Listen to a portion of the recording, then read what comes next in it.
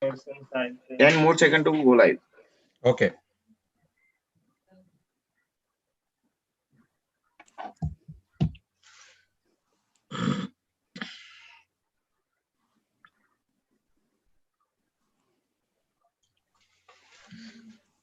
We are live, sir.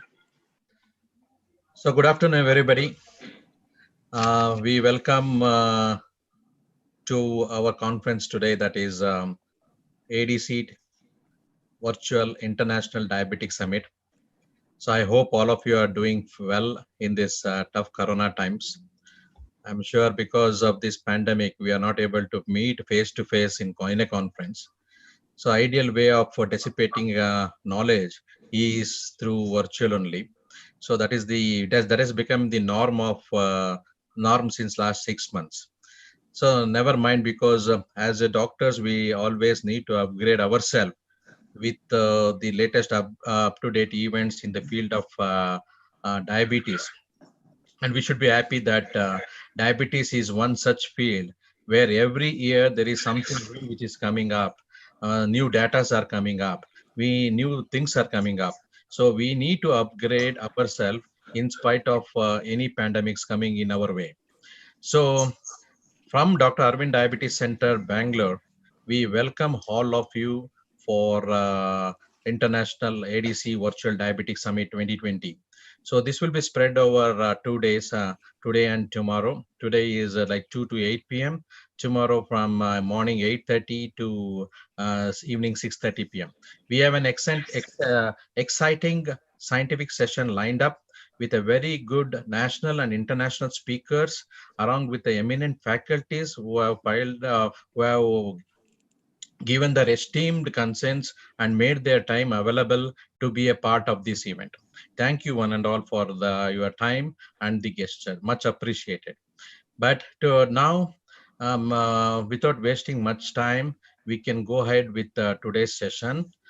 First of all, we will have Ganesha Stuti as the customary from our tradition. So we will pray Lord Ganesha so that no Vigna comes in our conference.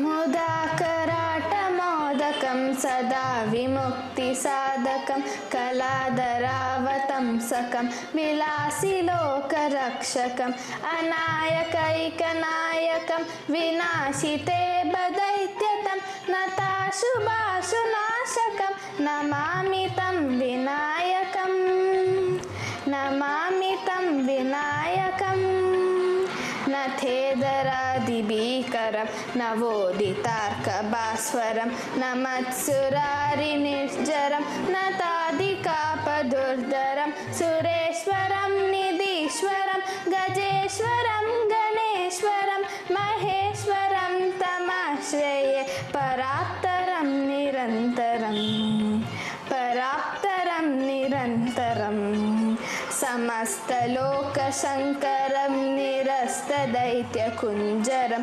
दरेतरोदरं वरं वरेव भक्त्रमाक्षरं कृपाकरं क्षमाकरं मुदाकरं यशस्करं नमस्करो नमस्कृता नमस्करोमि भास्वरम् नमस्करोमि भास्वरम् मुदाकराटमोदकं सदा विमुक्तिसाधकं कलाधरावतंसकं विलासिलोकरक्षकम् अनायकैकनायकं विनाशिते बदैत्यतं नताशुभाशुनाशकं नमामि तं विनायकम् नमामि तं विनायकम्.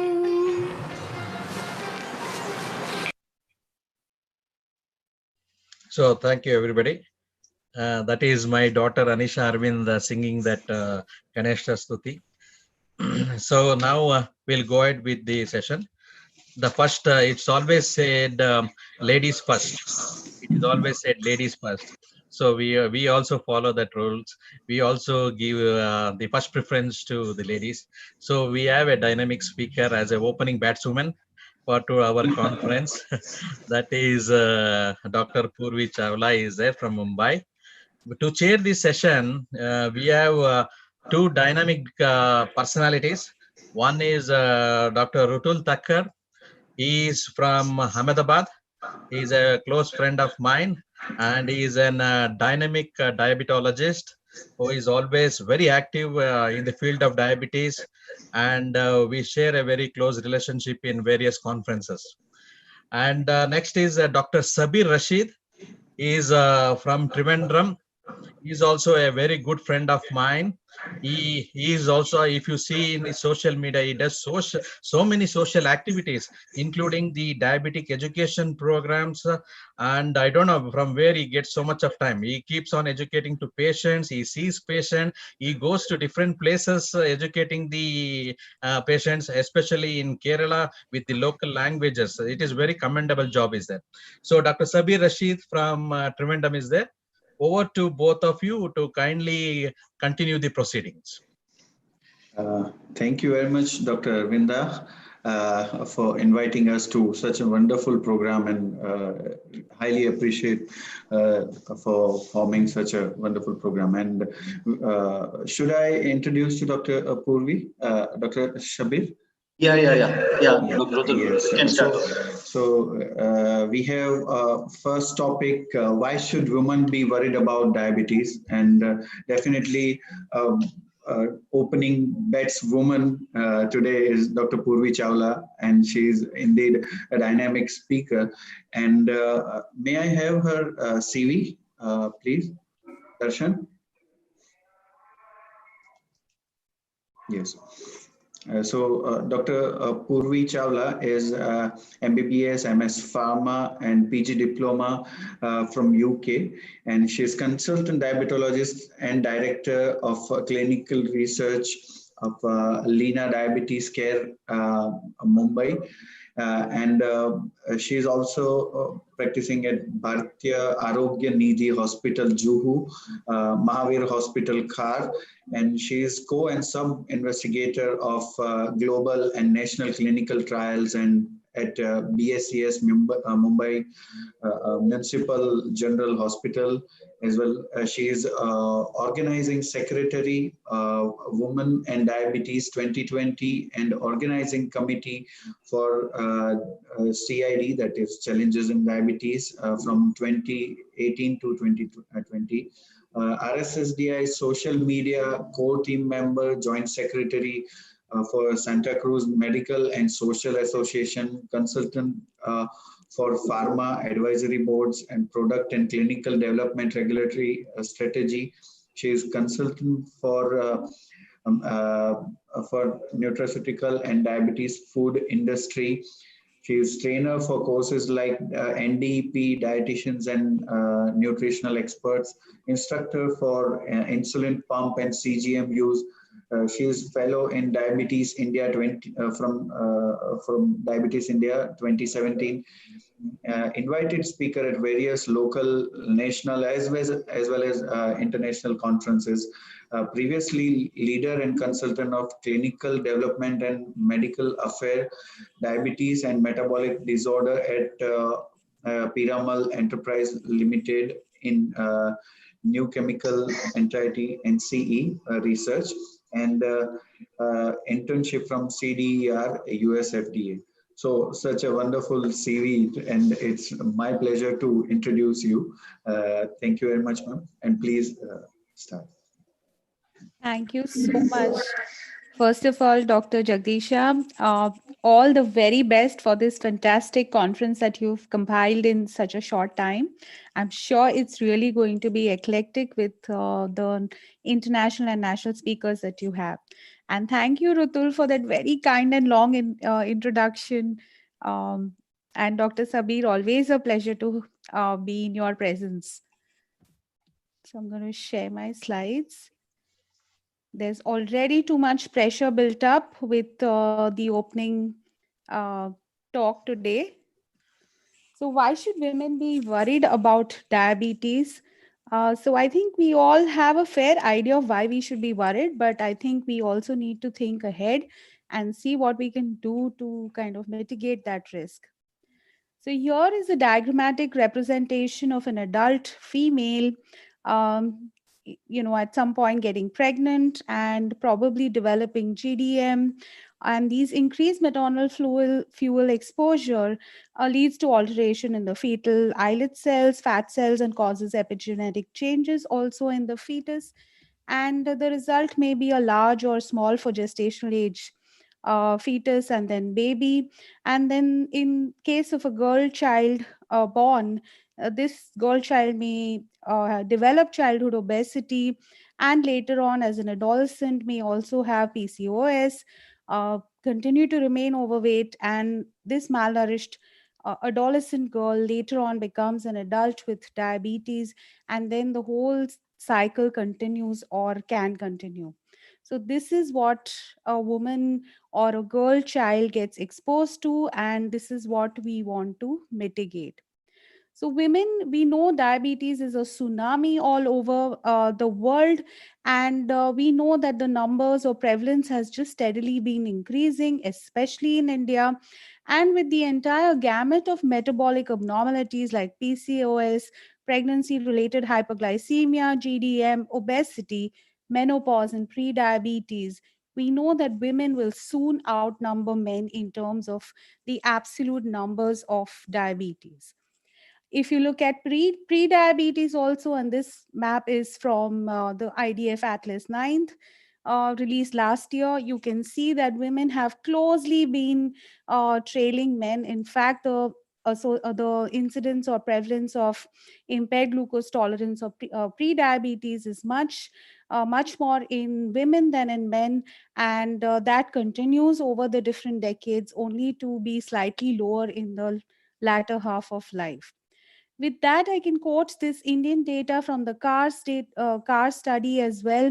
And whether it's Chennai, Delhi, or Karachi, you can see the blue lines indicate pre-diabetes, and the dashed ones are female data, and the red lines are for diabetes. So whether it's pre-diabetes or diabetes, you can see that women are slightly above in the prevalence of these conditions than men are. So, why are women at greater risk for diabetes? A few thoughts here: increasing obesity, increasing prevalence of GDM. We know 84% of all hyperglycemia in pregnancy is attributed to GDM, while 1 in 6 live births is affected overall. Changing lifestyles and the entire paradigm of urbanization, less physical activity, more stress, increased prevalence of PCOS itself, and less awareness and spending on investigations. So, this is the world obesity map for females, and we can see that even though this is right here, India in lime green, even though the prevalence seems to be less than 10%, that's only an average for females. We know that we are facing this dual burden of malnutrition in India. And you can see that amongst the urban, rural, and total uh, prevalence of undernutrition, we know that undernutrition completely overrides in the rural areas than in the urban. That is, the abnormally thin individuals or females. Again, women are much more affected by malnutrition than men. And then overweight and obese are more prevalent in the urban areas than the rural. So this undernutrition as well as overweight are both higher for women than men, and this sort of sows the seed of obesity and uh, metabolic disorders like diabetes in the future. This is again India tops in terms of men as well as in women, but the numbers for women are much higher. 21.3 million obese individuals or women in India, as per the latest the numbers released by the World Obesity Federation. And in terms of the countries that rank as the most rapid rise in obesity, also India tops India is in the top 20 in men as well as in the female category. So thus the global target for adult obesity commits countries to halt this rise by 2025, but it is almost impossible to achieve that target in India. With that, again, Southeast Asian region, we as a country belong to that, and the percentage of women in this of the reproductive age living with obesity are also obnoxiously high in this region. The consequences of obesity are known to all. We know that the prevalence of obesity per se also increases, and the prolonged duration of obesity increases the risk of other metabolic disorders like diabetes, cardiovascular disease, hypertension, liver disease, and even cancers. So that's exceptionally important. And even with other factors like alcohol consumption or tobacco use, sedentary behavior, early malnutrition that I just talked about, all lead to premature deaths. The relationship between BMI and the risk for type 2 diabetes is beautifully displayed here in this graph. This is an amalgamation of two major studies, the Nurses Health study following almost 45,000 women over 8 years, and the health professional study following individuals up to 5 years. And you can see that higher the BMI, the more the risk for type 2 diabetes, but we cannot undermine the presence of that risk even with the lower BMIs or starting much earlier as obesity or overweight persists. Again, estimated numbers of type 2 diabetes, the overall deaths in the Southeast Asia related to diabetes are extremely high, and we are amongst them. The estimate for obesity related diabetes and deaths is almost 3 to 9% as per one of the major studies. And in fact, this is also a combination of BMI above 30 and waist circumference over 102 centimeters in men and 88 centimeters in women. But they also underestimate. Again, the proportion of number of adults over 20 years with hypertension is also very high in the Southeast Asian region, and India lies right there. This is the obesity-driven incidence of cardiovascular disease, and again, we know that coronary artery disease has been reported at almost 7 to 44% attributable to obesity. Overall, 8% men and 25% women suffer from obesity attributable myocardial infarction and or ischemic heart disease. So these are whooping numbers, and this is the list for the deaths reported related to obesity and cancer. So again, that becomes a very conducive milieu for type 2 diabetes, and that's something that we need to understand and change. But why are women gaining that much more weight? Again, changing lifestyles, the occurrence of pregnancy, menopause, less physical activity, and more unhealthy eating patterns and choices. I quote Dr. Anjana's study, the INDIAB study group that reported this study in 2018. And you can see the females reported in red are highly inactive, very critically low activity, and highly active are really, really low in number. And in fact, subjects who indulged in at least 150 minutes of moderate to vigorous physical activity per as leisure activity was again very low in especially the rural areas and overall also, but much lower in females than the males. Of the females here are given in purple, and you can see all the bars are much lower than the blue ones, indicating females are extremely low in physical activity required to keep us fit and prevent diabetes.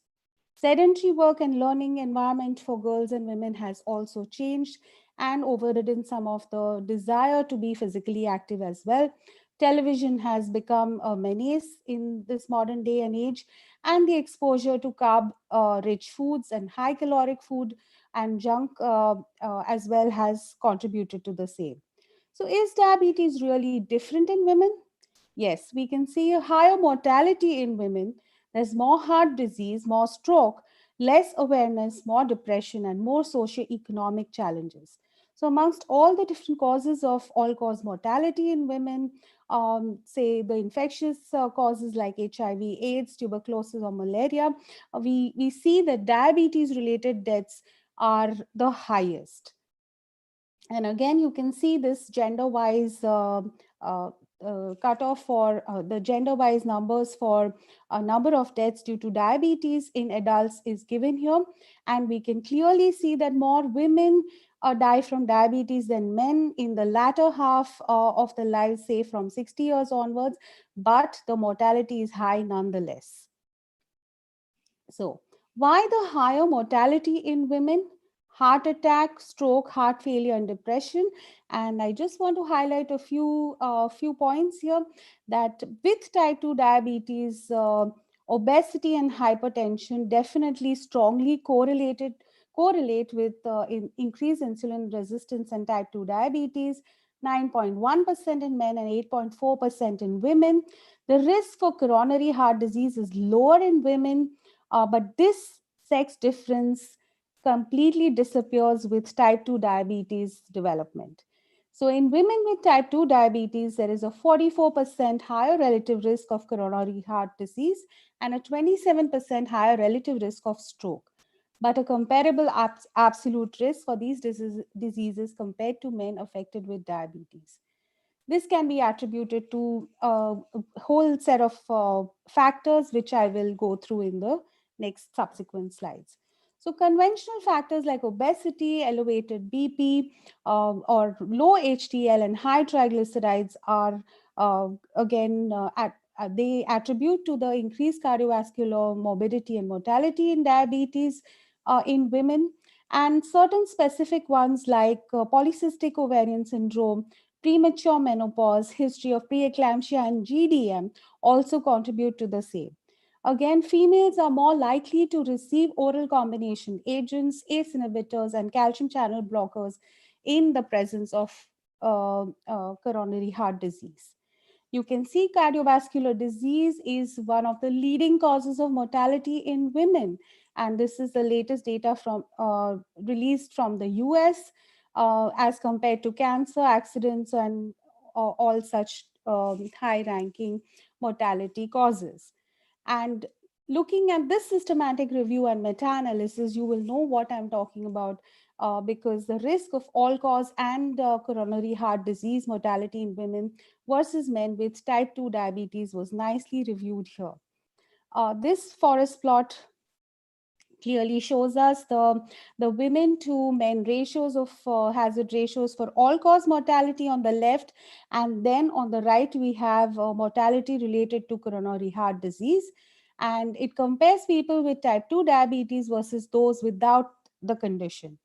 The effect of all cause of diabetes on all cause mortality is 17% higher in women than men. And as you will see in the subsequent slides, this has so many studies and lakhs of events and people analyzed in this systematic review reported only last year. And the pooled women to men ratios of hazard ratios for coronary heart disease mortality, comparing people with type 2 diabetes versus those without the disorder, showed that the pooled women versus men hazard ratio is 1.97, which is critically significant in women. Moving on, this is the pooled hazard ratio for all-cause mortality in patients with diabetes. And that was found to be 2.33 in women and 1.91 in men as compared to the healthy counterparts. The pooled cardiovascular mortality in patients with diabetes was 3.79 in women and 2.13 in men compared to healthy counterparts, showing clearly that diabetes is to blame here. So this meta-analysis was 35 prospective cohort studies were included with over 2 lakh individuals and 254 all-cause mortality events that were analyzed. And they found singularly that type 2 diabetes is an important risk factor for all-cause as well as coronary heart disease mortality in both men and women. But diabetes-related mortality was higher in women than men, and the effect of diabetes on all-cause as well as coronary heart disease mortality was 17 and 97% higher in women than men, respectively. So this is very important, and several reasons were cited. Important amongst them were the combined effect of greater deterioration and prolonged exposure to cardiovascular risk factors in women during prediabetes, poorer glycemic control, poorer management in patients, female patients, significantly higher blood pressure and lipid levels than in men, and the fact that men get diagnosed much earlier than women were some of the factors cited. Moving on, stroke in women with diabetes was also studied, and several studies have reported the association to be a strong one. It is definitely a risk factor for stroke in women compared with men, as reported by this systematic review and meta-analysis. And the excess risk of stroke associated with diabetes is much higher in women than men. Again, some of the reasons cited were that the sex differences in endothelial dysfunction actually start converting prediabetes to diabetes, and they are much stronger or higher in women as compared to men. For example, biomarkers like E-selectin and SICAM and fibrinolysis with lower values of adiponectin among women who develop prediabetes compared to the control subjects. So overall, if I can just highlight that the risk, the female sex as a protective factor against coronary heart disease is actually lost in diabetes. And diabetes confers greater risk for coronary heart disease death in women, like we just saw, as compared to men. Heart failure associated with reduced LVEF or HFrEF is more common in men than women due to the increased events, cardiovascular events in men, and heart failure with preserved ejection fraction is twice more common in women than men, as per various studies that have reported the same. Cardiometabolic heart failure caused by heart hypertension, obesity, diabetes, and metabolic syndrome is more common in women than men, and this is associated mostly with preserved ejection ejection fraction. We move on to see the association of GDM as a risk factor for future diabetes, cardiovascular disease, as well as NAFLD, which is not talked about much. And we know that GDM definitely increases the risk of prediabetes and diabetes within 5 to 10 years of pregnancy. And this is again highlighted in various studies. In fact, if you look at the lower right corner, the risk of overweight and abdominal obesity at 16 years of age in teenagers whose mothers had pre-pregnancy overweight and gestational diabetes, you can see that it's much higher in these teens than others. And the follow-up time, again reported by IDF, is usually the development of diabetes at 3 to 6 years post GDM reported in the index pregnancy. The association of GDM and risk of cardiovascular disease in women was reported in this systematic review and meta-analysis. This is the highest level of evidence that we can find. Again, the numbers are staggering, over more than 5 lakh women and 100 over a lakh cardiovascular events were actually studied in this or analyzed, and they found that in the main analysis, women compared with those without a history of GDM, the relative risk of future cardiovascular events was with previous GDM was 1.98. They also further analyzed and found that potential impact of type 2 diabetes in each individual study to look at GDM and CV events. And they found that women who did not develop type 2 diabetes during follow-up showed that even without type 2 diabetes, GDM itself conferred a 56% higher risk of future CV events. And in terms of timelines, this happened within the 10 years post the index pregnancy with GDM. So diabetes compounds that risk, and both of these conditions cannot be ignored. So women with GDM have a twofold higher risk of major CV events independent of intercurrent diabetes in the first 10 years after index pregnancy across various nations and ethnicities. And of course, diagnosing GDM can prevent this, and hence it's extremely important. Pre-GDM and NAFLD have also been, that association has been well established, and they found that insulin resistance and a larger waist circumference were independently associated with the presence of NAFLD, whereas glucose intolerance was not. But GDM per se has also been associated with NAFLD, or non-alcoholic fatty liver disease, which is an important condition associated with chronic liver failure. And the cardia study was very interesting because they found that women with a history of GDM had a more than twofold higher prevalence of NAFLD as compared to those without GDM. And the presence of, and this was the interesting part, where they saw that GDM conferred higher risk for NAFLD. However, if there was pre-existent diabetes, then the incidence of NAFLD in these women was equivocal. So diabetes and GDM are similar for as risk factors for NAFLD. Smoking and the risk of diabetes and CHD has also been largely reported, and we can see here that after adjusting for several other confounding factors, we find that smoking is a singular risk factor for diabetes as well as cardiovascular disease. Diabetes, menopause, and later, we find that several hormonal changes take place, but lowered HDL as well as increased LDL confers that risk of increased cardiovascular events in women post menopause. In terms of other complications, we can see diabetic retinopathy is also more common or prevalent in women with worsening during pregnancy, and including proliferative diabetic retinopathy is also more common in women. Neuropathy occurs more frequently and earlier than in men than in women. Diabetic nephropathy is something that estrogen protects us against nephropathy, but nephropathy, and hence nephropathy is more common in men than in women. Gastroparesis, obese women with long-standing and uncontrolled diabetes have an increased prevalence and severity.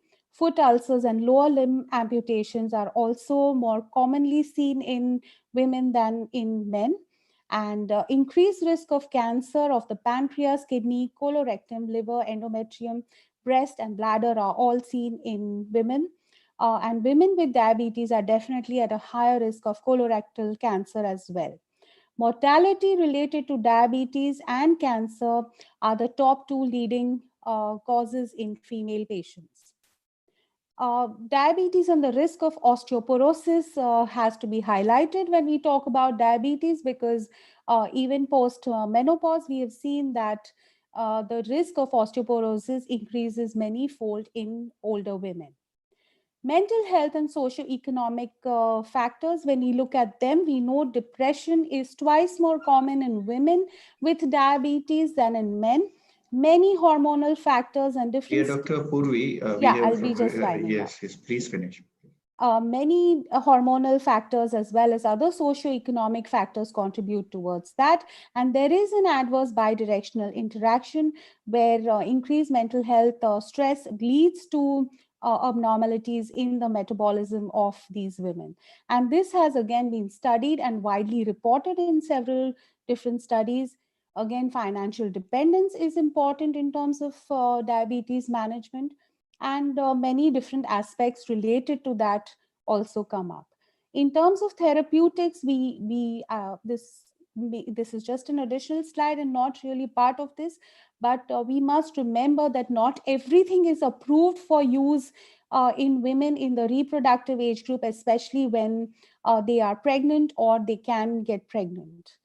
And of course, the life course approach for the prevention of non-communicable diseases is important for every physician to understand and take note of, and look at the different factors that become prominent in that life cycle of a woman.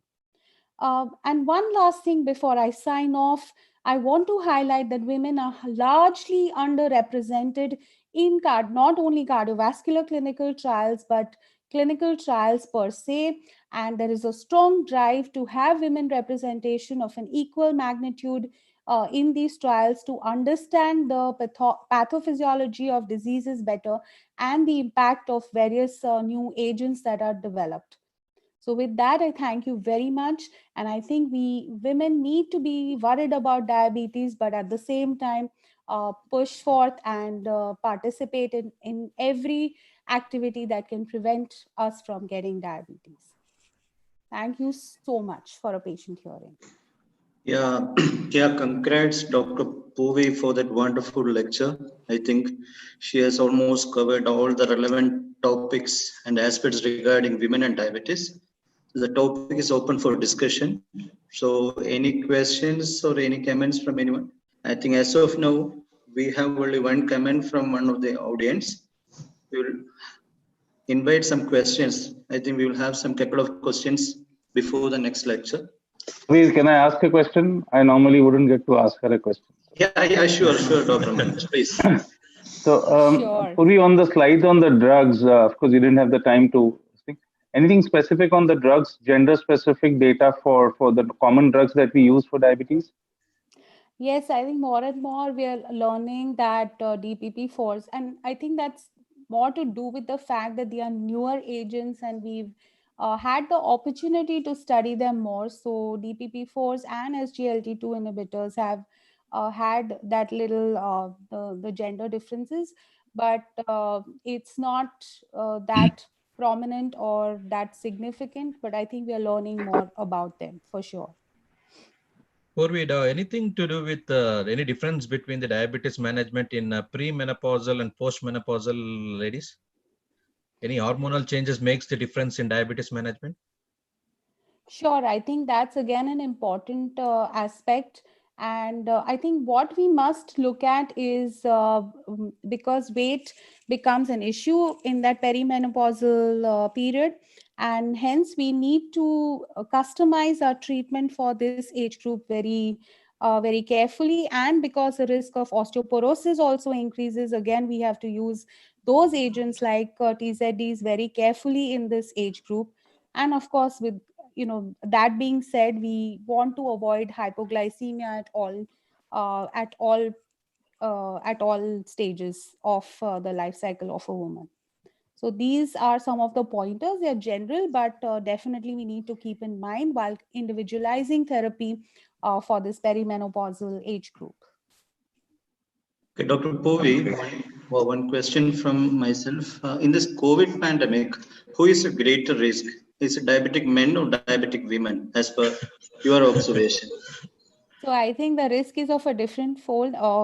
Definitely diabetic men have higher incidence of contracting the infection, but I think women are the mental health issues have come up much more in women than men. Just recently, I was on a panel discussion with something organized by Dr. Usha Sriram, and we spoke to one of the CEOs of a mental health management company, and they reported, none of the formal studies have reported that, but they reported of increased traffic on their hotlines by female patients suffering from diabetes, complaining of hypoglycemia, or even complaining of lifestyle changes and feeling extremely depressed in this current situation due to the increased responsibilities.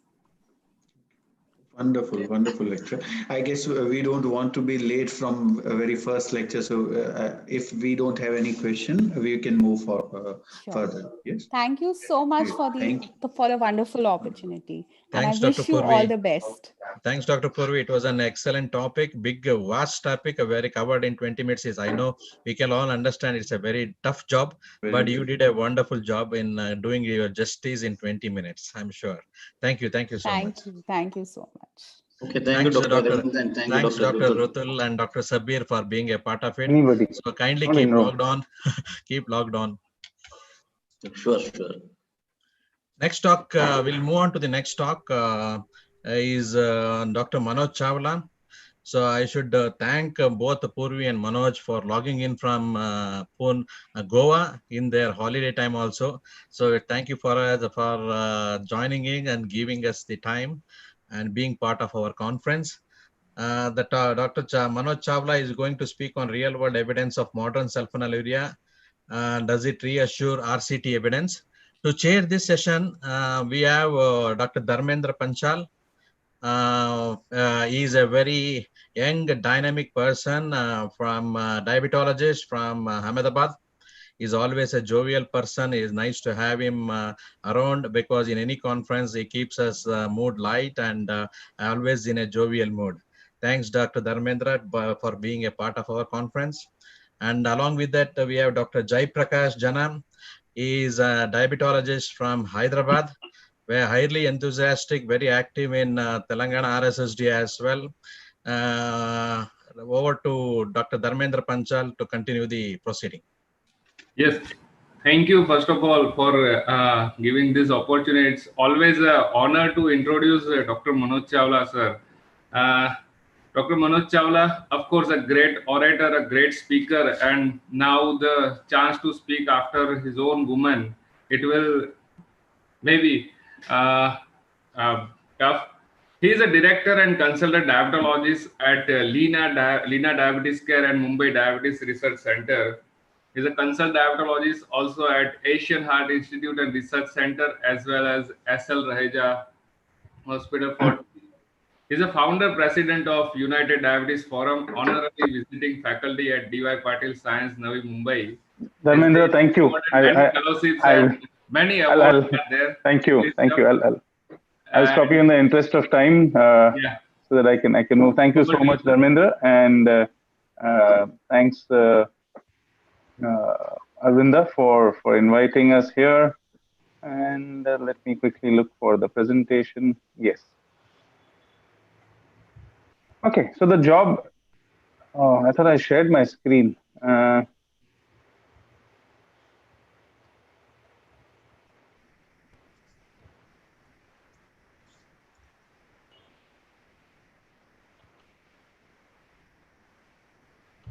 Okay, is my screen seen now? Yeah. Yes, it is there.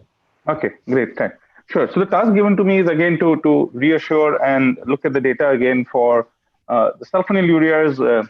There have been many of us who continue to be believers. We do realize that these are still the drugs. And I wouldn't talk about cost because I think with things changing in India, the cost of whether it's SGLT2 inhibitors or DPP4 inhibitors all becomes on par with sulfonylureas. But in spite of no real cost benefit, these drugs continue to be extremely important in our armamentarium for managing diabetes because they are extremely efficacious and time-tested drugs that everybody treating diabetes understands so well. So I like the statement which has been put up here, which is sulfonylureas have wide experience in diabetes management. So I'm sure we talk about our experience in managing diabetes, but actually more than us, more than any of us, it's the group which has had experience in managing diabetes, right? From 1940, when you had the first generation sulfonylureas coming in, to the second generation, various studies along the way, whether it was the first UGDP study, which cast a shadow on the cardiovascular safety of sulfonylureas, to eventually the UK PDS substantiating the role of sulfonylureas in management of diabetes, the advanced study, the advance on the steno studies, all of this, of course, giving great amount of evidence and data for the sulfonylureas as they have progressed. So how do we really classify these sulfonylureas? Two aspects. We could classify them as conventional, or we could also call it old, and then use the word modern. So conventional and modern. In conventional, you have tolbutamide, chlorpropamide, none of them really used much, but you also have glibenclamide and glipizide, still extremely potent and easily available cheap drugs used across the world. In modern sulfonylureas, you have glimepiride, glyclazide, and then the extended or modified release versions for both glipizide and glyclazide. You could also classify SUs as short-acting, which was tolbutamide, intermediate-acting, which was glipizide or glyclazide, or the long-acting, which genuinely would be glibenclamide and glimepiride, or again the extended release preparations for glyclazide and glipizide. So where do the guidelines come in terms of the recommendation for sulfonylureas? Very often we talk about the guidelines, the ADA, EST algorithms, Have they really done away with sulfonylureas? No. A lot of our conversations and talks are based on the newer drugs, and this is where we don't highlight as to what they're speaking about sulfonylureas. But let me remind that what ACE 2019 still says is if entry-level HbA1c is more than 7.5, consider initiating combination therapy, and SUs could be preferred as an add-on to metformin. The ADA 2020 also speaks about using combination therapy from the beginning itself if the A1C is high. They recommend sulfonylureas as an add-on therapy to metformin. Well, it also says that if not used as a first or second line agent, today we know that we're going to be probably looking at the comorbidities, and if patient has ASCVD or heart failure or CKD, we may prefer other drugs. But if they've not yet been used as first or second line, they should be considered as a third line agent. Again, when we talk about managing diabetes, are we just getting stuck in the cardiac aspect? I'm sure there are a lot of conversations and talks on that topic over the next 2 days. But when we talk about being glucocentric, to some extent, all of us managing diabetes cannot move away from being glucocentric. And that's where the use of sulfonylureas becomes extremely important, because they are the drugs which are going to be extremely potent and get our patients to the required A1C numbers that we so desire. The IDF 2019 also clearly recommends sulfonylureas as second-line agents in patients with uncontrolled glycemic level with metformin, and NICE 2019 also similarly substantiates the use of sulfonylureas. So again, if anybody's been thinking that sulfonylureas are done with and they're not part of the recommendations, that's not true. The SAFE's recommendation, which came out in 2014 by the Indian group, the South Asian group, in fact, led by Dr. Kalra and all, also spoke that sulfonylureas are effective, safe, well-tolerated, affordable, and we're talking about different grades and evidence levels provided for these statements. It also mentioned that sulfonylureas are effective second-line agents after metformin. Modern sulfonylureas, glimepiride, and glyclazide extended release should be initiated early in the course of type 2 diabetes to achieve maximum control, to get the advantage of good metabolic memory, early control, all those benefits. We don't want to lose time by adding drugs which may be considered safe by others, but really take much longer to get our patients to target. So getting them to target early is also important. And finally, combinations, especially in the developing world, combinations which improves compliance and reduces cost should be considered as a treatment option for our patients. The SAFEs also speak about that they should be preferred, the modern sulfonylureas should be preferred over conventional or old sulfonylureas. So largely the choice today comes between glimepiride and Extend and glyclazide. Modern sulfonylureas should be preferred to minimize the risk of hypoglycemia and also to minimize any weight gain. Also, finally, it says modern sulfonylureas should be preferred over the old or conventional ones in patients who are at increased risk of CVD or those with presence of CVD. So clearly, we know that there has been some established evidence in terms of cardiovascular safety for both glimepiride and glyclazide. Now, we talk about the real-world evidence. Now, this is the UK CPRD database study. See, the UK CPRD stands for Clinical Practice Research Data Link. So it's largely a software which links and connects the general practitioners in the UK practice. For a lot of you who are aware, largely the management of diabetes continues to be handled by family physicians or general practitioners in the UK practice, and the referral to specialists is only when really required. So most general practitioners see patients with diabetes, and their database was looked into, comparing the effectiveness of glyclazide modified release versus sitagliptin as second-line treatment after metformin in patients with uncontrolled diabetes. So this has been an interesting study where either of these drugs were added on to patients who are on metformin and who had their HbA1c more than 7%. So this is a great real-world study.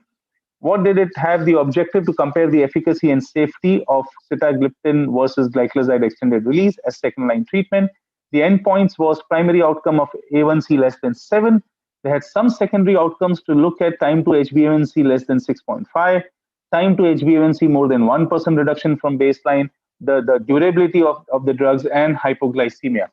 Now, when we talk about, this was the baseline period where HbA1c was assessed. Patients were put on to either glyclazide modified release or sitagliptin, and you had an observational period of more than 9 years. And hence, this is a very important real-world study, because it's comparing between your sulfonylurea and a DPP-4 inhibitor. Now, if you clearly understand the way the studies went, you had more than 45,000 patients considered. Eventually, you had 10,000 patients which were included in the study. There was some missing data, so you had 6,600 patients taken for consideration. And then you do a propensity match, a 1:1 propensity match to ensure that you're getting fair comparison. And eventually, the data for 993 patients in each groups was considered. What did it show us? So the time to achieve HbA1c less than 6.5%, well, this was patients treated with glyclazide were 51% and 35% more likely to achieve the target of A1c less than 6.5 or A1c less than 7. In terms of durability, the mean durability was similar in both groups, which was about 2.5, 2.6 years, but much higher number of patients achieving the targets, whether you look at 7 or 6.5 as your target, you're clearly seeing the data in favor of glyclazide as compared to sitagliptin.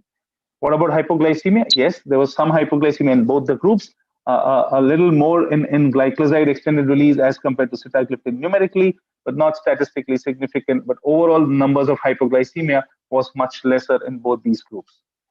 You talk about the, move on to look at some other real world studies in Indian patients, and two studies, one by Dr. Mohan et al. And again by Dr. Sanjay Kalra are quoted. In terms of efficacy on A1C, you clearly see good A1C reduction, 1.3 to 1.5%. Again, in real world, I'm sure all of you have experienced, even when you start with patients with an A1C of 9, 9.5, and you add a sulfonylurea, you will end up achieving a 6.5 in a large number of patients. So you may get much higher A1C reduction. Good data for reduction for fasting plasma glucose and some amount of occurrence of hypoglycemia, which we understand is a limiting step in the use of sulfonylureas. But the dictum there is use these sulfonylureas, especially the ones with lesser evidence of hypoglycemia, start with small dose and then up titrate as required. As long as we understand that principle, you are able to use these drugs wisely and offer the benefit. You're also looking at the renal safety data, and you're looking at comparison between glyclazide and glimepiride.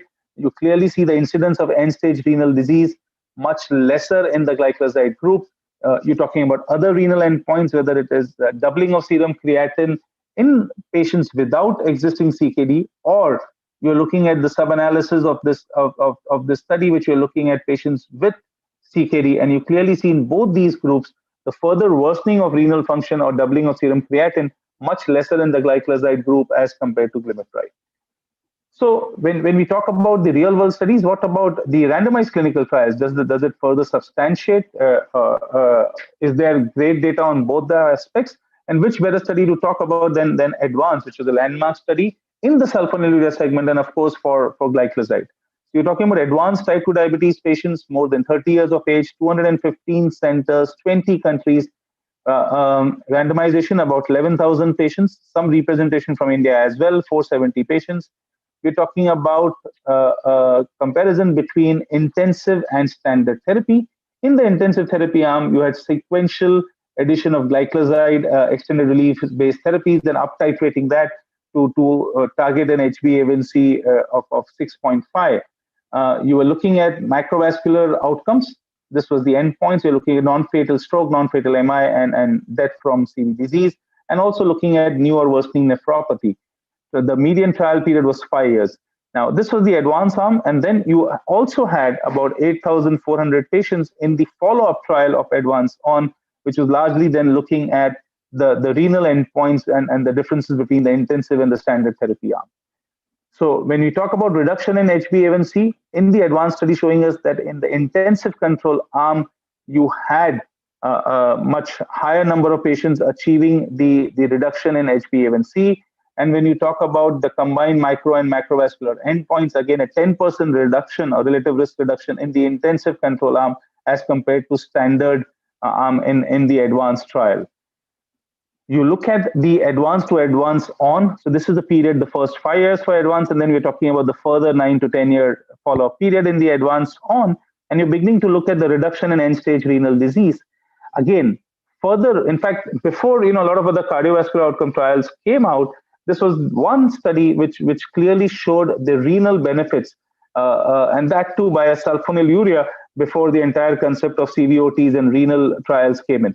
So glyclazide extended release through ADVANCE and ADVANCE on showing reduction in end-stage renal disease, and also substantiating it further by showing the remission to normalization at the 5 year period. So when we talk about the normal progression from normal albuminuria to microalbuminuria to macroalbuminuria and end-stage renal disease, you see a 20% increase in the intensive control arm for glycoside from remission from the macroalbuminuria to normal albuminuria.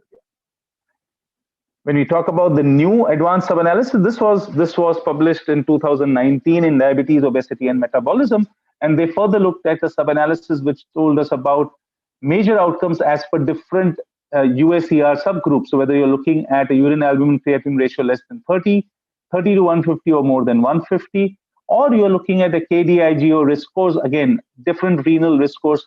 In both, whichever way you look at it, either you're comparing the UACR or you're looking at the KidGo risk score, you see the results in all these segments. So this concluded that there was consistent reduction in the micro and macrovascular outcomes in patients, irrespective of their UACR or the KidGo risk categories, and the heterogeneity across this was not there. So you're getting clear data irrespective of the baseline.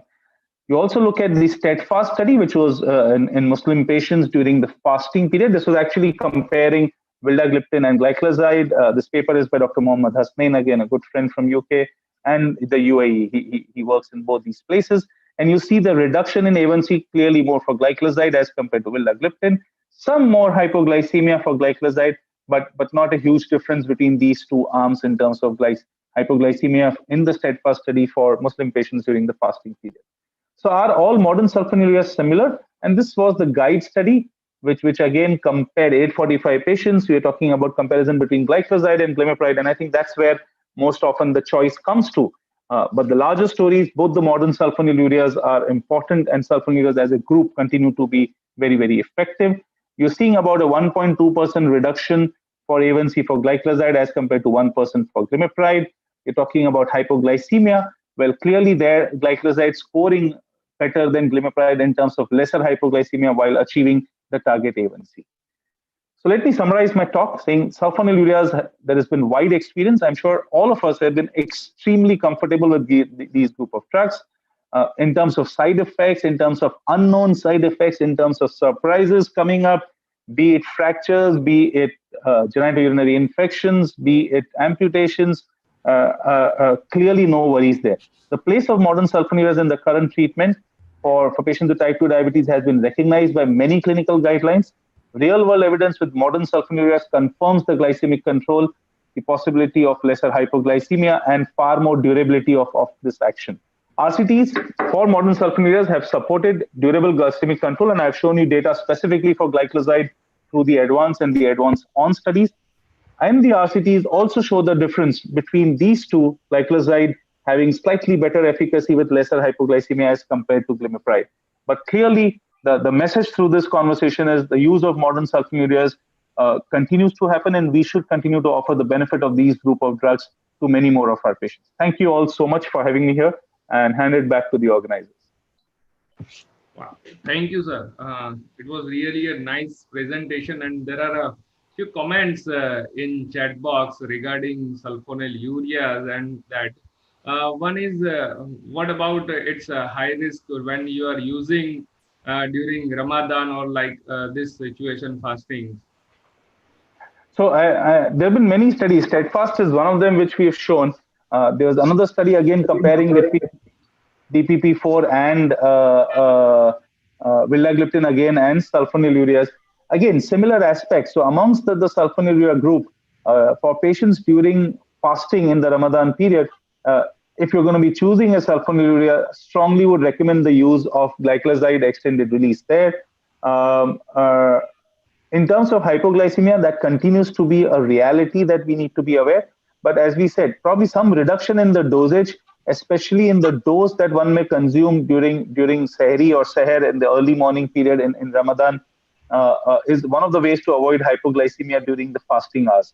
So it's not an absolute no-no. You may well, I mean, and especially if you have patients who are already on sulfonylureas, already on glyclazide, there have been some recommendations. Should you shift them completely to DPP-4 inhibitors? I don't think that's going to be very useful. You may actually worsen the patient's HbA1c. So continue to use the same drug, but just maybe modify the dose depending on the patient's baseline HbA1c. Thank you, sir. Can you have a quick comment why it is called modern? Because there are controversies why it is called modern. They are not finding anything in. So, Dharmendra, let me put it this way. I'm 47 today. I'm practicing diabetes for last 20 years. But I'm just glad till recently, every time that I would be speaking and somebody would embarrassingly introduce as young diabetologist. Now, I've completely grayed up and as I said, doing this for 20 years. But that silly habit of calling, young dynamic speaker or whatever. So similarly, because we don't have another generation of sulfonylureas, these sulfonylureas have been called the newer generation or modern as compared to the older one because of their properties of faster association and dissociation, lesser hypoglycemia, some amount of azibo-octyl ring for glycoside, which has antioxidant properties, and so on and so forth. Fine, thank you, sir. Do we have? Of course, I'm not as young as Arvinda, who will continue to be young forever. So. Yeah. I certainly hope you remain modern, though. Fine. So if we are not having any. Do we have any comment or question from our participants? May I come one thing, Arvind? Yeah, Dr. Alok. I'm Dr. Alok from Gorakhpur. Great talk, Dr. Manoj. You, you are young. You don't only chronologically you may become old, but biologically you are young. Take it. So thank you. What I feel is that still we are using sulfonylurea in our circumstances because of number one, that whatever studies we have, it has not proved to be harmful to cardiac status, and number two, good glycemia and cost. The most important factor is cost. As DAPA has gone off patent level, now 50 rupees tablet has come to 14 rupees. If you bracket it becomes 7 rupees. So very soon when we will have these newer molecules at a much cheaper rate, probably we will like to have something more apart from glycemic control, the cardiac and the renal benefit, and then probably these molecules of sulfonylurea will take a back seat. These two molecules, sulfonylurea and insulin, both are very good agents for decreasing the sugar, but none of them have shown anything extra from controlling hyperglycemia in terms of cardiac and renal safety or renal benefits. Even insulin also. This is my take. So we will have to wait for that.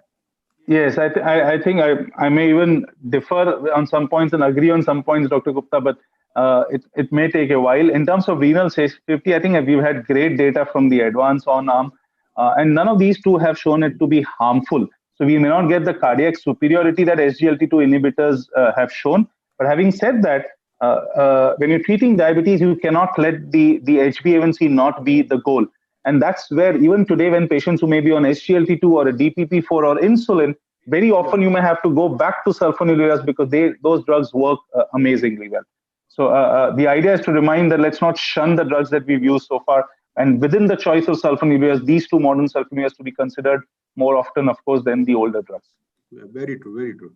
Thank you. Thank you. Thank you. Thanks, Dr. Arvinda. Have a wonderful session. We'll keep logging in between and enjoying the other talks as well. Thank you so much for having us. Thanks, Manoj and Puri. Thank you. Hope you have a great time in Goa. Continue your holidays. Be logged in between as well whenever you get the time. Sure. Thanks, Dr. Dharmendra, for chairing a session. Thank you. Thanks for being a part of our conference. Yes. Next, moving on to our next session. We have a very good session now for 1 hour. Like we can have a challenging session. That is a big debate. The Manoj talk was sponsored by Sadia. Now going to the next talk. That is, this is a big debate. That is, a nation wants to know. I'm sure all of us also wants to know. But as rightly always said, nation wants to know, like CVD and diabetes, type 2 diabetes, what matters. It's a big discussion going on. So just like other TV channels, so we have got an ADC TV channel today competing. Now we have the 3 panelists competing for their purpose. So we have got Dr. Faraz Farishta from Hyderabad, Dr. Rajiv Kovil from Mumbai, Dr. Anil Kumar Virmani from Jamshedpur to speak on these topics. To chair this session, we have four panelists. Dr. Anand Moses, the leading diabetologist from Chennai. He's a very close friend of mine and is always been academically oriented person. And you can see him in a lot of diabetes oriented programs across India. Next is Dr. Balaji Jagan Mohan. He is from Bangalore. He is the young diabetologist from Bangalore. After Manoj said I should be careful by using young diabetologist. Next is Dr. Suresh KG from Bangalore. He is a diabetologist from Manipal Hospital. And Karunesh Kumar from Bangalore. He is also a diabetologist who practices in Kormangla, Bangalore. Over to the chairpersons to further proceedings. What we can do is one chairperson can introduce first speaker, Dr. Faraz Farishta, followed by like that. Yes, Arvind, I will do that. Yeah. Thank you. Okay, sir. Over to you, sir. Yes, that's a nice topic. Probably I may not call it a debate in particular. It is a need to stress the multifactorial approach to diabetes. The link, the risk factors which link diabetes to cardiovascular disease. And it has been shown beautifully in the UKPDS, the importance of blood pressure. The Steno-2 study showed the importance of multifactorial management. So we are going to see each of these components today by eminent speakers. So what we'll do is Dr. Balaji will introduce the first speaker, Dr. Suresh the second, and Dr. Karunesh the third speaker. And I will join towards the end of the discussion. What I would request is the speakers to confine to 18 minutes each, so that we have about 5 minutes time for discussion in the end. 15 minutes, sir. 15 minutes. 15, no, you have given 1 hour. So, okay, yeah. 15 minutes. Yeah, we'll have a discussion. Yes, we'll have more discussion in the end. Over to Balaji now to introduce the first speaker. Yes, thank you, sir. Good afternoon to everyone, and thanks to Dr. Arvind Jagdish, first of all, for inviting me here.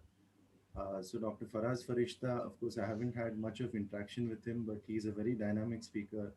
And I think the last that I've seen of him is in the Ideal, where he debated, very well. Unfortunately, they lost, but they did pretty well. So Dr. Faraz is actually a consultant diabetologist and an endocrinologist. He is also a professor at the Medicity Institute of Medical Sciences, and he's a consultant at the Thambay Hospital. He has also a lot of publications to his name. He has been a co-guide for the PhD in medicine by the Research and Endocrinology at TECMs. And apart from that, he's been part of certain global trials as principal investigator. So over to you, Dr. Faraz. Thank you so much, Dr. Balaji, for that warm introduction. And then, yes, I think after the Ideal, yes, that is where most of us did bang with each other and then came across with each other. And then I think continuing on the Ideal spirit, I can see Dr. Rajiv is still continuing with that spirit. So yes, let us keep it going. And thank you, Dr. Arvind, for inviting me for this session.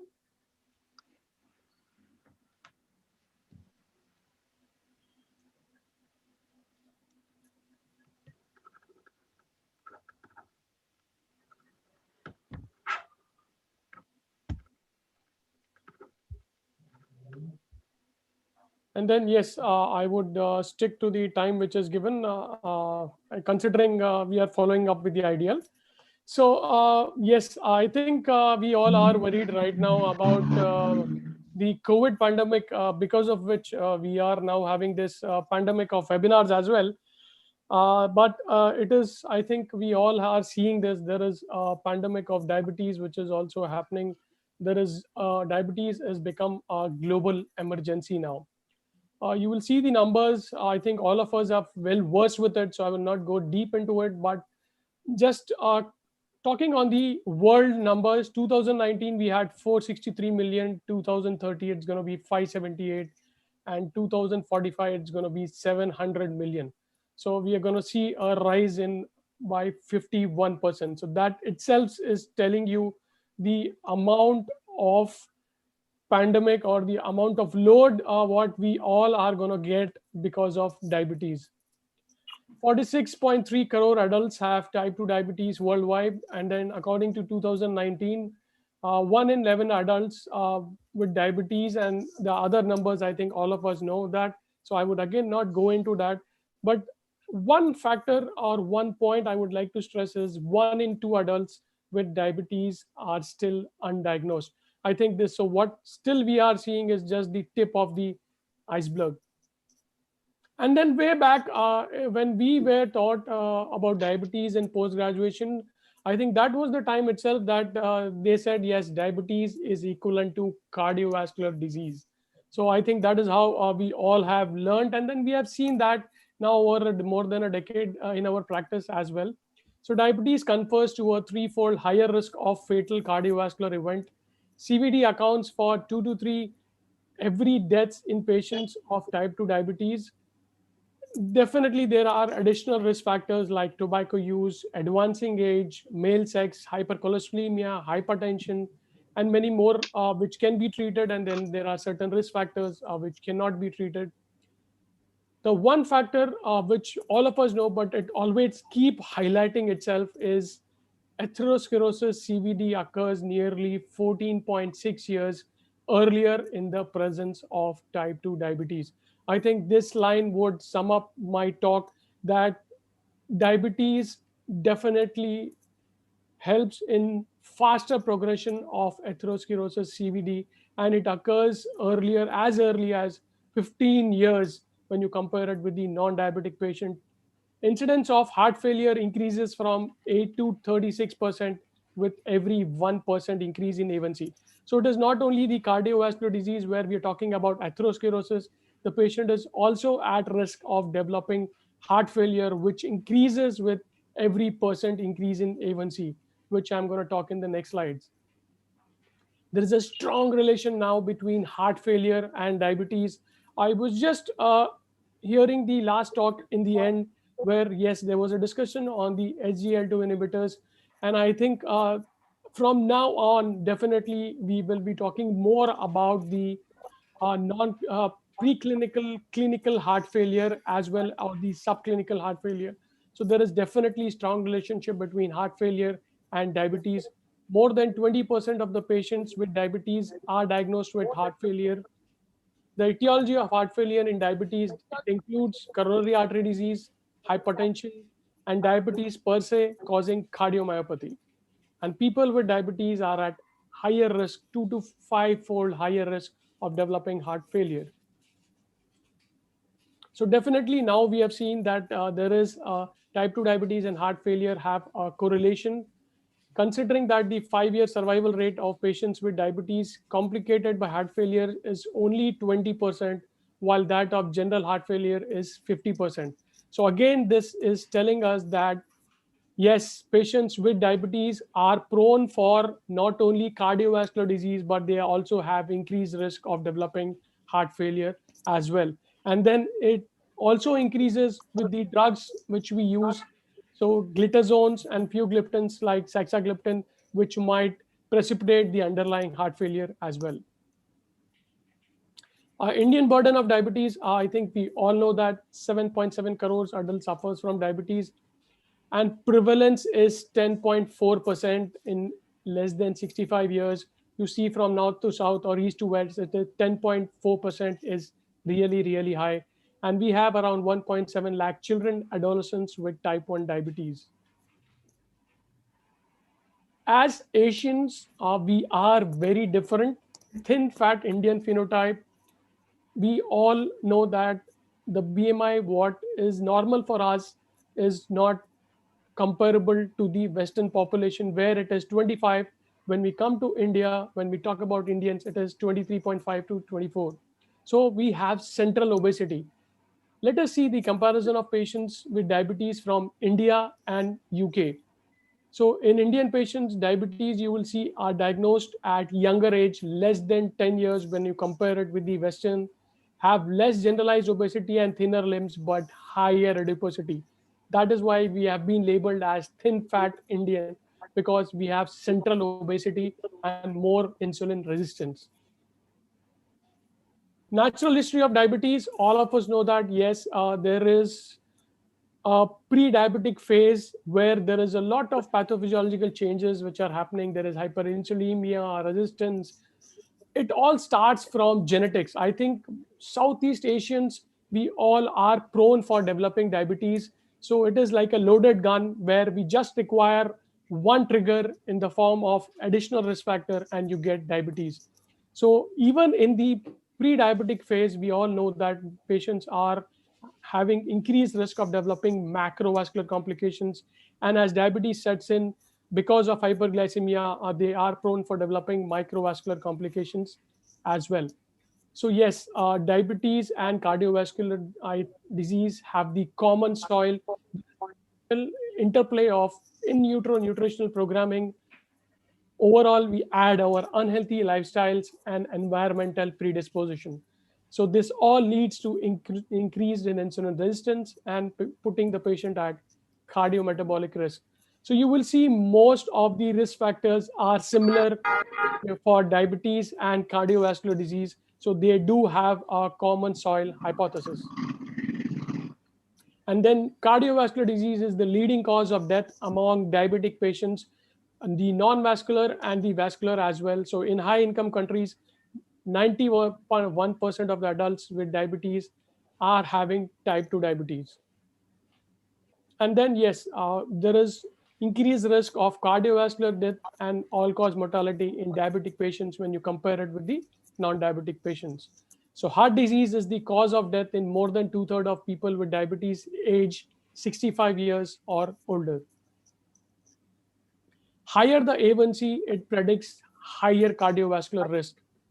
There is 18% increase in cardiovascular death for every 1% increase in A1C.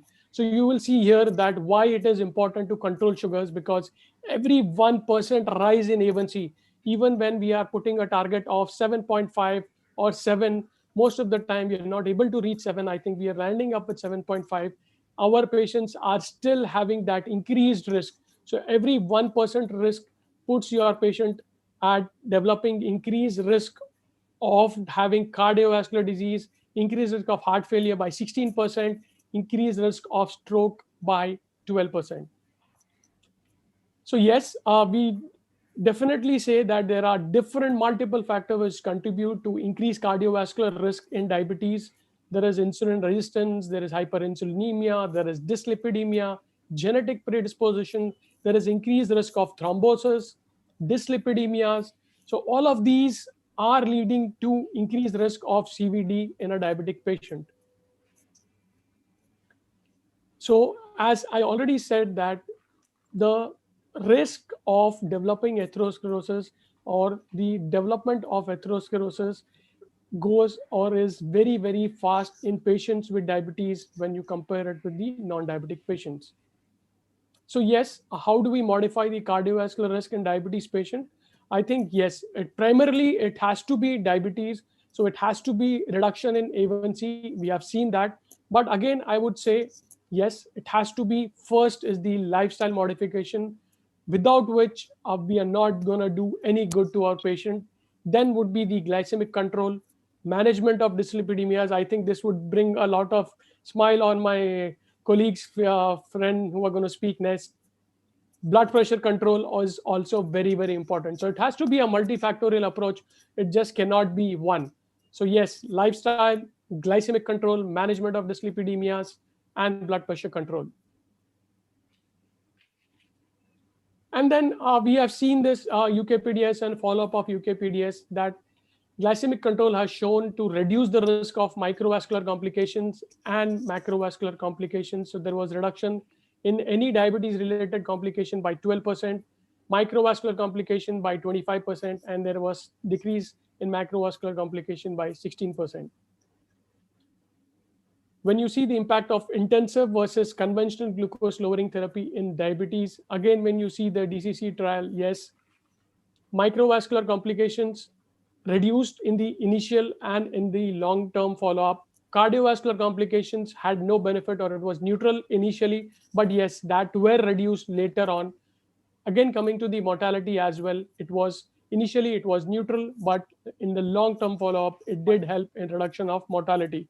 I think that is where the concept of glycemic memory came, and then now we all understand how important is to have a good glycemic memory and good glycemic control.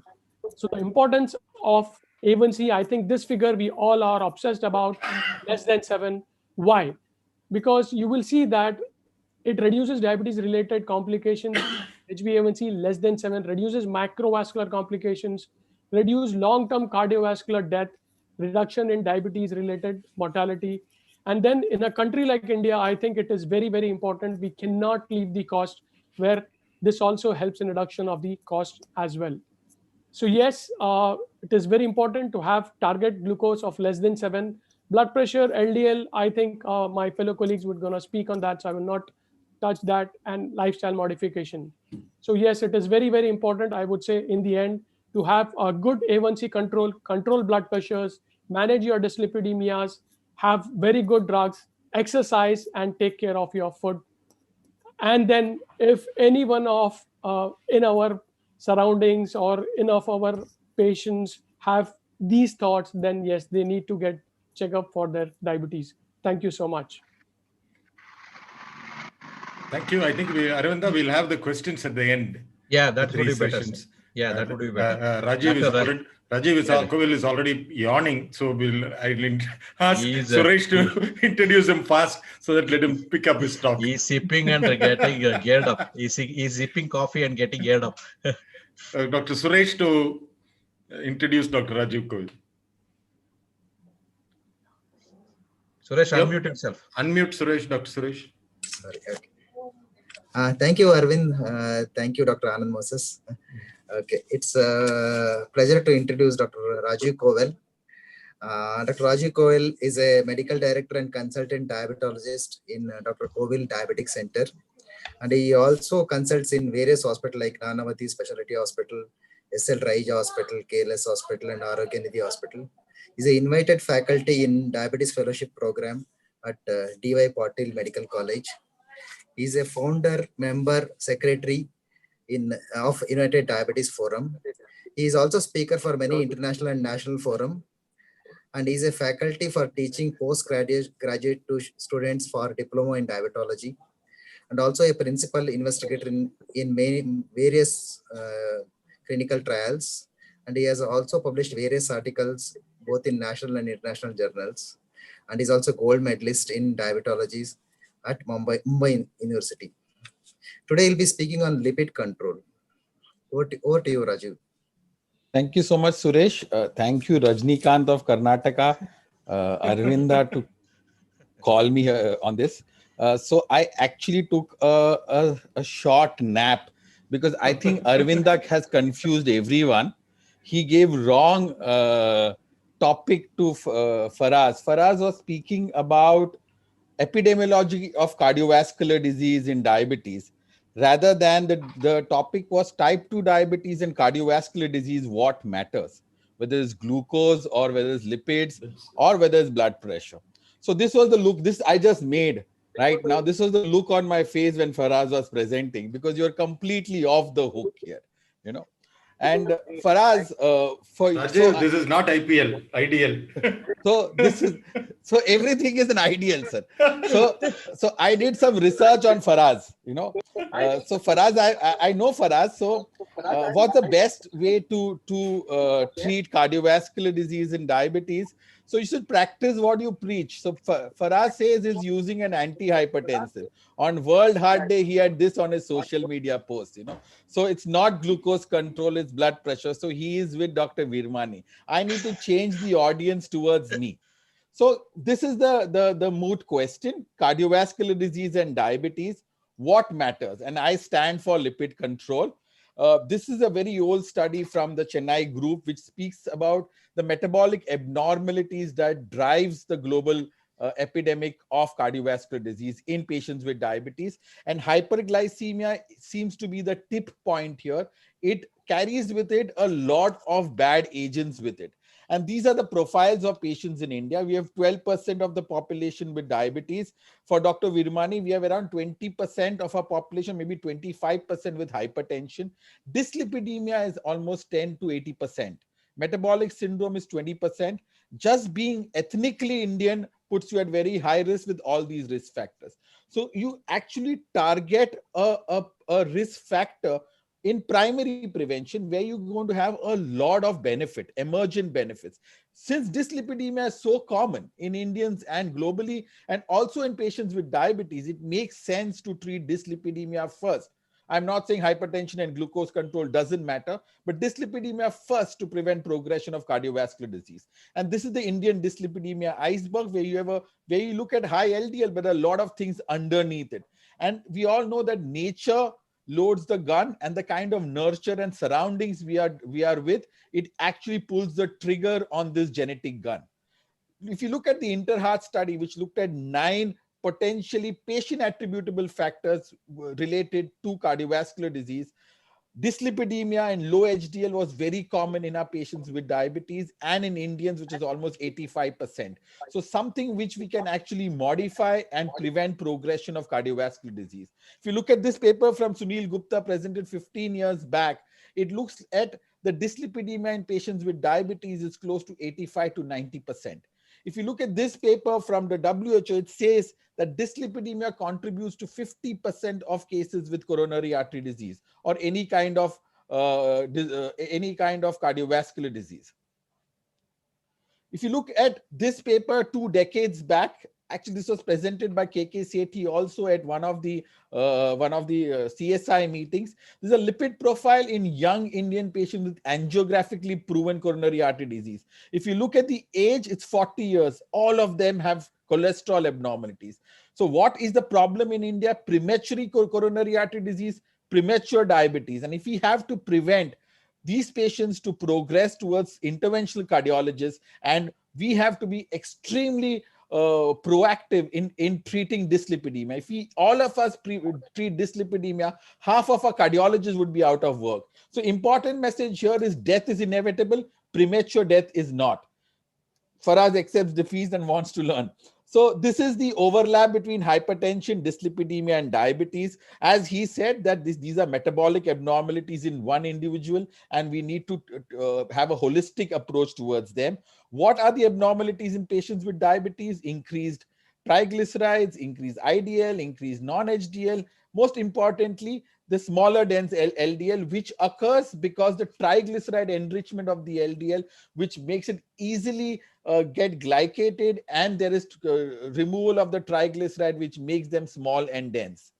We look at certain data here, and since we are in a generation where data actually extrapolates into clinical practice, we look at certain data, and I'm going to go back to 2002, which looks at the heart protection study published, I believe, in the Lancet.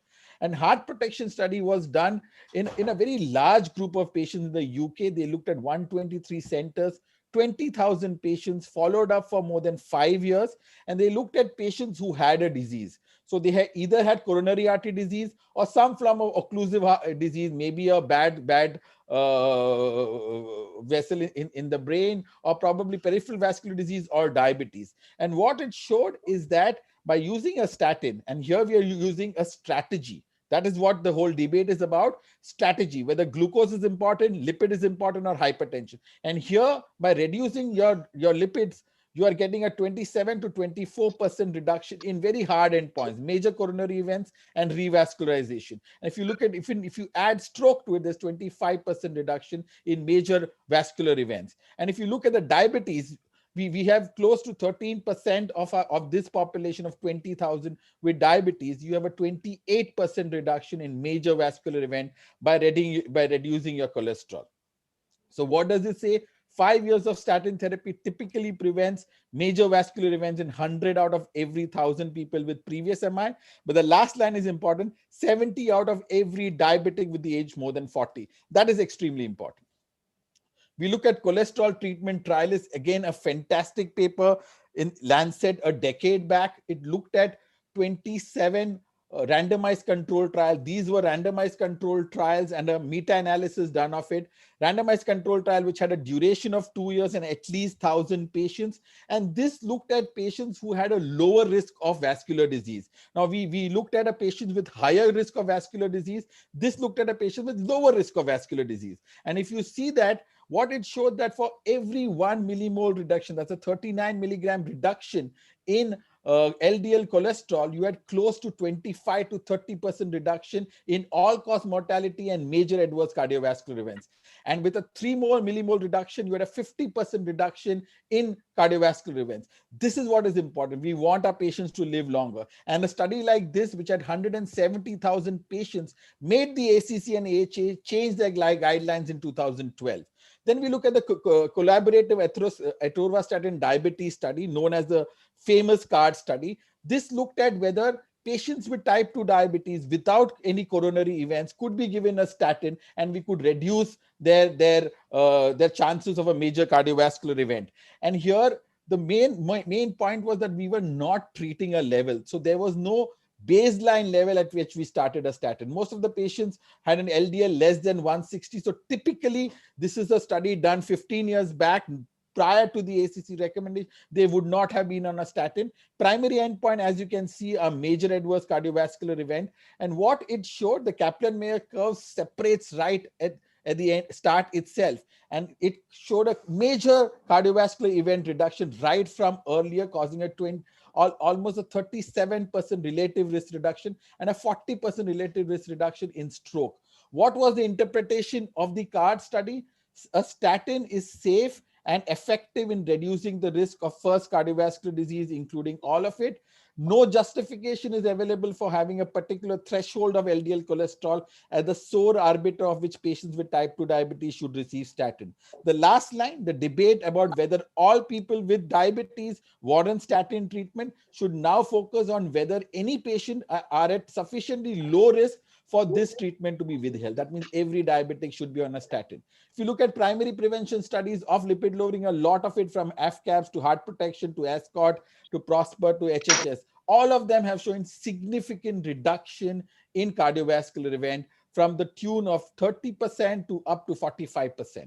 If you look at HOPE-3, published in the NEJM 4 years back, the criticism of the other studies was that it was done in white men, Caucasians, and you are trying to shift them all to the ethnic community. And here you had patients with dysglycemia, equal amount of women, patients from 23 countries. Again, what it showed?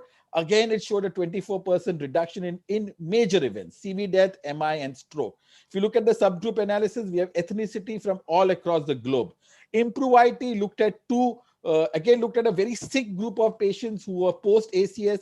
We looked at Simva versus Simva plus ezetimibe, follow-up of 2.5 years. At the end of 4 years, these sick patients actually looked at IMPROVE-IT. There was a difference of close to 3 millimoles, but what it looked at, even a non-statin agent can cause cholesterol lowering and cause emergent risk reduction in cardiovascular events. So it's not about the statin, it's about lipid control, and you will get emergent risk reduction. If you look at PCSK9 study, Osler, which was done over a year, caused a 61% reduction, but importantly, a 53% reduction in cardiovascular events.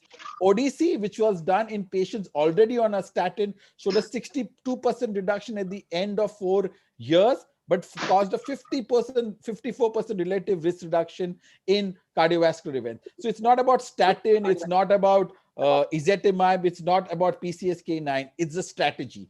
Get the cholesterol down and your risk for cardiovascular disease goes down. And that's the moot point in this debate. So I think I can get some noises. I hope everybody is mute. This is the recommendation from the ESC. Again, patients with type 2 diabetes at very high risk, consider 50% reduction to get the LDL below 55. Patients at high risk, less than 70. Look at the level of recommendation, 1A, 1A, 1A, and the others as 2A, and only one with 3C. Glycemic control has not got this kind of recommendation in prevention of cardiovascular disease in patients with diabetes. So what would a strategy be? Glucose and hypertension, no way. It comes later on, but first thing is dyslipidemia. Statin is the foundation of preventive cardiology. So in summary, I would say diabetes is correlated with a high risk of cardiovascular disease.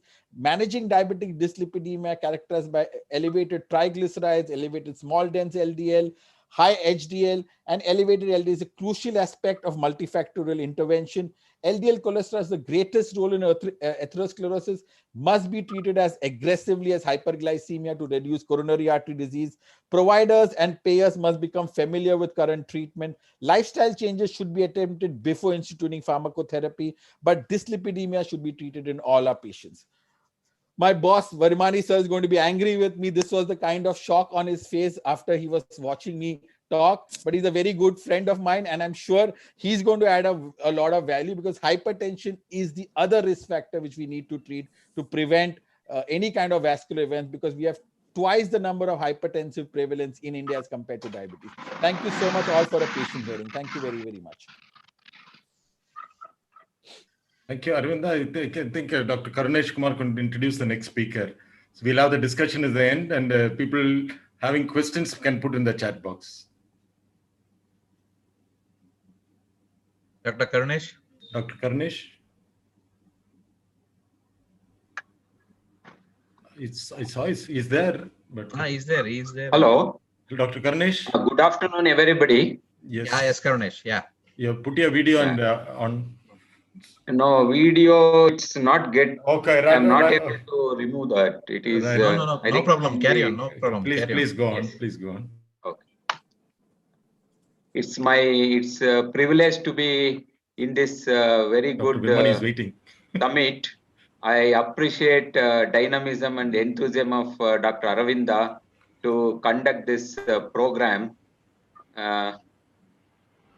I want the slide, speaker's introduction slide. Yeah, it is there, Karunesh. So it's,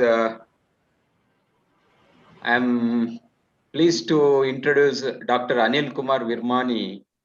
He is MD, DRM, FICP, and many other degrees. Also, he is fellow of the Indian College of Physicians and Clinical Medicine, American College of Physicians. So he is chairman, Indian Associate of Clinical Medicine, Jharkhand chapter. He is also vice president, Clinical Cardiodiabetes Society at India. He is regional faculty, and he is faculty School of Diabetes. And he is also chairman, Scientific Committee, API, CSI, Jamshedpur chapter. And he is also past president, RSSDI, Jharkhand, and also CSI, IMA of Jamshedpur. He is founder member of Clinical Cardiodiabetes Society of India. He is a well-known speaker at many national and international conferences. So it's my pleasure to introduce Dr. Anil Kumar Virmani.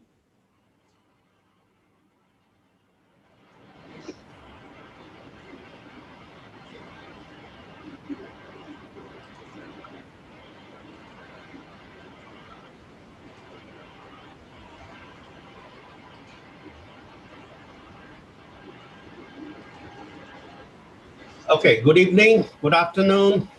I hope I'm audible and my slides are visible. Yes, sir. Yes, sir.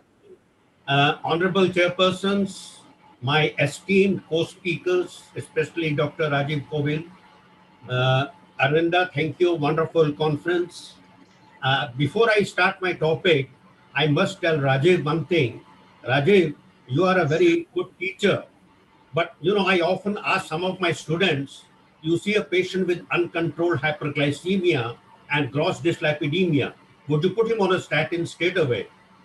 I'm sure you will say no. So that demolishes that you treat dyslipidemia first. Anyway, when this thing came, Arvinda told me it has to be a serious debate because the nation wants to know. But Rajiv sent me a midnight message, boss, let's have some fun. So I think we will have some fun also. See, when I started my career way back in 1977, I was told that all men are created equal.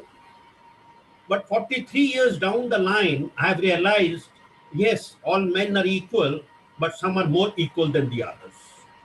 And that is what I'm talking about. I agree glucose control is important. I agree lipid control is important, but perhaps blood pressure control is far more important. And that is what I'm going to prove in the next 15 minutes. Why? For the simple reason, the amount of cardiovascular burden hypertension gives and the catastrophic effects uncontrolled hypertension leads to are sufficient enough to prove my point. Now, we know that hypertension is the leading cause of cardiovascular mortality. There are about 10 million deaths per year. I don't think you see that with diabetes or dyslipidemia. Increased strokes, heart failure, chronic kidney disease. 30 to 35% of the hypertensive patients have coexisting diabetes. And similarly, hypertension is 1.5 to 2 times greater in patients with diabetes as compared to without diabetes. And this coexistence forms a very sinister alliance, and this leads to an increase in the cardiovascular morbidity and mortality. The prevalence of type 2 diabetes is galloping in India, and this is going to contribute a significant burden of hypertension. Unfortunately, less than 15% of adults worldwide have their hypertension controlled to less than 140 by 90. We see hypertension is a disease of 3 paradoxes. It is very easy to detect, but diagnosis rates are dismal. Easy to treat, but treatment rates are disappointing. Several potent drugs are available, but control rates are abysmal. And it needs a multidisciplinary and a multi-pronged approach.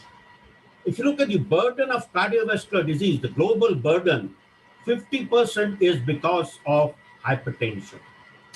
And that also contributes to 50% of the mortality of the global burden of cardiovascular disease. The prevalence of hypertension worldwide was 26%, that is 972 million in 2000. And it is supposed to go up to 29%, that is 1.56 billion by 2025. And India is not lacking far behind, where we expect almost 150 million patients by 2025. India's scenario at present, 25% rural, 33% urban. Of these 25% rural and 42% urban Indians are aware of their hypertensive status. Only 25% of the rural and 38% of the urban Indians are being treated for hypertension. And only 10% of rural and 20% of urban Indian hypertensives have their blood pressure under control. According to sources from Ministry of Health and Family Welfare, by this year, 2020, our hypertension is around 159.46 per thousand population. Now, look at the state of Kerala, one of the most literate states. 1/3 of the patients are aware, 1/4 are treated, 1/10 are controlled. And this is the isolated office BP readings. This is the tip of the proverbial iceberg. What about the number of cases that are hidden if you do a full home and a 24-hour BP monitoring?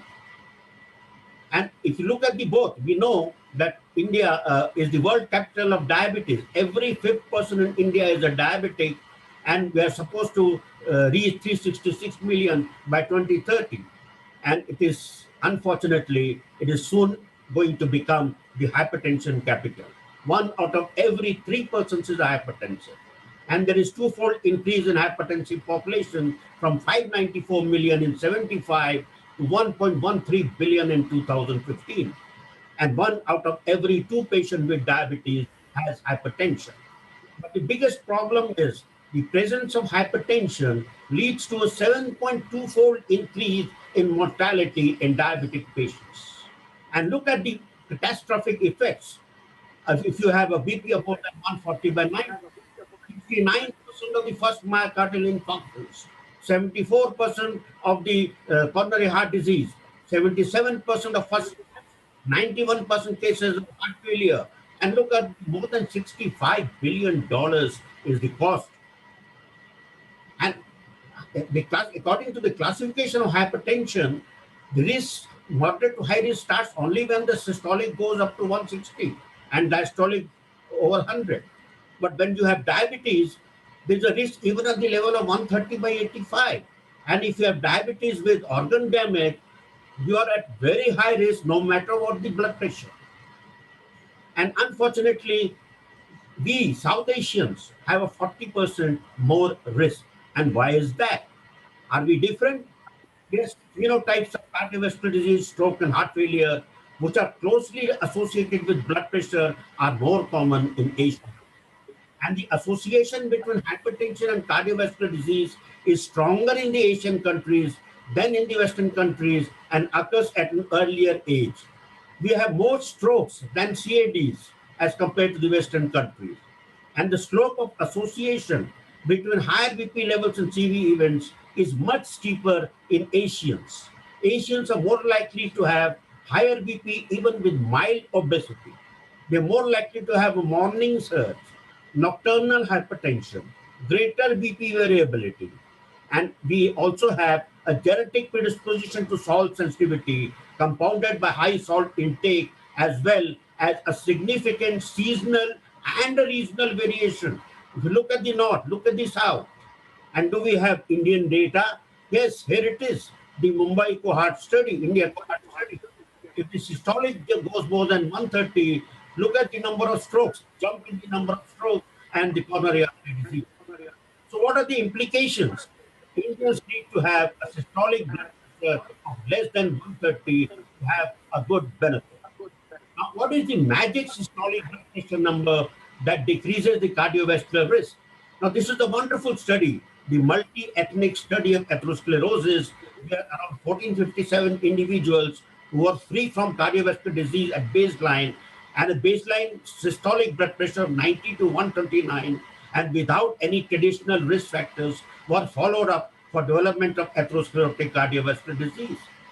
For every 10 millimeter increase in systolic, there is 53% more chance of atherosclerotic cardiovascular disease. And the risk starts right from the systolic BP of 90 to 99, the hazard ratio is 3, 100 to 109, 3.1, and 110 to 119 is 4.58. And we also see similarly the coronary artery calcium starting from systolic blood pressure of 90. So what are the clinical implications? We need to be more aggressive on interventions in preventing increased blood pressure. And this has to start right from school age.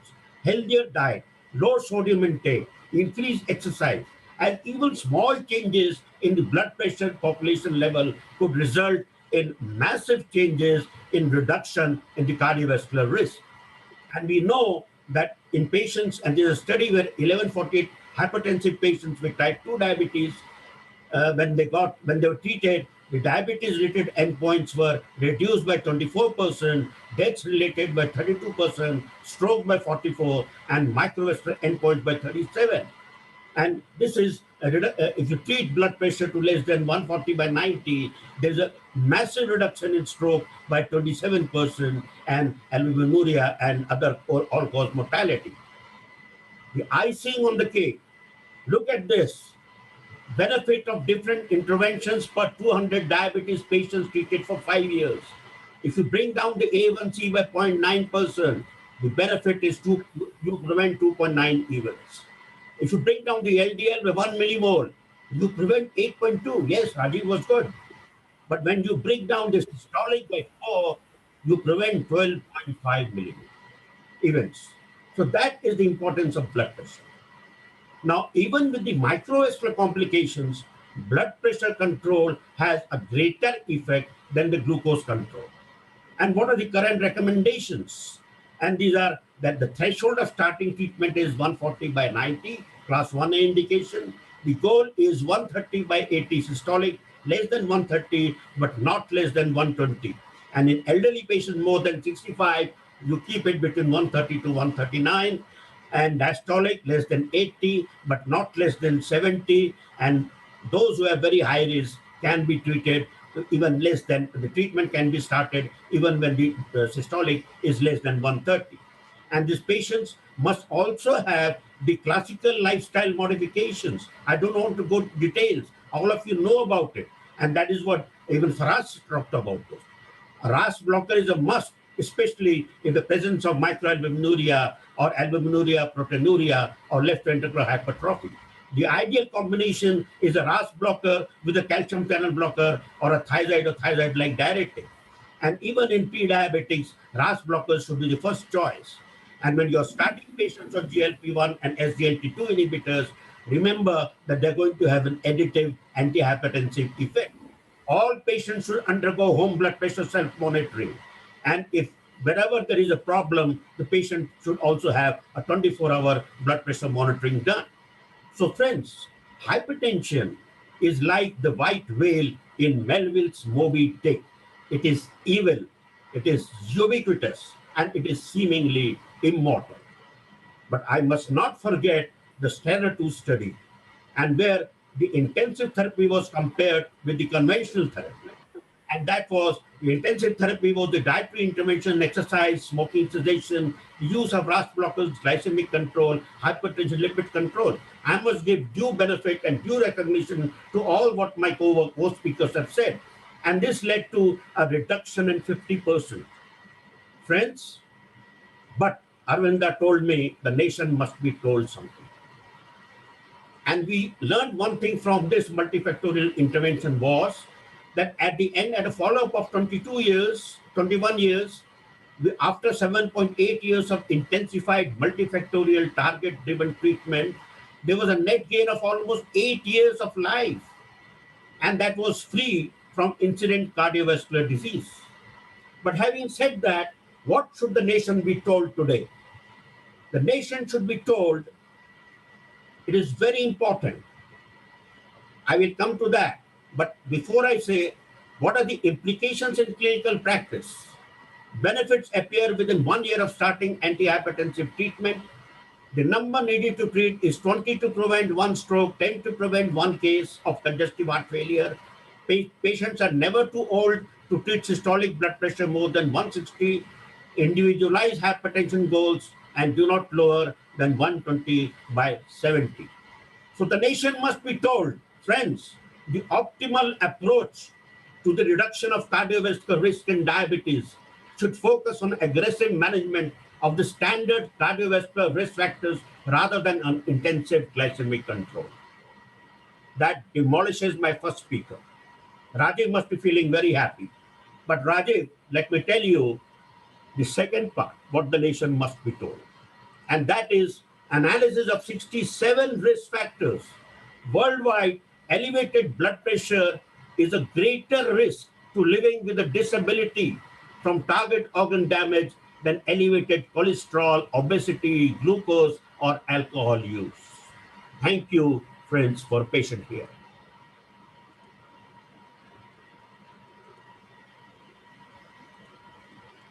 Sir, over to Dr. Anand Moses, sir. Yes, call upon all the chairpersons also to Is there join scope in. for rebuttal? Rebuttal. Yes. You can always shout the mic, Rajiv.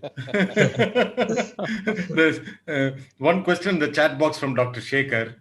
He wants to know, of the three, which would you consider important? Each one will say my thing is important, but I will give the chance to first Dr. Faraz.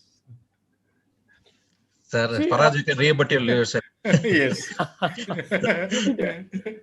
See, definitely, yeah, I think we all are treating our patients here and then stick to that first. Rather than winning or losing, I think all of us would realize that, yes, it is very, very important to, yes, primarily in a diabetic patient, what do you want first? When a diabetic patient comes to you, are you looking for a reduction in cholesterol or the first treatment, first drug, what do you want to write? And then there have been a lot of studies as well, which have shown, yes, primarily you have to get down the sugars, because if you see the CVOT trials also, the standard of care is based first on the reduction of glucose. So yes, I would not deny on the fact on hypertension or dyslipidemia. I would not say that, yes, we do not have to control that. But if you ask me, yes, I would say sugars would have to be controlled primarily, yes, along with hypertension. I would not say hypertension should go down. I would say sugars and hypertension have to be controlled primarily, and then we will look after the dyslipidemias. I think that would be my rebuttal. Dr. Faraz, I think with the current thinking, the molecule you use for controlling the sugar becomes more important. What is your say on that? You can get your HbA1c7 with various molecules, but with what molecule you use becomes of greater importance now. Your comment on that? Definitely. I think now we are on this era where we are trying to look on the pleiotropic benefits, what we are getting with these newer oral hypoglycemic agents. So gone are those times where we were talking about metformin in obese and sulfonylurea in lean. I think we have moved on from that. We have learned a lot from the Omnius Octet as well. And now we have the very good molecules as you were talking about. We have the SGL2 inhibitors, we have the GLP-1 analog. So these have clearly shown benefit. And then these are the drugs, yes, which would be used primarily after metformin to reduce sugars and to get benefit on the pumps, pipes, and filters. Thank you, Dr. Faraz. Now, Dr. Rajiv, you have touched on LDL. You can talk on LDL, but can you give a comment on triglycerides? I'll give a balanced view. Please touch on triglycerides also. Yes. So, so hypertriglyceridemia unfortunately has not been tested in a lot of randomized controlled trials, and that's why we do not have it being here right here. But if you look at GELIS, you look at reduce IT. If you use the right dosage of EPA, you're going to get emergent risk reduction over a statin. So triglycerides, actually, if you go through the discussion of GELIS and reduce IT, they say that the inflection point where triglyceride enrichment of LDL occurs is somewhere between 210 to 220. So in the earlier studies with triglycerides, the average triglyceride level used to be 140, 150. So if you have patients, the inflection point where the triglyceride enrichment occurs and you get small dense LDL somewhere between 200 to 220. So if you have patients in the higher triglyceride range and you retreat the triglyceride, you're going to get benefit in probably also using the right agents. The 4 gram EPA, which was used in reduced IT, was probably the right thing. That's why I come back to your statement, which Faraz also agreed, that earlier we were like cowboys. We wanted to get the HbA1c as low as possible. Now we all agree that we should use the right drug based on the right comorbidity of the patient. But I also strongly believe with Dr. Virmani that hypertension is something which we need to treat. And hypertension is a much, much bigger killer. It's a much, much bigger killer than dyslipidemia and glucose control. Glucose control doesn't matter.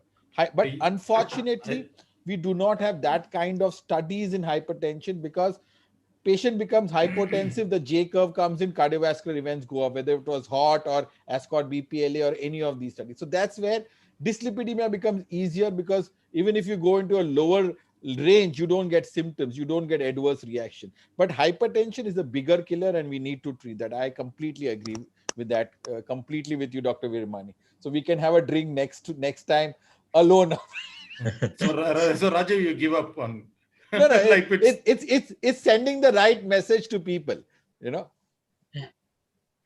I can add something. Hello, am I audible? Yeah, Balaji, you are audible.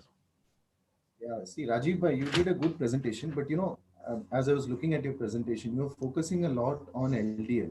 Since I had already been part of this debate in IDL, I think there is a lot of emphasis that has been given on ApoB, the non-HDL cholesterol, or a low HDL, which are also equally, you know, important for preventing a cardiovascular disease. And, you know, again, coming to all the speakers, you know, I think the topic was very clear: type 2 diabetes and cardiovascular disease, which means the person also has other metabolic risk factors. So he has dyslipidemia, he obviously is a diabetic, and he's got hypertension. So I think you all had to debate around which is more important to be controlled. So now, as you said, you know, hypertension is more important. It's almost like you're conceding, you know.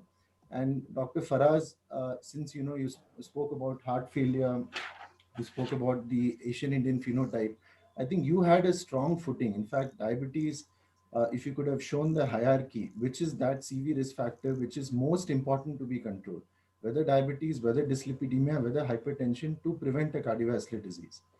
So, I mean, this is my critical appraisal. So, no hard feelings. Balaji, if I can rebut you, none of the guidelines talk about anything other than LDL. It is unfortunate.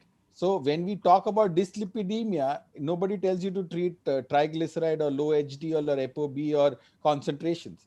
the guidelines, whether it's ACC, ESC, everybody talks only about LDL cholesterol and 30 to 50% or more than 50% reduction. There's no number game anymore. So when we say glucose control, it's HbA1c. When we say dyslipidemia, it's LDL directly. There's no other other correlation to or any other variable in dyslipidemia. Probably there is no evidence on the other things. Absolutely. Can I add, Chairman? My feeling? Dr. Shekhar, please. There is sufficient evidence today to show that LDL reduction is beneficial. Yes, sir. Other than LDL, I said. Unless you get to LDL to target levels, there's no sense in looking at triglycerides and non-HDL. First, get it below 70 or 50, and then you look at the triglyceride or non-HDL levels. So your emphasis is right on LDL at the moment. Yes, sir. Dr. Shekhar, you want to? The issue is these three parameters in a diabetic, type 2 diabetic. So when we look at all the available data, if you filter it out, I put the topmost concept as time to event. In a type 2 diabetic, from ground zero to time to event, when you take, blood pressure has the shortest time to event. If blood pressure goes up in a diabetic, it's very short, they will get into CV event. Next would be lipids. The last would be glycemic. So by looking at this, you attack or take care of blood pressure first, lipid next, and probably glucose last, you would do better. So I would agree with Dr. Veermani. Hypertension comes first, next lipid, and then glucose. Because time to event is very short in hypertension. So we try to do all three together at most of our patients. Can I put a comment here, if you allow? Yes, sir. Yeah, Dr. Alok. Dr. Alok, please. Yes, you see, in my view, there is no vertical hierarchy, it is all horizontal. Keep all the three factors on a horizontal parameter, not on a vertical stepwise fashion pattern. I will first treat hypertension. Once we get the target hypertension level, then we will treat dyslipidemia and then glycemia. You have to tackle all the three right from the very beginning, right from the very start. Maybe that your patient may be hypertensive, maybe diabetic with hyperglycemia, but may not be hypertensive. So in that case, you will have to tackle hyperglycemia and lipids. What guideline says is that whatever the lipid level may be, all diabetics must receive a moderate intensity statin therapy despite whatever LDL the patient is having. So you have to give an anti-hypoglycemic agent, you have to give a statin. If the patient is hypertensive, you add an antihypertensive drug as per your choice and need. That is what I want to say, that keep it on a horizontal parameter, but not on a vertical fashion. That's what the Steno 2 started, sir, long back. And the Steno 2 follow-up also. 17.2 added years. That you should control glucose. So, that's where you have to start. In a diabetic, the question is in a diabetic, there is no brainer that you should do glucose control first because you have to do that. The issue is to prevent CV so-called risk activity.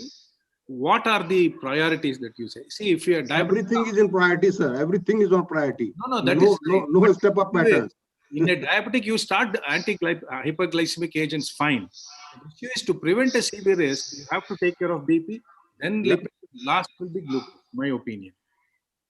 Actually, Dr. Veermani had mentioned the multi-ethnic study. That was a very nice data which showed that despite sugar and lipids are well controlled, but hypertension was uncontrolled.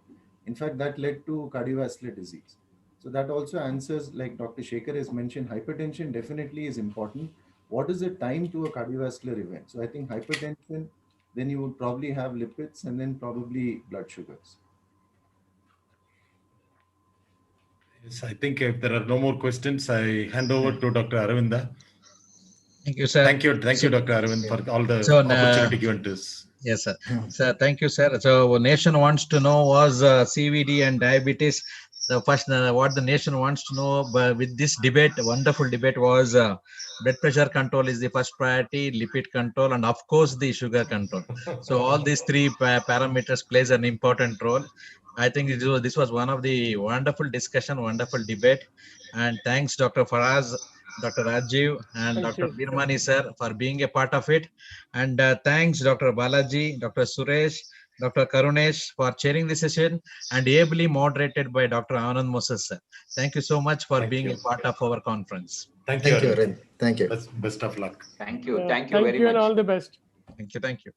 So moving on to the next session. Next session, we have an interesting session, especially in our country. So we need to take care of this particular infection. So to talk about this, we have a next talk on diabetes and tuberculosis. It's a double trouble. And the speaker is Professor Sarita Bajaj from Prayagraj. To chair this session, we have got Dr. Sangram Biradar. He is a senior physician and diabetologist from Gulbarga. And we have Dr. Prashant Shankar, who is an young and dynamic diabetologist from Patamtita, Kerala. So over to the chairperson for the further proceedings. Good afternoon, everybody. Thank Dr. Arvinda for giving an opportunity to be the part of this program. Good afternoon, madam. Nice to see you. Pleasure to see you again. Good afternoon. Thank you. Thank you.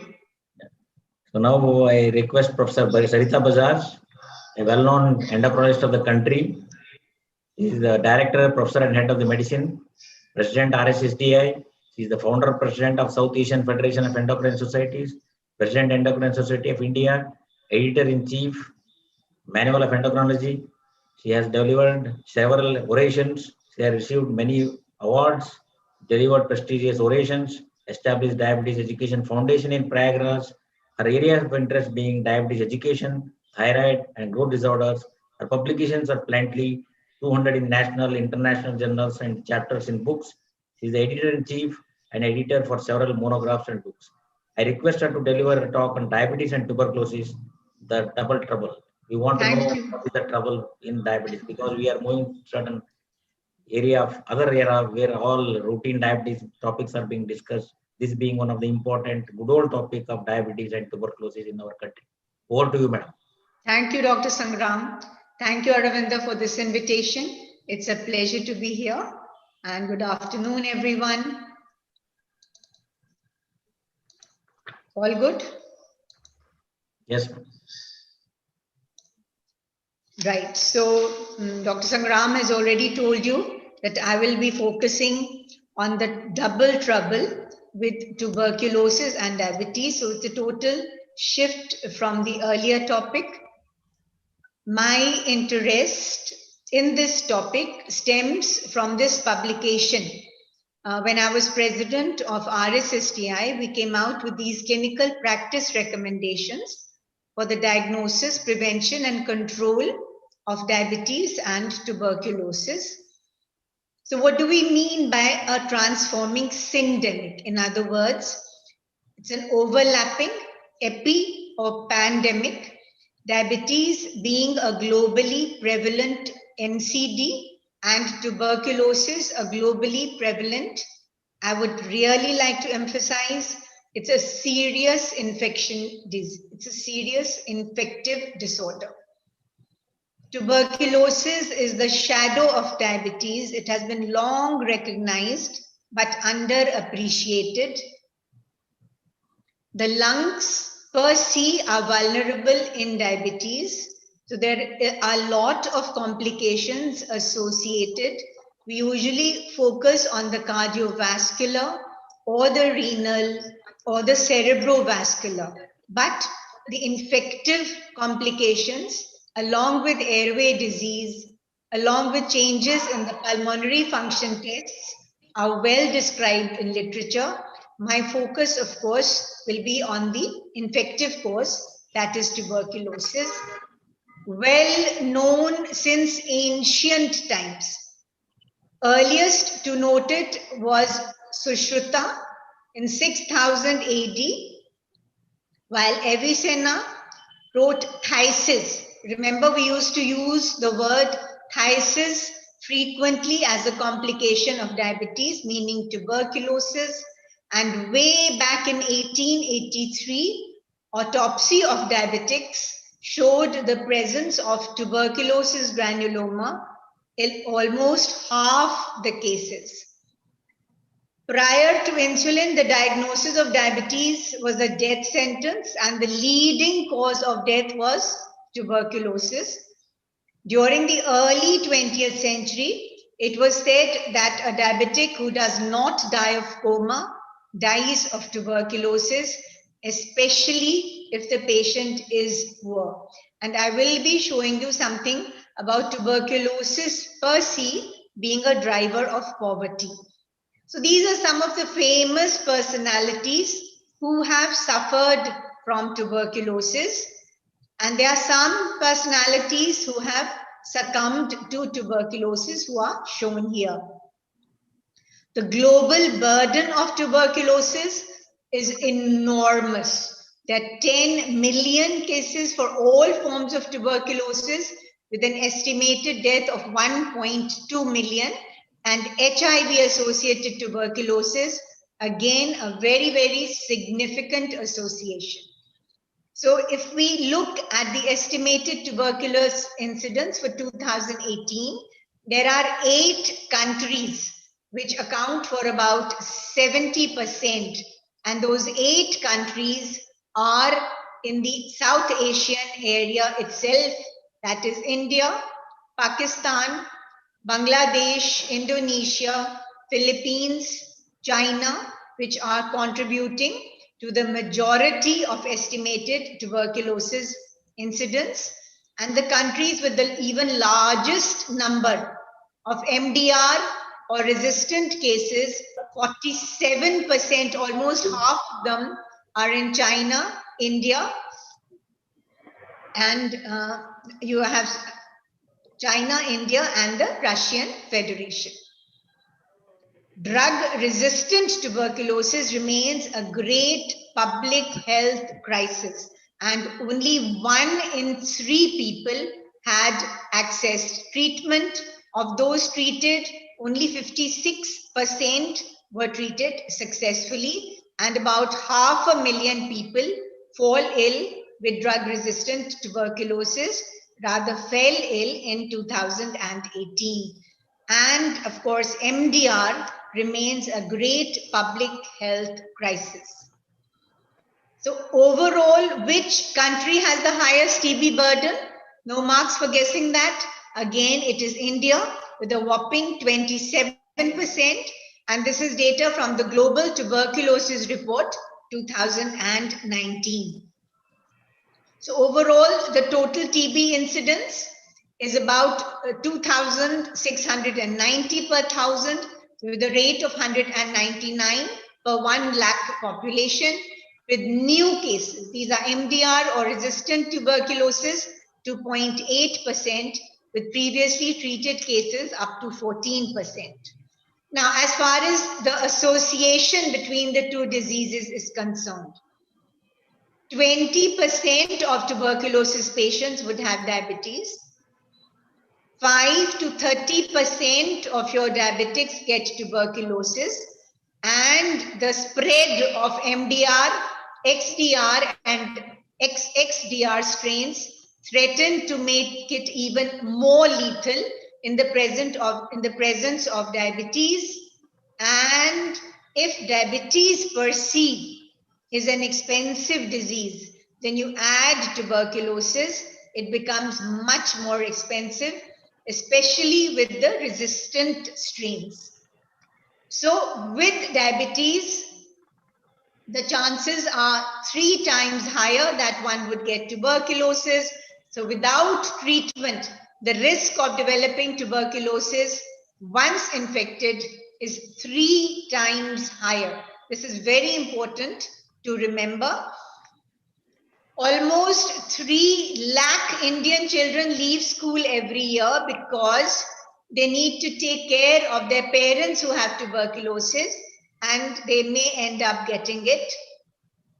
More than 1 lakh Indian women suffer from tuberculosis and are rejected by their families. Diabetes will increase these cases by at least 2 lakh per year, and it may become uncontrollable for at least another generation. But what we all know very well, but somehow we are not able to ensure it, is continuous proper treatment for 6 months can virtually cure tuberculosis. So here we are talking of a cure, whereas in the other lectures which you heard, we were only talking of relief. that when you give combination treatments, max you can prevent, but here you can absolutely cure if the patient continues to take the treatment religiously for 6 months. And countries which have implemented effective TB control have cut TB death by as much as 80%, in 3 years, cases by 50% in 8 years. And if we look at the spending, the low and middle income country expenditure for the South Asian area is very minimalistic, and that has been going on for decades together. So the global spending overall has improved across countries, but the South Asian countries are not able to, the government health expenditure is not good, which as far as the requirement for health is concerned.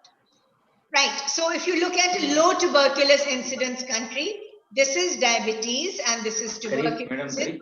This is the population where diabetes acts as a multiplier.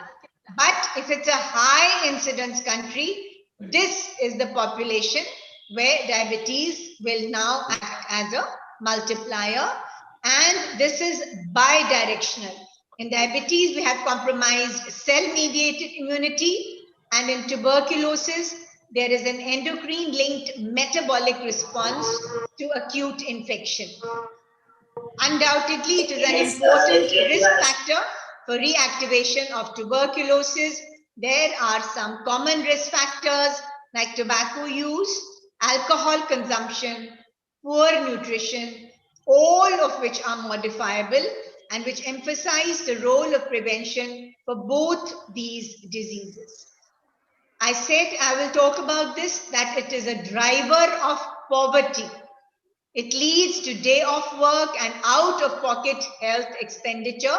And this is a very nice slide which demonstrates that poverty as a causal determinant because of poor living conditions, malnutrition, poor access to the health system, decreased productivity at work, reduced time at work, more financial burden, greater drug resistance, and all this leads to added poverty. What are the similarities to HIV-TB between DMTB and HIV-TB? Yes, the cases are going up for both. Difficult to diagnose both. The death, the mortality is more, and the greater chances of recurrence of tuberculosis in both HIV and diabetes. Very straightforward. I'm sure you've all seen Amitabh Bachchan advertising that if you have any cough more than 2 weeks, add that fever. Cough more than 2 weeks per se is presumptive diagnosis enough. I'm not going into the details of extrapulmonary or pediatric or presumptive drug resistant. The second step we all know will be a microbiological confirmation by Ziel-Nielsen stain. Most commonly used, this is limited sensitivity in HIV infected patients. Then we can do a culture which has a longer turnaround time. It's very important for MDR patients.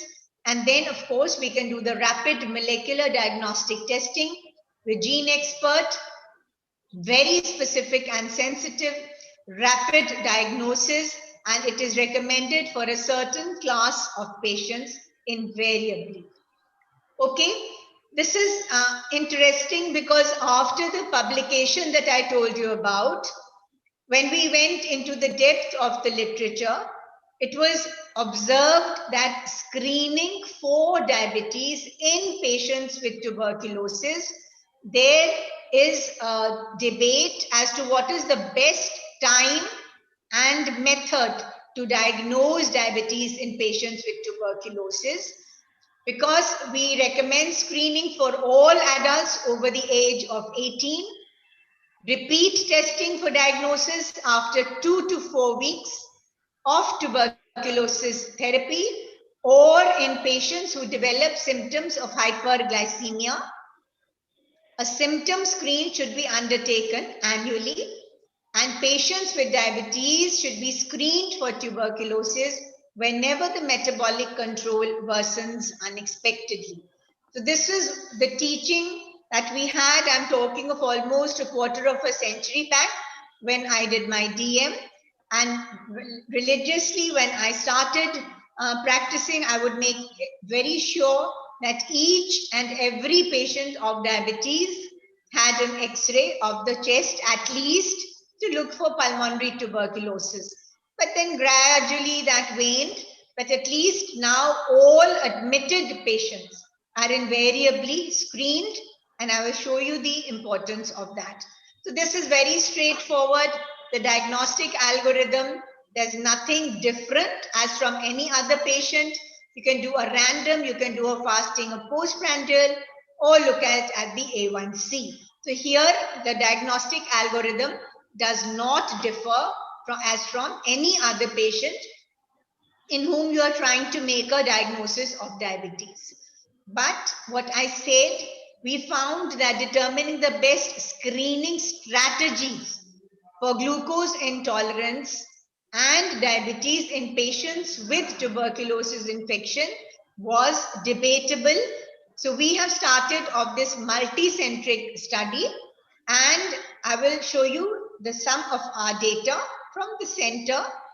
So what we found is that there were known diabetics were 15%, euglycemic individuals a little more than half, about a quarter were pre-diabetics, and about 9% were newly diagnosed among a total of 231 patients.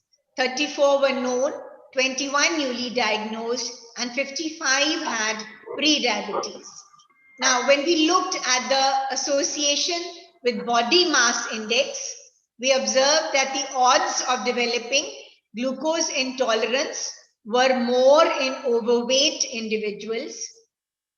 If we looked at the site of infection in patients who had abnormal glucose tolerance, then with abnormal glucose tolerance, 80% had pulmonary tuberculosis, 20% had extrapulmonary. Amongst normal glucose tolerance, 68.5 had pulmonary and 31.5 had extrapulmonary tuberculosis. As far as the radiographic findings in the abnormal glucose tolerance, the majority had lower zone lesions, cavitatory lesions, and consolidation as compared to the normal glucose tolerance group. And this is well known that in non-diabetics, tuberculosis we know affects the upper lobes with infiltration, cavitation, hilar or paratracheal lymphadenopathy. Surprisingly, extrapulmonary involvement is less common among diabetic TB patients than in non-diabetics, and the majority, like we found, they have more of cavitation, multiple cavitation, lower lung fields are affected, they have a lower total leukocyte count, greater involvement of the parietal pleura. So this is the only extrapulmonary manifestation with extensive multilobar disease. Madam, just reminding that we have 2 minutes remaining. Common in the abnormal glucose tolerance group as compared to the normal glucose tolerance group.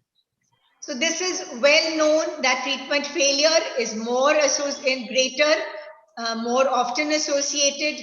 And if we compared the fasting, the postprandial and the A1C, we followed it at 3 months and 6 months. We observed that A1C at 3 months was found to be more sensitive and specific, but knowing that it can be a problem to have an A1C test because of cost may be not available everywhere, the fasting may also be done. So A1C is to be preferred, followed by fasting. These were our observations. We know for latent tuberculosis, you can do a tuberculin skin test, and their disadvantages are well known. As far as autonomic neuropathy is concerned, these patients may not have cough, and those receiving ACE inhibitors may have side effect cough, but we know that is also a well-known side effect of ACE inhibitors. So this is the diagnostic algorithm. Once clinical diagnosis of tuberculosis at a diabetic clinic, we do a symptom screen, we look at a chest x-ray, then we refer them to a designated microscopy center. We do the CBNAT and we look at whether the patient is rifampicin resistant. Then we can do liquid culture drug susceptibility testing or second line injectable line probe assay.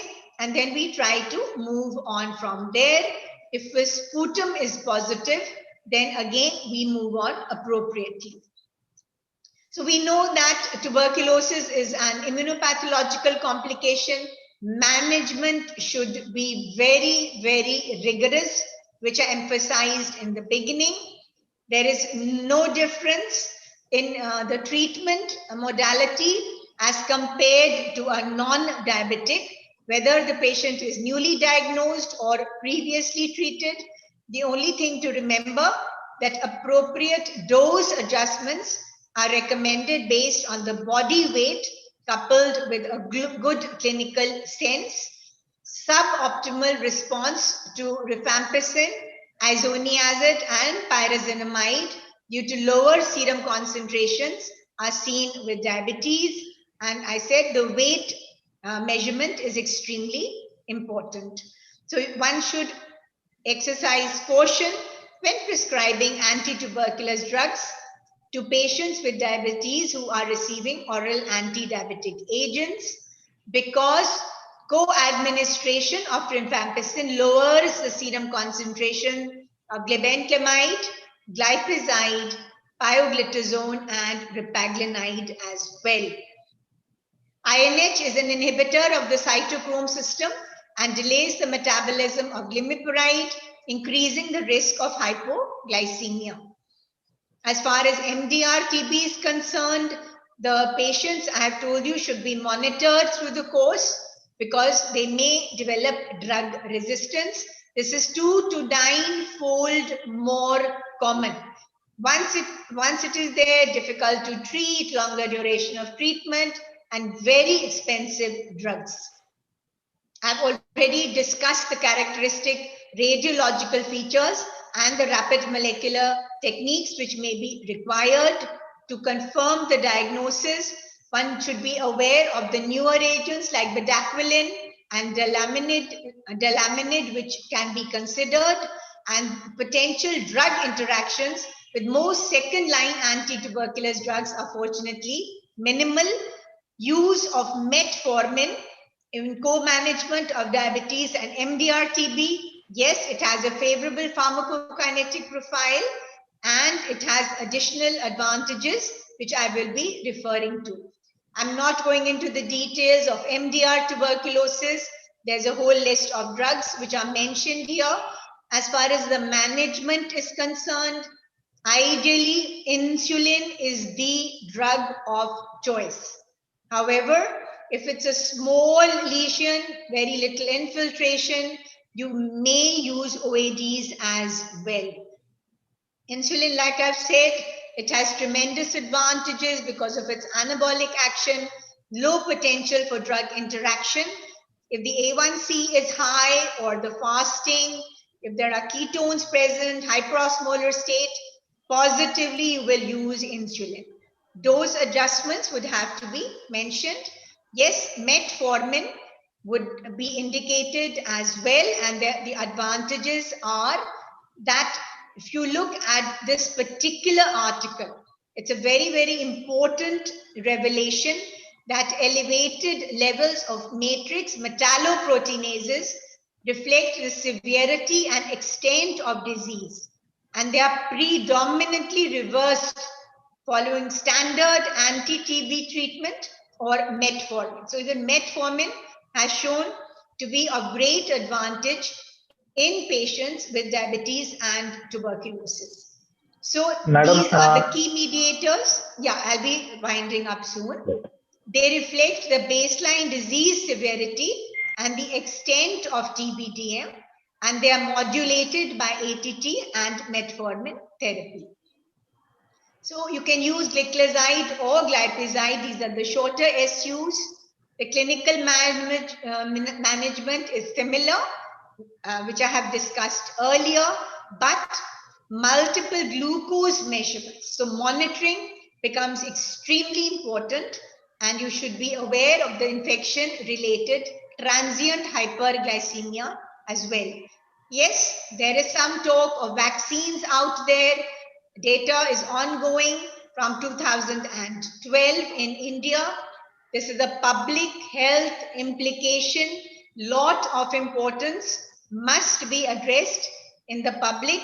Remember that there is no cure for diabetes today, but tuberculosis is readily curable.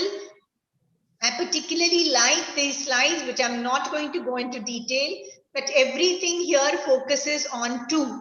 So 2 out of 10 world cases can be part. So, I mean, it's interesting to go through, and I'll be happy to share this data with anybody who needs to know that rule out 2 diseases, HIV and diabetes, in case of tuberculosis. So there's a lot of it. And in COVID era, the masks for COVID may end up eliminating tuberculosis. So there is a silver lining. And at least in Uttar Pradesh, they have started again in a big way. This is mission mode fighting against tuberculosis. So let us pledge to end tuberculosis.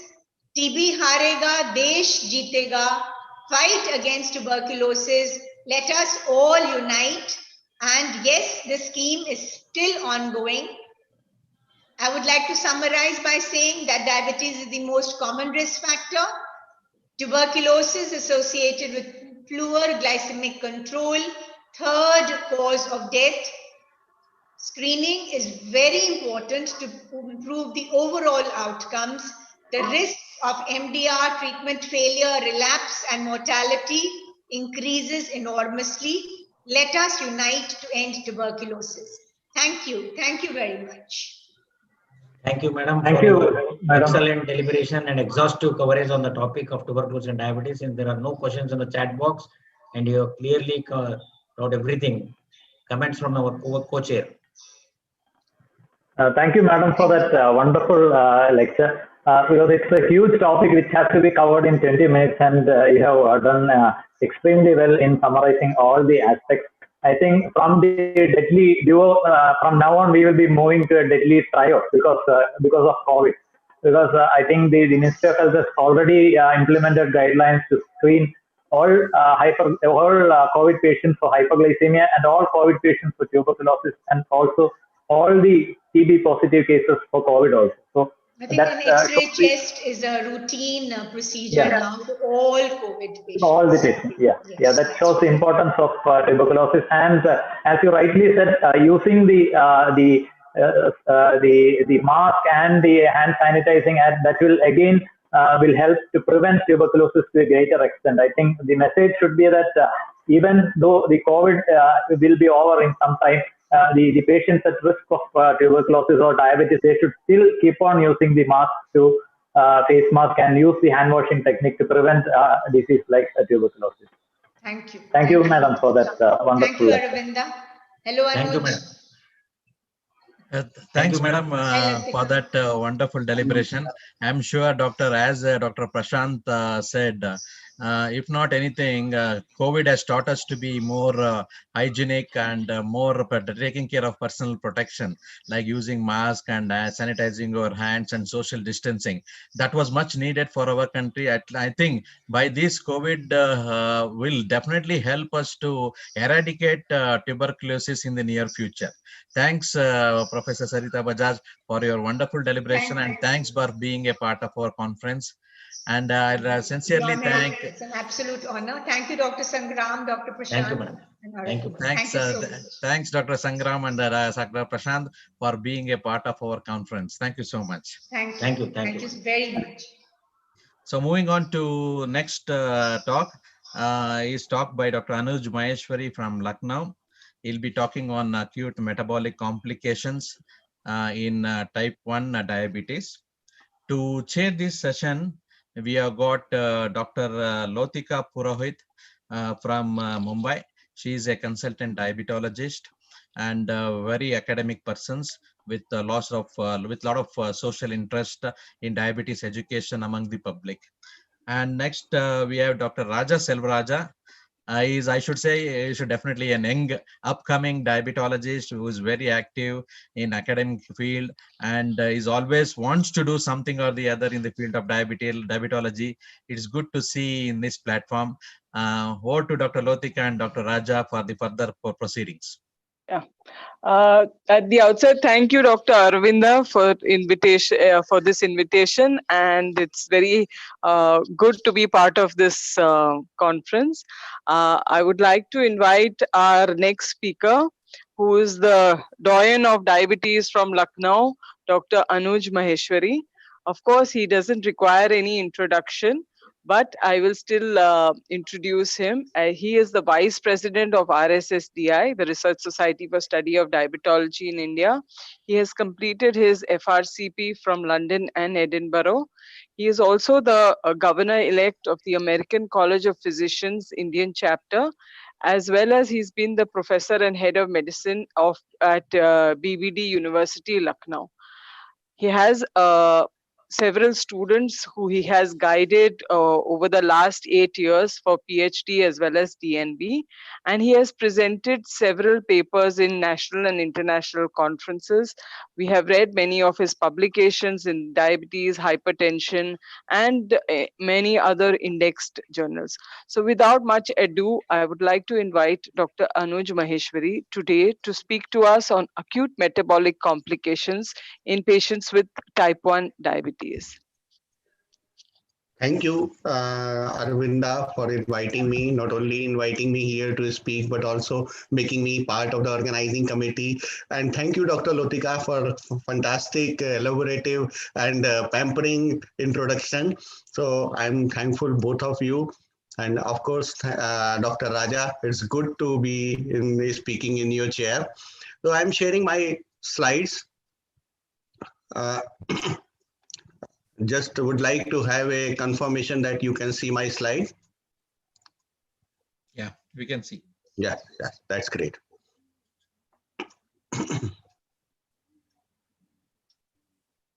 Right. So in next 20 minutes, we shall be talking about the acute metabolic complications, focusing towards the type 1 diabetes.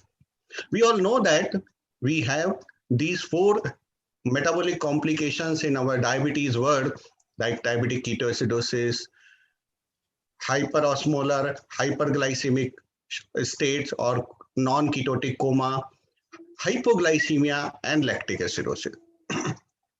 But type 1 diabetes is specifically known for having the diabetic ketoacidosis and hypoglycemia, and very little we see non-ketotic, hyperosmolar hyperglycemia and lactic acidosis in type 1 diabetes. But there are certain exceptional conditions where we can see these things. I shall be taking up those conditions in my presentation today.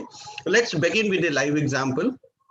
A 32-year-old male with type 1 diabetes, since the age of the 14 years, was taken to the emergency room because of the drowsiness, fever, cough, diffuse abdominal pain, and vomiting. Fever and cough started 2 days ago, and patient could not eat or drink water. He has been treated with an intensive insulin regimen as usual. What happens? And on examination, he was tachypneic, tachycardia was there. He was having a pyrexia. He was having hypotension, blood pressure 100/70, and of course the signs of the dehydration, and he was slightly confused also.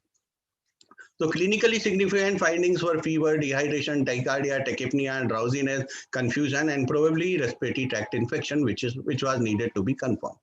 On investigation, this patient was having glucose level 450 milligram per deciliter, urea 60, creatinine 1.4, sodium 152, potassium 5.3, phosphate 2.3, chloride 110. Arterial pH was less 6.9. Oxygen concentration was not so bad, but PCO2 was less, 28 millimeter of mercury. Bicarbonates were 2 less, and oxygen saturation was 98%, and patient was having the ketone bodies, which was strongly positive, and concentrations of the beta hydroxybutyrate, which is a major component of the ketones in blood, was 3.5 millimole per liter, which was too high. Normally we found it 0.4 to 0.5 millimole per liter. Usually we see two hyperglycemic emergencies in such kind of the situation. One is diabetic ketoacidosis and hyperosmolar hyperglycemic state. In type 1 diabetic ketoacidosis is more common, and hyperosmolar hyperglycemic state is mostly seen with the type 2 diabetes because it is associated with the relative deficiency of the insulin. But in type 1 diabetes, we all know there is an absolute deficiency of the insulin. So because of this absolute deficiency of the insulin, the increase in the counter-regulatory hormones usually constitutes the development of this metabolic derangements, leading to all these clinical features which were presented in that patient. What was the triggering factors? Mostly the infections are the triggering factors. Like this patient is having the respiratory tract infection. Sometimes in some patient, UTI may be that triggering factor. But apart from that, in our country, we see that many patients stop insulin suddenly. Some patient has got some problems with their pumps so that they may not be getting proper supply of the insulin. And some patient may be having some other kind of the difficulties because of what they could not, or they may not be knowing even that they are having the type 1 diabetes, so new onset diabetes in which they are not knowing that they are having this and not taking the insulin. Medical, surgical, or sometimes emotional stress also precipitate certain drugs which are being given for some reason, like corticosteroids or like diuretic kind thyroid, and sometimes in the conditions of the pancreatitis, this diabetic ketoacidosis is triggered off. So it is a combination of the hyperglycemia, acidosis, and ketosis.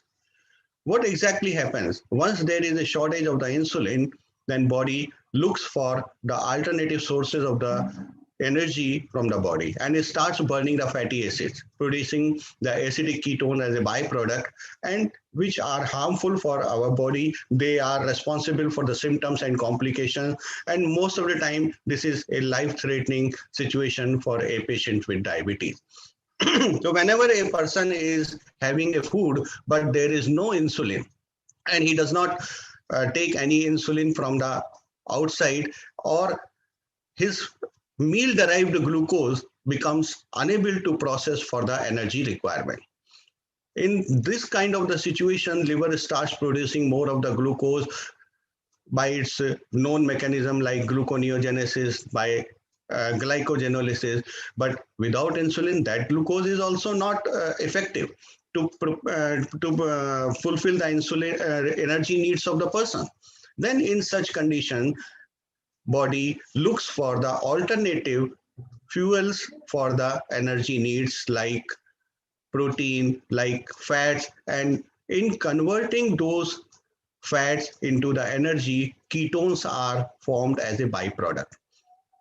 These ketones and glucose both are there in the body. Glucose because it is not being utilized, ketones as it is being produced because glucose is not being utilized, and both of them passed on into the urine. And while they are being passed on into the urine, it requires a lot of water because of the osmotic diuresis, and it leads to the dehydration, and which further worsens the condition in the vicious cycle, and continuous this condition remains, causing a reduced blood pressure or hypotension in these patients.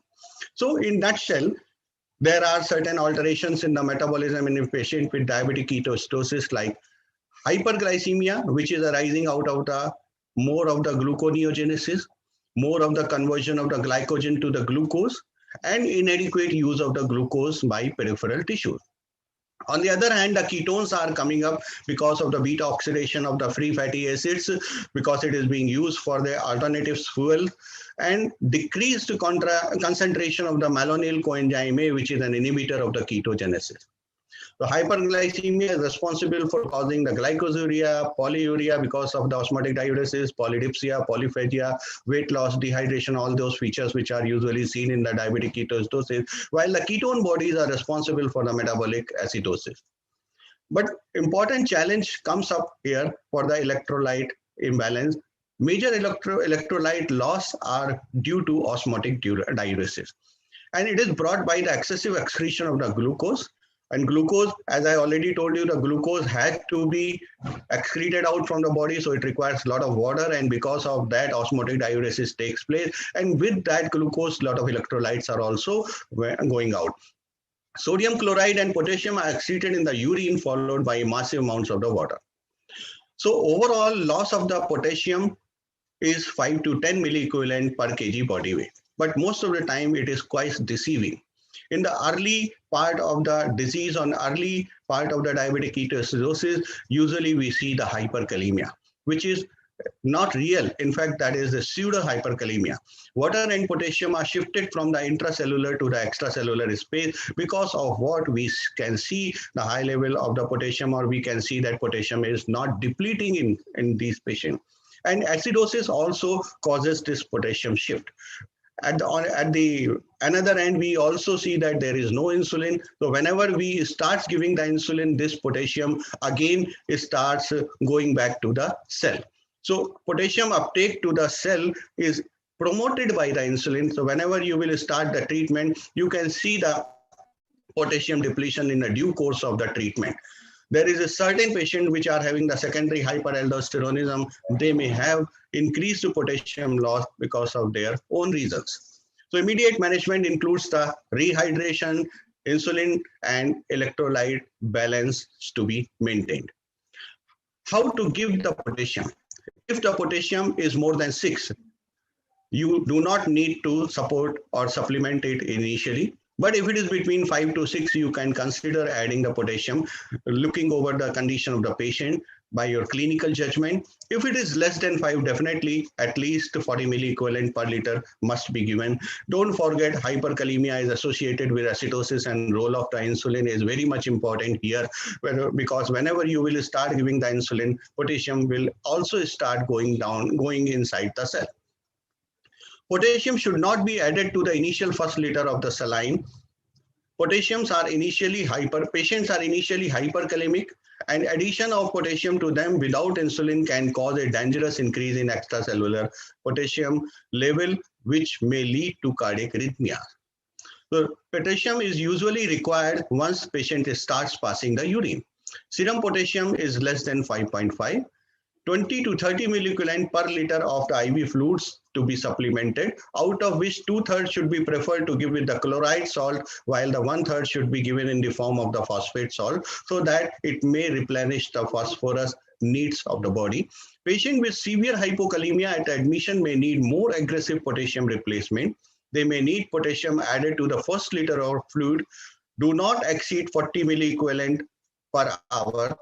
Check potassium level every 1 to 2 hours initially.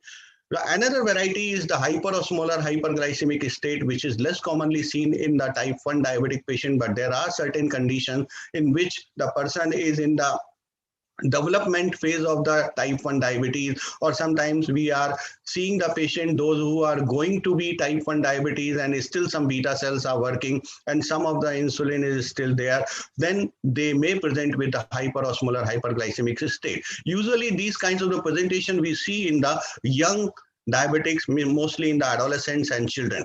Hyperglycemia, hyperosmolality, dehydration is the combination with which usually it present. So hyperglycemia and dehydration are the common from the diabetic ketoacidosis, and hyperosmolality is because of the excessive glucose in the blood, making it more hyperosmolar. So its pathogenesis is not very well understood, but a greater degree of the dehydration because of the osmotic diuresis, and a difference in the insulin availability because it is not complete lack of the insulin. There is certain amount of the insulin is there. Of course, it is not enough to facilitate glucose utilization by the insulin sensitive tissue, but adequate enough to prevent the lipolysis and subsequent ketogenesis. So ADA suggests For the diagnosis of HHS, the consensus features must be their plasma glucose level of 600 milligram per deciliter or greater, effective serum osmolality of 320 milliosmol per kg or greater, profound dehydration up to an average of the 9 liter, serum pH greater than 7.3, bicarbonate concentration greater than 15 milliequivalent per liter, small ketonuria and absent to low ketonemia, some alteration in the consciousness. So by these parameters, our patient with which we have started our discussion does not fit in this category of the HHS. An important thing to note down by all of us, what will happen if the treatment is delayed or not properly carried out. Of course, there may be vascular complications like MI, stroke, or peripheral arterial thrombosis may occur. Patient may land up with the seizures, cerebral edema, and osmotic demyelination. Sometimes rapid changes in osmolality may precipitate osmotic demyelination syndrome, and mortality usually remains in higher than HHS than diabetic ketoacidosis. Management goals should be normalizing the osmolality, replacing the fluid and electrolyte losses, normalize blood glucose, prevention of the complication, and treat the underlying cause like stroke management and aspiration pneumonia, whatever is there as a trigger. Care is high dependency, what must be ensured. Let's few word about lactic acidosis in type 1 diabetes. We all have heard about this problem related in type 2 diabetes, especially in the patient, those who are in the kidney insult or they are having metformin overdoses. Sometimes they are using the biguanides in one form or another form. But now there is a question, does it occur in type 1 diabetes also, or are there certain conditions in which we can see lactic acidosis in type 1 diabetes? You know that whenever there will be the diabetic ketoacidosis, the lactic acidosis always remains a part of there in most of the cases. But apart from that, with the alcohol abuse and its very peculiar condition that is called as the glycogenic hepatopathy, it is seen to be developed. This glycogenic hepatopathy develops because of the excessive accumulation of the glycogen in liver cells, leading to the hepatomegaly and increased level of the liver enzyme. In such situation, the patient comes across with lactic acidosis in type 1 diabetes. It presents with the headache, sleepiness, confusion, loss of consciousness, coma, seizures, weakness, diarrhea, sometimes coughing, shortness of breath may be there, arrhythmia may be there, increased heart rate, tachycardia, nausea, vomiting. All these features may be there, which are very much similar to the other metabolic complications. So what exactly happens in type 1 diabetes lactic acidosis is, as it is mostly caused by the glycogenic hepatopathy, so most of the time liver biopsy may be a method of diagnosis. But apart from that, because liver biopsy is not very easy to do and not very feasible to do, and in the condition of such emergency, so consisting MRI findings which are combined with response to treatment in the appropriate clinical setting may be used as an alternative to the liver biopsy.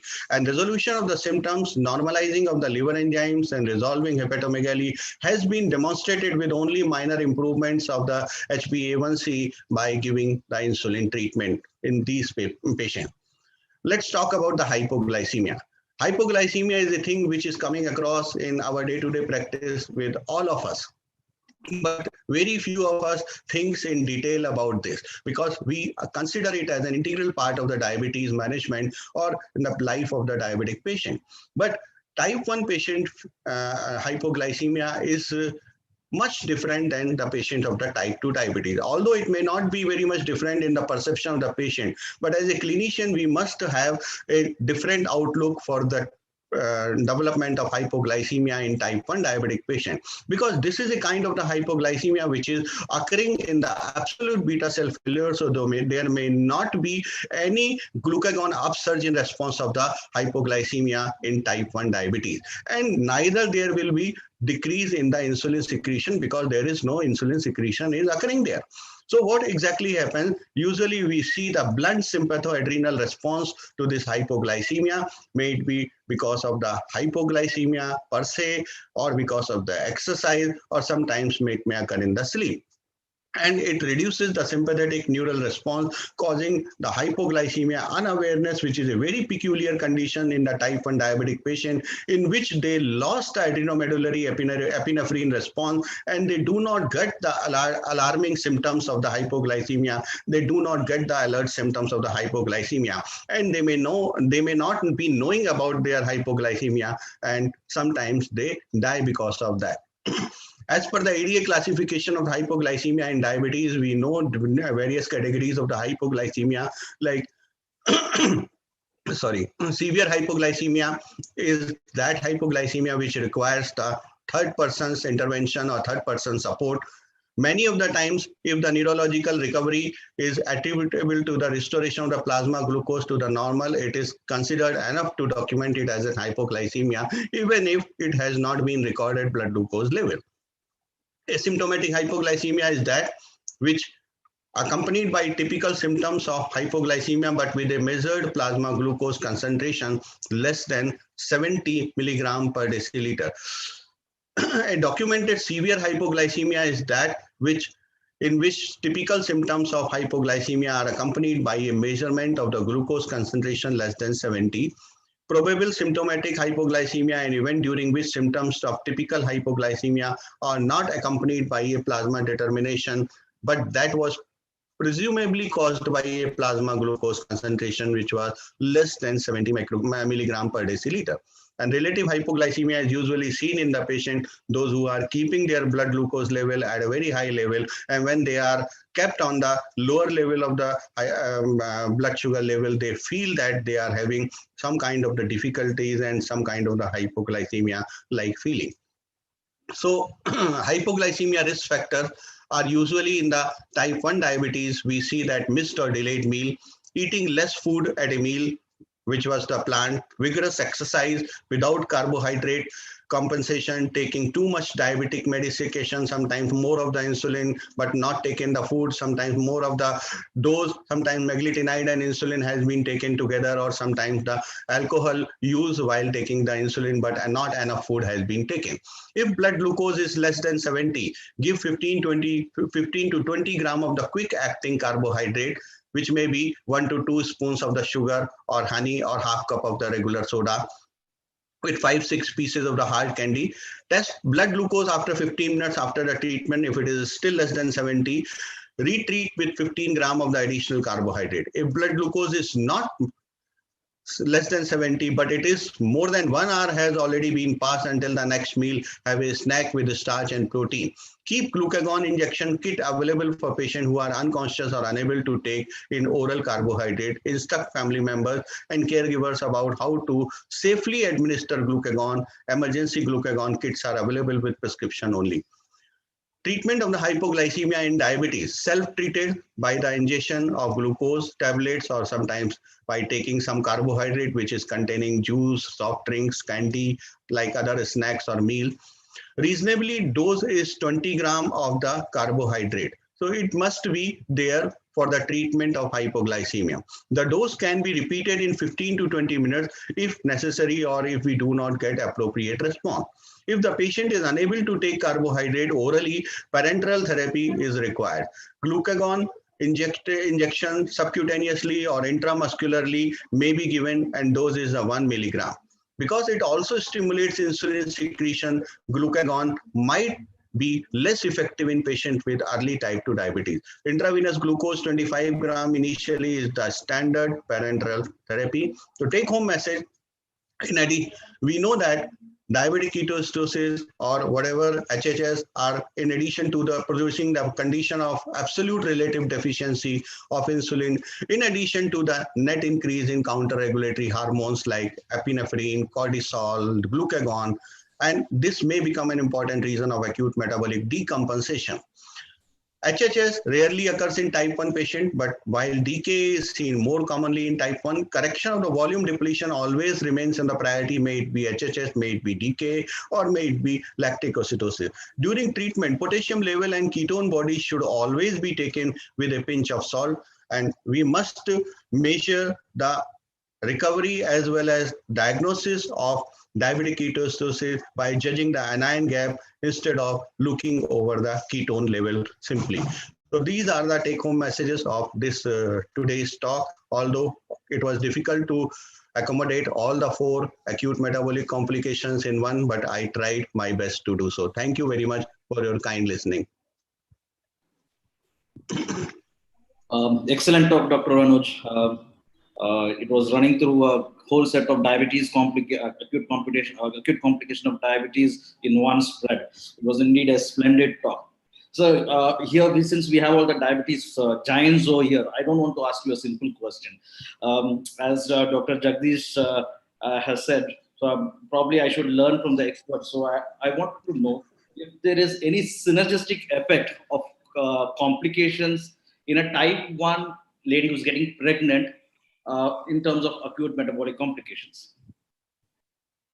Yes, definitely, because in pregnancy, the ketoacidosis is very commonly to occur.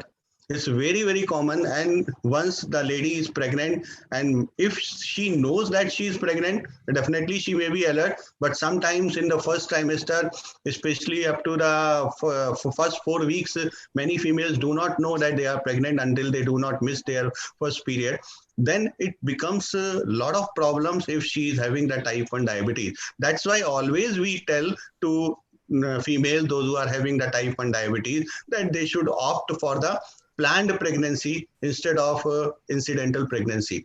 So it is always recommended, because in that condition, diabetic ketoacidosis is really very tough to control. But always remember, even in such situation, the key of treatment is allow the lady enough eating in the pregnancy, as well as she should take the insulin. What exactly happens, what I have seen in the gestational diabetes, not in gestational diabetes, but in diabetes in pregnancy kind of the patient. When you say to your patient that you are diabetic and now you need having insulin, all the family members makes her feeling so tight that she goes into the starvation.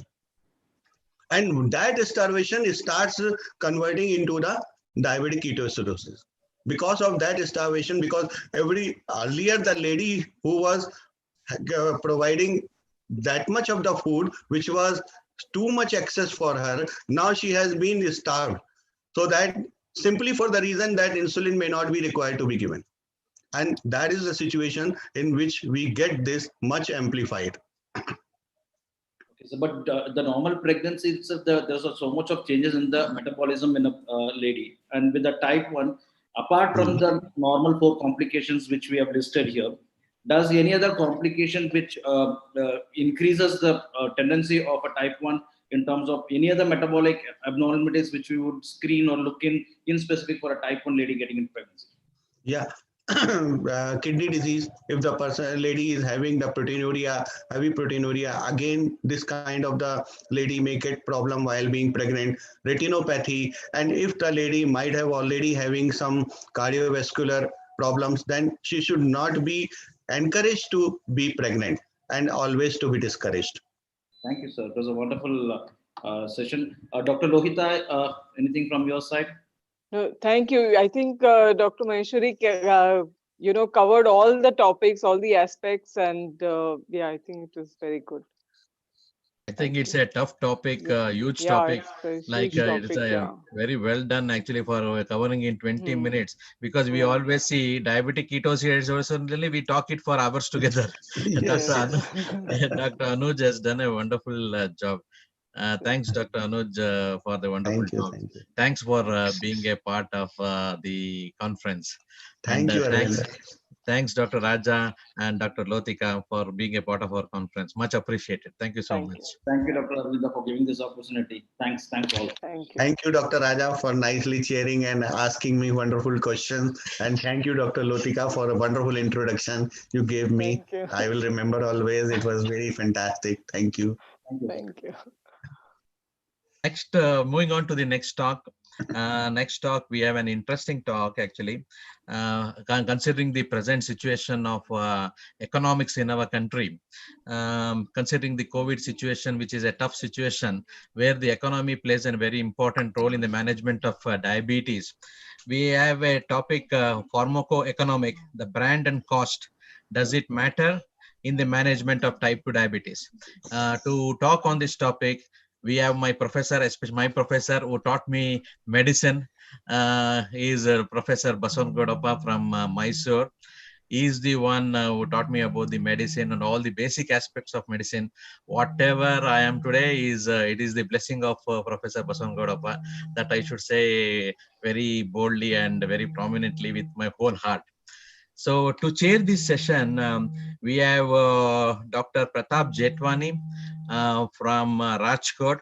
He is the consultant diabetologist and a very active member of RSSDA, and he puts always academic in the forefront, and he'll be always in the active mode of organizing so many conferences and giving various talks and presentation across India. And we have Dr. Swati Srivastav. She is a consultant diabetologist from Jaipur, very active academician, and takes very personal keen interest in teaching, especially the undergraduates and postgraduate students.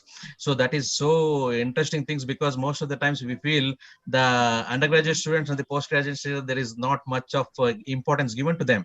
But when it comes to the student aspect, Dr. Swati plays an important role. So we welcome Dr. Pratap and Dr. Swati to chair this session. So before this session starts, I'll take 1 or 2 minutes for your time.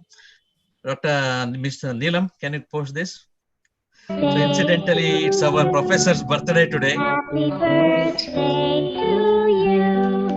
Happy birthday, happy birthday, happy birthday to you.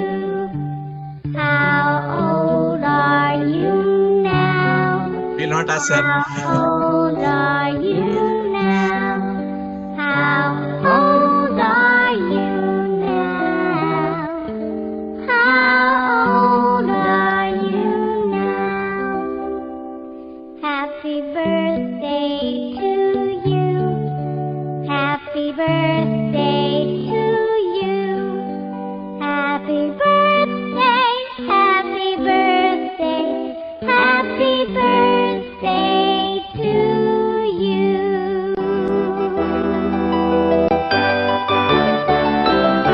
Thank you, Arvind, for such a special creation for me. I have so many people's blessing today. Thank you. Special cake from ADC, sir. Virtual cake. It is very, very tempting to me. It's So I your should rush to Bangalore. birthday. Thank you so much. Happy birthday.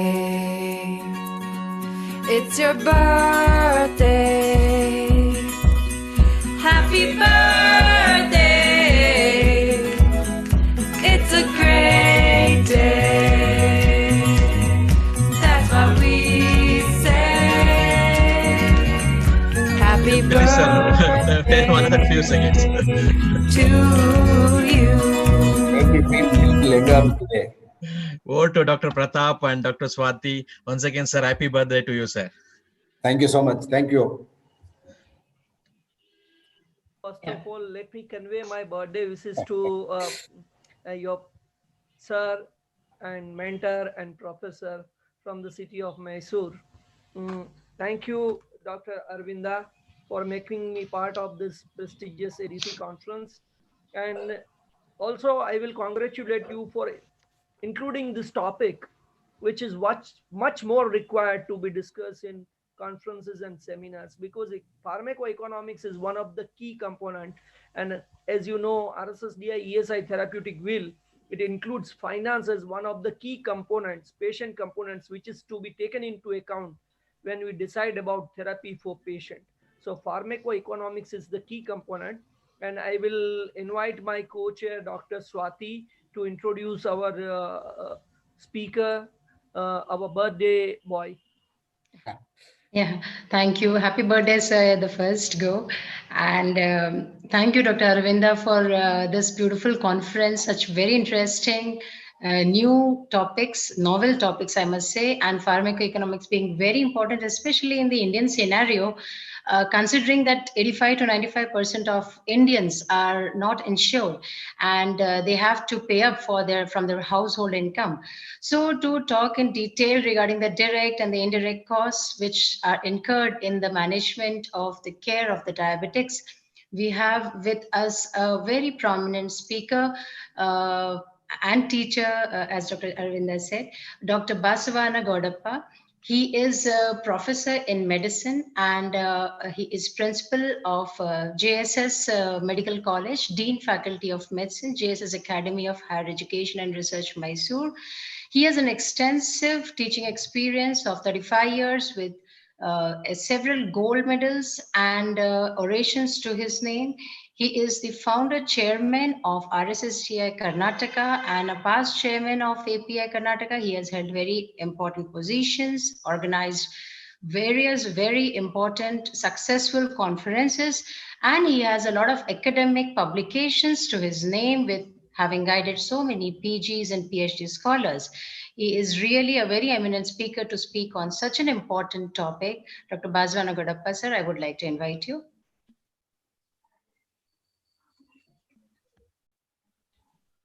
Sir, you may proceed with the talk. Yeah. My slides visible? Yes, sir. Thank you so much, Swati Madam and Pratap Sir. It was a wonderful occasion for me and a very pleasant surprise given by Dr. Arvind. He has taken away 5 minutes of my time for presentation, so I have to conserve that. We are already late by 25 minutes. I'll try to do justification for this selected topic. I don't know why Arvind chose me to talk on this topic. I'll try to do my best. Greetings from JSS Medical College, JSS Academy, Mysore, Karnataka. Friends, when we talk about pharmacoeconomics, both the chairpersons have already given an introduction. It is a very, very important component of therapeutic aspects that one clinician has to keep in mind when we start prescribing or start giving care to a given patient of diabetes or other illness. All the cost-related matters and the inputs that we give in healthcare, what we do is looking at a better outcome in terms of cure, in terms of reduction in sugars or blood pressure, or in terms of better quality of life. That is the ultimate goal. That's how we will have to look into this aspect, which is often not given importance by many clinicians when we start treating the patient. Having said this, we all know the COVID pandemic, all the problems in the country, and our people are unmindful of all this. And thankfully, the numbers are coming down in most of the places except Delhi and Kerala and Gujarat, Maharashtra, where there are some second waves. What is the impact of COVID? The impact of COVID in the Indian economy and world economy is very dwindling down. So pharmacoeconomics for taking care of diseases becomes very, very important in terms of looking at the economic aspects of the situation. Friends, what is pharmacoeconomics? It is a scientific discipline that compares the value of one pharmaceutical drug or drug therapy to another. It is a subdiscipline of health economics. The pharmacoeconomic study evaluates the cost and effect expressed in terms of monetary value, efficacy, or enhanced quality of life of the pharmaceutical product. Pharmacoeconomic studies serve to guide the optimal healthcare resource allocation in a standardized and befitting manner. The cost effectiveness, cost of the intervention, relevant measures to do it, its effect, and cost refers to a resource expended, not just money spent, and measures of the effect like it causing cure or symptom-free period or qualitative response.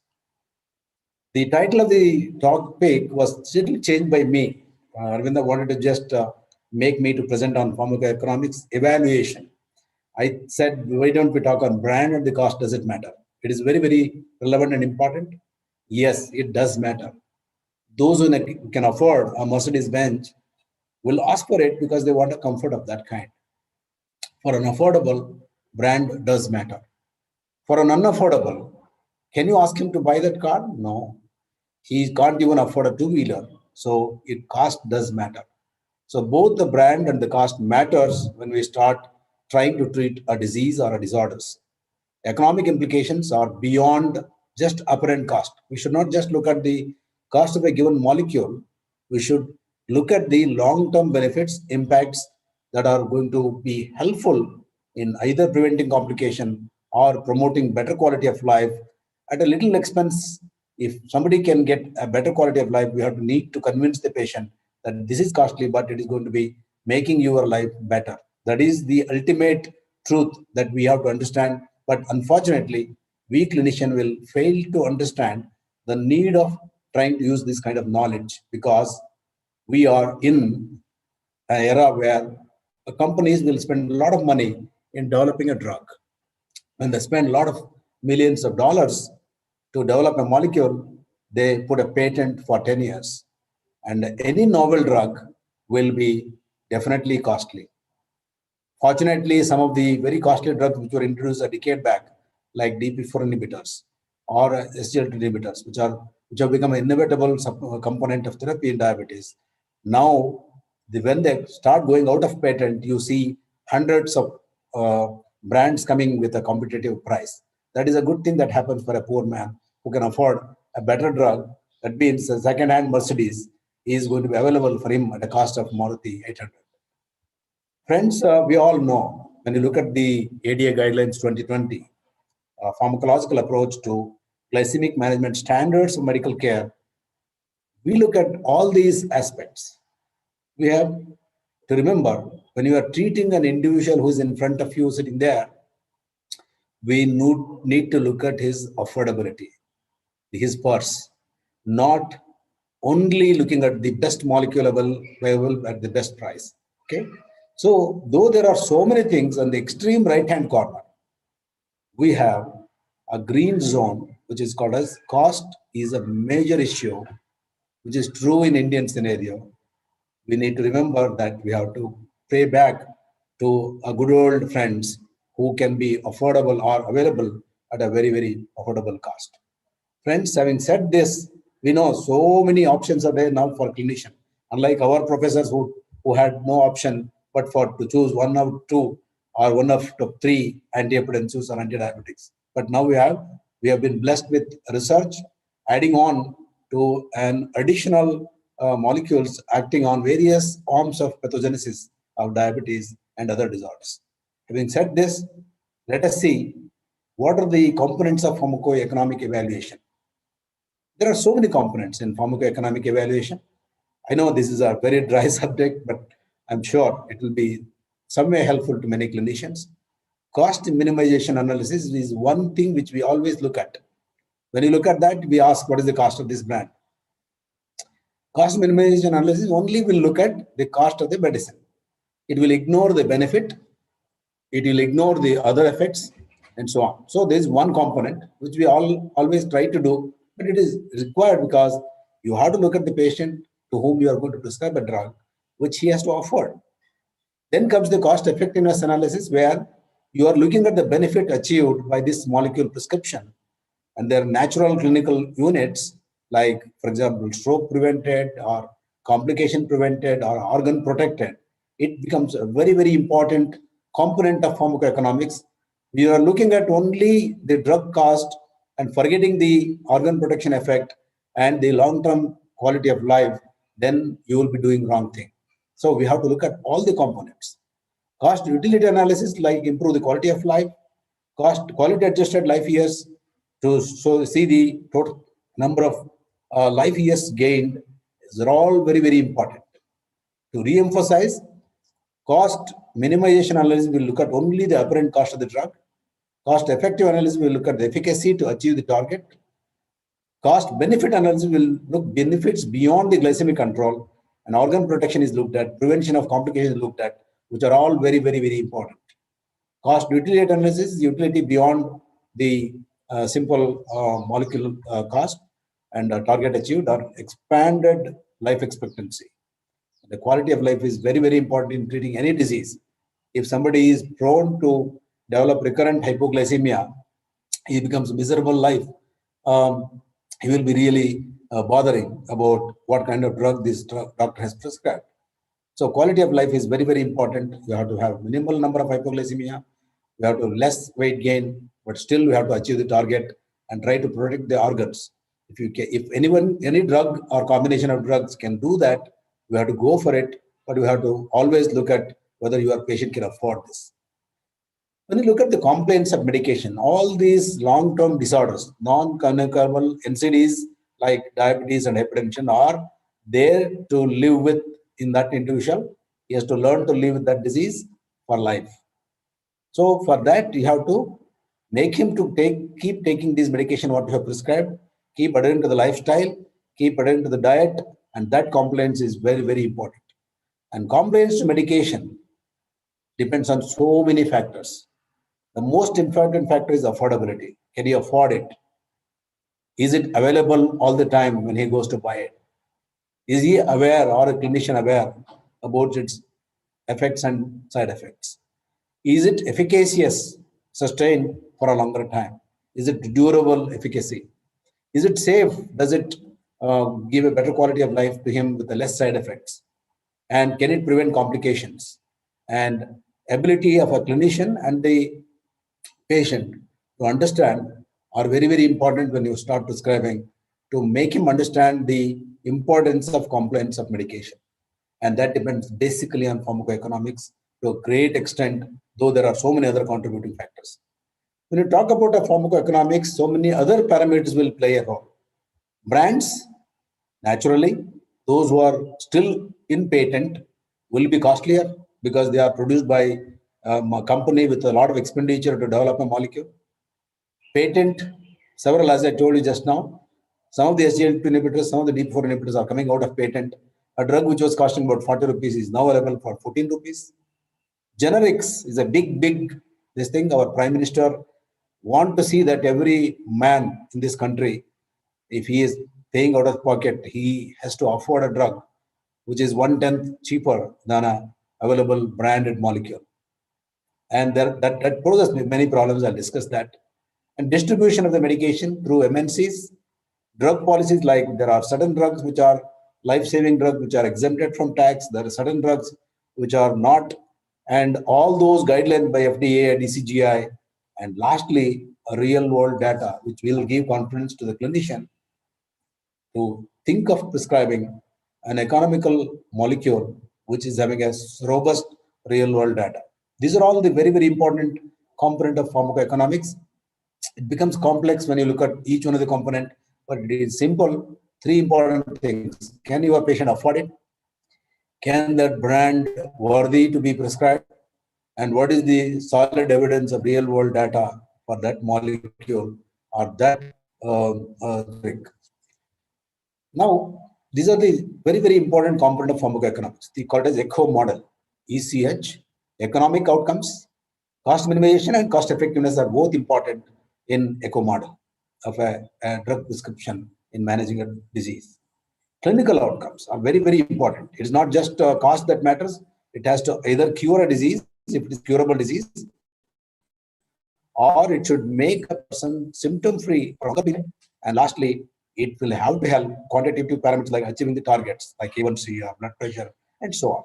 So all the three clinical outcomes are very, very important, which is what we are talking about, real-world data, apart from the RCT's data. The last one is humanistic outcomes. Quality of life and disability adjusted life years are very, very important component, which we often neglect when we start prescribing. When you look at only the cost, then the other two components may be suffering. Briefly about the Indian healthcare scenario. Has witnessed a robust growth in the last 2 decades. Indian pharma industry ranks third on a global scale in manufacturing the volume of products, whereas in terms of turnover worth, it ranks 14th only because we are producing economically affordable products. So volume is more, but the turnover is less because of this entity. Medication prices are among the lowest prices in the world. However, overall expenses associated with the medication continues to soar in the country. Although India is a producer of an abundance of quality drug at a lower cost, only 1/3 of our population has access to these essential drugs. Friends, these are all the various parameters. I will not spend too much of time because I have to reduce my talk by 5 minutes because Arvind has donated 5 minutes of my time for my birthday celebration. This is a very, very simple factor. Health expenditure per person in the BRIC countries, leave alone the America, Europe, Brazil to India, we are the persons who are spending least on patients, just $75 per person. So what it means is out-of-pocket expenses will have to be taken care, which cover the most of the healthcare expenditure in India. So that makes this topic more relevant because many of our patients will have to spend from out of their pocket. 77% of the money spent on a private healthcare, about 86% is spent out of pocket expenditure. Though there are so many schemes, so many things available, but if you look at this is a startling picture. Challenge in India is making the healthcare affordable and available to everybody. Allopathic medication have a big market in India. Having said this, pharma industry has faced a problem. COVID submerged all non-COVID illnesses. Manufacturing amid COVID guidelines and restrictions became very difficult to get the workers to work in the factory. They cannot work from home to manufacture. And difficulty in transportation was there when there was a lockdown, and difficulty in dispensing freely. That was also a problem. But fortunately, COVID illness is declining. We only pray there won't be a big second wave in many states where the disease is tamed down. Indian pharma industry, as I mentioned, has a very, should be proud that Indian pharma industry ranks third in the global scale.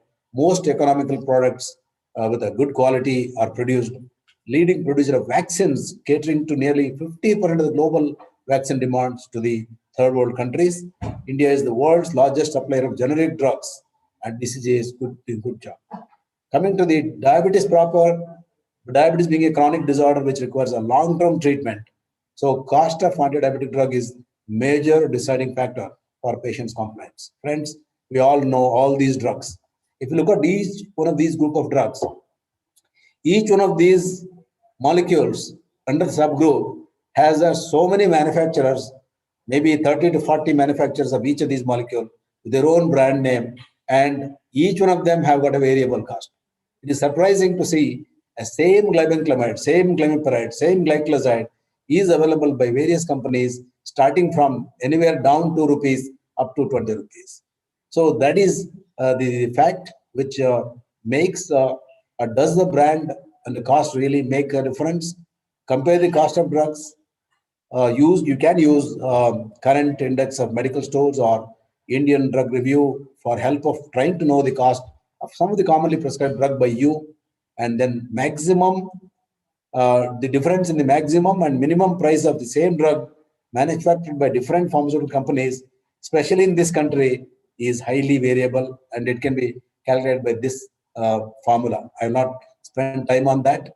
Tandon et al. Conducted a pharmaceutical economic analysis study to compare the cost effectiveness of the metformin plus Denali and metformin plus glimepiride, and they concluded the cost effectiveness analysis showed that the mean cost in rupees of per unit reduction of A1C and FPG in metformin plus glimepiride was significantly less than the metformin plus teneligliptin, though teneligliptin is one of the cheaper gliptins that was made available for the Indian industry. The cost effectiveness for per unit reduction in FPG was highly significant in metformin plus glimepiride group, though it was comparable for both the groups for per unit PPG reduction. So this means at a given cross-sectional level, it works all right. But when you extend the study and keep on observing the same individual for a longer period, the durability issue comes. We all know sulfonylureas may not last longer. So we have to pray for the drugs which will be working longer, keeping the patient who is apprehensive to initiate insulin from continuing to have the medication. Another study was done by Nisha Rani et al. They looked at single drug preparation as well as 7 various combinations. They spelled out the glimepiride 1 mg shows a maximum price variation. There are brands which are available to as cheap as just 2 rupees. There are brands available which are as costly as 12 rupees. So similarly, glipizide, glyclazide, metformin with sulfonylurea combination, metformin with the gliptin combination, all those have been found to have variable price tag. These are all the simple exercise I did looking at the cost. Clemend was the most cheapest. All of us used for nearly 2 decades, and it went out of one of the apprehension of ischemic preconditioning. It was just available for less than a rupee or 1 to 2 rupees. Glimepiride 2 mg is variable cost between 2 rupees to 9 rupees. Does it have a better efficacy? Does it have overcome the ischemic precondition? There's a question mark on that. Glipizide, there is a short acting, need to be taken twice a day. Glyclazide, again, variable cost anywhere from 4 rupees to 12 rupees. Similarly, gliptins, a lot of variation in the range of the cost that is there. Thankfully, though there are patented molecule producers, brands are still available in India, starting from sitagliptin to vildagliptin to Lina and Saxa and Tenali. Tenaligliptin came into the market when all the patented Sita and Vilda were ruling the country and world with a higher cost. Tenaligliptin, when it came, those patients whom we could not think of prescribing because of the economic problem, they were easily prescribed teneligliptin. Though there were so many things like QT prolongation and so on. But when you cannot give a drug to a patient who cannot afford to take a wonderful molecule, then what is the fun in prescribing? He cannot take it for 1 week and stop it because he cannot afford it. Fortunately, vildagliptin went out of patent. We got the market flooded with 30, 40 brands coming with 1/3 of the cost or 1/4 of the cost of the original molecule. Similarly, SGLT inhibitors now, DAPA has gone into that kind of availability with affordable cost. A molecule which was costing 40 rupees is now made available as 9 to 14 rupees. So that is pharmacoeconomics. Thankfully, some of the molecules which have gone out of patent are now made available at a cheaper, affordable cost. Similarly, as I mentioned, this was what I was telling you, DAPA has been made available at 12 to 14 rupees, which was costing 40 rupees. Similarly, even metformin brands, there are variable availability. Generic, which is available at just 1 rupee to then the branded molecules available at 5, 10. These are all the variable things, the various molecules available, number of companies that are manufacturing it, number of the price variation that is there has been worked out. I don't have time to spend time on each one of these molecules. Suffice to say, we need to remember, even when you look at the insulin and injectable medications, we all were happy to prescribe easier, cheaper medication that was available as an animal source of insulin. It was reasonably economical. Then it just vanished because we came in with a human insulin with genetically engineering technology that became a little costly, but came out of the other effects.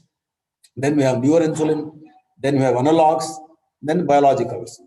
All these, including GLP-1 analog, which is injectable, have been available till they go out of patent, they will be costly. And pharmacoeconomics is a very, very important component here. Those who inevitably require insulin, they need to be prescribed what he can afford. If he cannot afford a newer insulin or a designer insulin, he need to be prescribed available human insulin of a relatively economical brand, which is tested and found to be effective. Friends, when you look at the cost benefit analysis in a lighter sense, it is not like a clinician can toss a coin and say, heads, in a patient with the coronary artery disease and diffuse, heads, you go for a quadruple bypass, tails, you stay with aspirin and statin. Can we do that? We cannot. Patient-centric approach, making the patient a partner, making him understand the cost involved is very important, not only for the time being of prescription, but making him to understand the long-term efficacy, long-term safety, long-term protection is important. Friends, I'll not spend much time. All these are the 8 sources of anxiety for clinicians. Does the generic brand work? Many patients will ask you, sir, can this work on me? Can I go and take a drug? He will not even know it is Janaushadhi store. he will ask, "Hey, Modi store, can I buy a drug from there?" So awareness of all available brands is important for clinician. Accept the generics to the possible extent wherever your patient cannot afford. Efficacy of generics is uncertain to the patient. Patient is little apprehensive. Can I take? When he is hesitant, a drug which is supposed to work may not work, because there is a lot of placebo effect that plays a role in mindset of the patient. In conclusion, pharmacoeconomic evaluation has become an important area of interest to find the optimal therapy at the lowest price, as healthcare resource is not easily accessible and affordable in many patients in many countries, including ours. Numerous drug alternatives and empowered consumers also fuel the need for economic evaluations of pharmaceutical products. Take into account the long-term benefits, good quality of life, and prevention or postponement of complications through this molecule as an important component in prescribing. Friends, take-home message: choose an effective and safe combination. Prescribe the affordable brand which your patient can afford.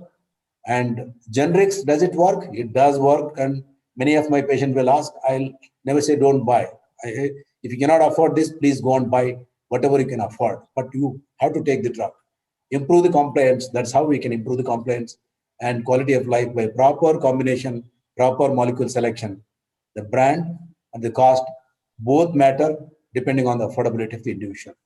I'm sorry that I could not dwell upon various components of pharmacoeconomics, but I have made some efforts in trying to address this topic. Thank you, Arvind, for a wonderful organization of this conference. I know my successor next, Dr. Shekhar, is waiting will be commenting on this topic also.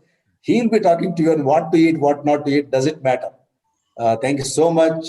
Be safe, be happy, be positive. Things are going to change. We'll all be back like what we were in pre-COVID era. Let us play safe to be healthy. Thank you all.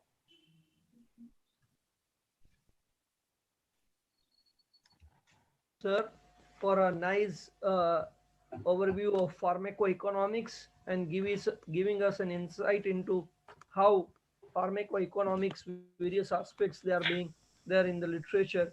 And you rightly said both the brand and the cost, both things they matter. Depending on the individual sitting in front of you, you have to decide and you have to take a said decision as far as, because it is a lifelong therapy. So patient said decision is must to improve the compliance and adherence. Thank you so much. I see Dr. Munichudappa, our real mentor for diabetology practice in this state, is here. Thank you so much, sir, for logging in and participating here. Yes. Dr. Swati, any last comments or take-home message from you? Yes, thank you very much, sir, for enhancing so much the importance, the relevance of pharmacoeconomics, especially in a chronic disease like diabetes. And since we're already behind time, I would not like to keep the other speaker waiting. Dr. Aravinda, thank you for the entire very interesting talks. Please complete the session. Over to you, Dr. Aravinda. Over to you, Dr. Aravinda. Thank you, Professor Vasangoda sir, for giving us such an insightful talk. And thanks, Dr. Pratap and Dr. Swati, for being the part of the conference. Much appreciated. Now we'll move on to, we can see Dr. Munichudappa sir also have logged in. It's so nice to see him. And Dr. V. Mohan also has logged in. So Dr. we Arvind, can, Dr. yeah. Arvind sir, Dr. Vishnath here. Yeah. VG sir didn't answer your question. You repeatedly asked, how old are you? It's a top secret, I think. In a okay, Vishwanath, I am just a young 62-year-old now. Thank you, sir. Thank you. Very nice talk. So we are seeing Professor Munichudappa sir and Professor V. Mohan also have logged in. Now we'll without wasting much time, we'll move on to the next talk by Professor Shekhar from Mysore. I'm sure you will have a very good session about this. So to chair this session, we have Dr. Sanjay Agarwal from Pune. He is the consultant diabetologist and very good academic person. He is the secretary of RSSDI national chapter. And whenever he comes to the academic forefront, for example, you would have witnessed the success of Ideal League, where Dr. Banshi Sabu organized it, and the main person behind that organizing the show was Dr. Sanjay Agarwal. All the diabetologists across India appreciated the success of Ideal organized by Dr. Banshi and Dr. Sanjay Agarwal. Next is we have Dr. Minal Mohit, close friend of mine from Jaipur. She is a consultant diabetologist. She is a busy practitioner. You can see in her consulting room also. Now also she is sitting in the consultant room seeing the patient. So thanks for giving the time and being a part of it. Over to Dr. Sanjay and Dr. Minal for the further proceedings. Thank you, Dr. Arvinda. I think excellent meeting going on, and really it's been overwhelming to see such wonderful science being discussed. We're privileged to have with us Dr. M.A. Shekhar, who will be speaking to us on our next topic, which is cause and control of type 2 diabetes. What we eat or not, does it matter? Just to briefly introduce Dr. Shekhar, I'm sure he's known to all of us very well. He's the director of Karnataka Institute of Endocrinology and Research, which is based out of Bengaluru. He's the director and dean of the Government Dental College and Research Institute at Bengaluru. And he's the head of the Department of Endocrinology at the Mysore Medical College and Research Institute. He's got numerous publication articles and textbook chapters. And prominent among them is, of course, the Care Manual, the yearbook, which is of the API Mysore chapter. He's the editor and author. At the Handbook of Diabetes of Physician, he's the editor and author. And Bee Sting with Cortical Venous Thrombosis is a very important article that is written in a prestigious journal. So I'm going to hand this over to Dr. Shekhar for his talk, and we'll be delighted to hear him. Over to you, Dr. Shekhar. Thanks. So before you start, and the most important, most catchy thing in the entire CV you missed out was the passion for Indian classical music, sir. If we were live, we would have heard him, sir. My mistake. Thank you so much. Over to you. We'll sing a song during inaugural function. Thank you, sir. Over to you. Thank you. Thank you. Thank you. Thank you. My slides are visible? Yeah, they are. You just need to make them on slideshow.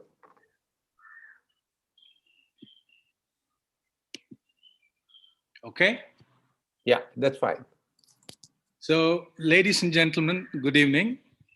At the outset, let's all pray and give our pranams to all the martyrs of healthcare workers who have laid down their life in fighting this horrible pandemic.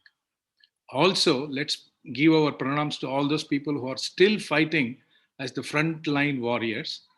Having said that, my close friend, Dr. Baswana, is sitting there. We are of the same age, but he looks 10 years younger to me. Congratulations and happy birthday again, boss.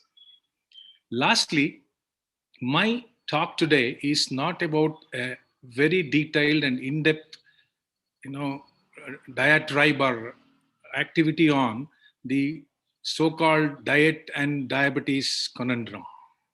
It's about sharing my feelings, having a dialogue of what I have studied, learned, and practiced, and have been teaching.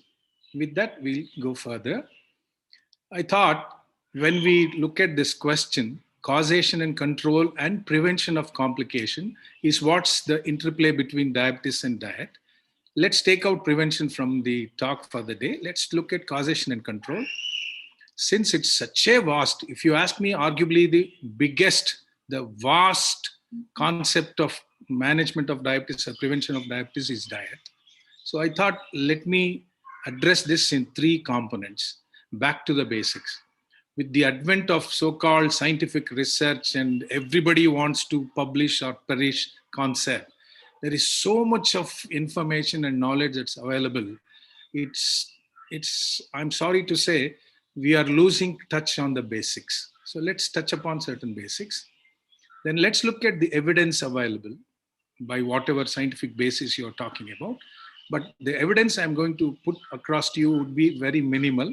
What I felt was important, I will share it with you. And lastly, let's simplify the complex concept of diet in diabetes, or for that matter, diet for normalcy or any disease. I'm reminded of the KISS principle. I hope you all know about it. KISS principle, keep it simple. The last S stands for stupid. I hope by the time I finish my speech, that stupid will be taken off. It will be a KISS, K-I-S principle. Now, in the layman's term, these 7 phrases put forward by AHA 2010 is such an extraordinary concept that has happened. Some people may call it as oversimplification. Some people may say, oh, very good, very catchy. But if you ask me, it has so much, it is the distilled knowledge of everything that has happened in the last 40, 50 years of so-called scientific research.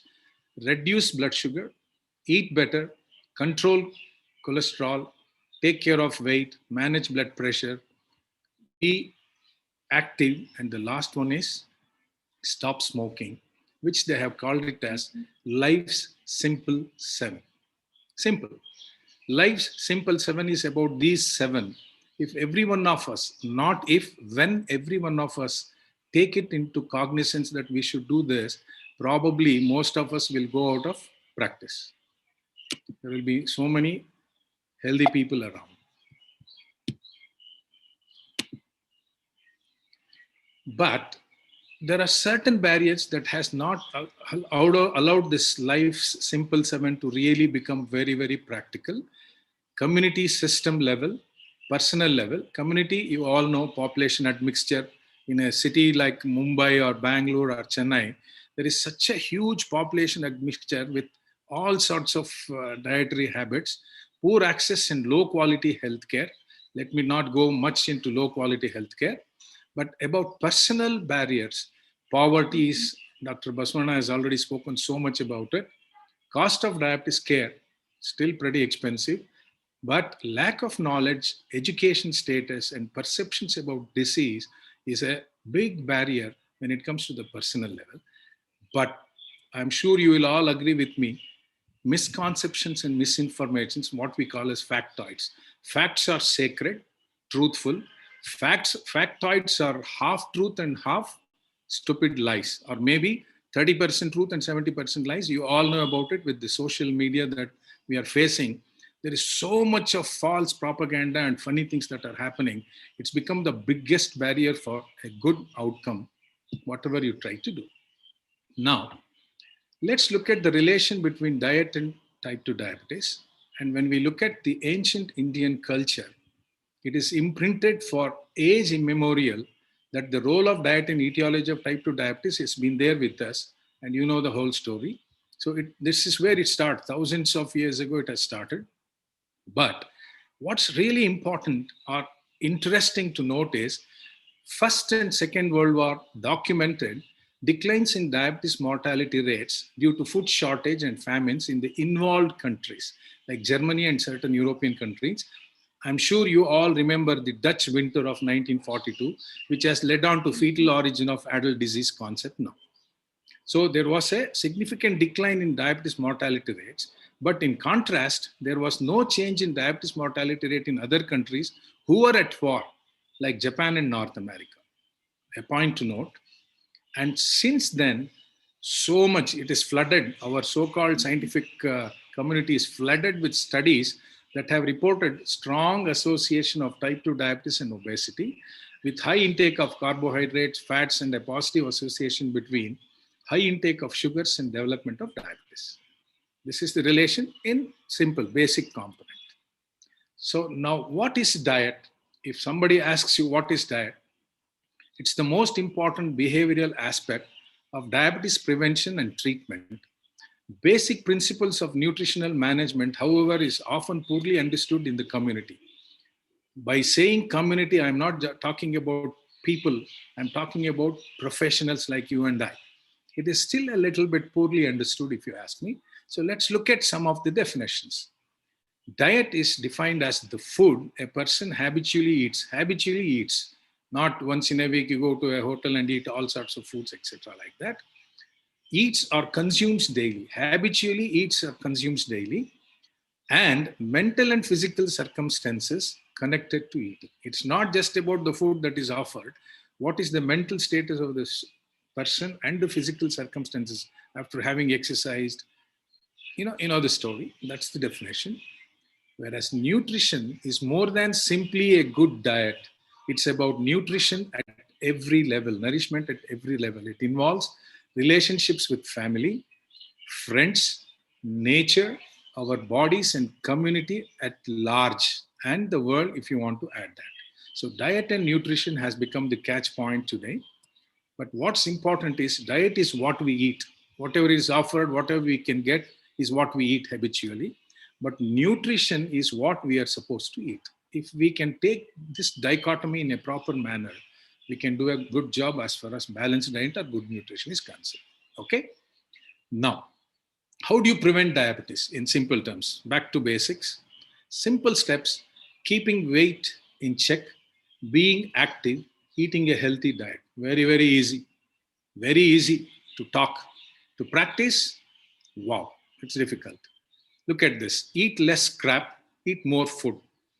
This is what high school students have been talking about when they are aware of so-called diet as far as health is concerned.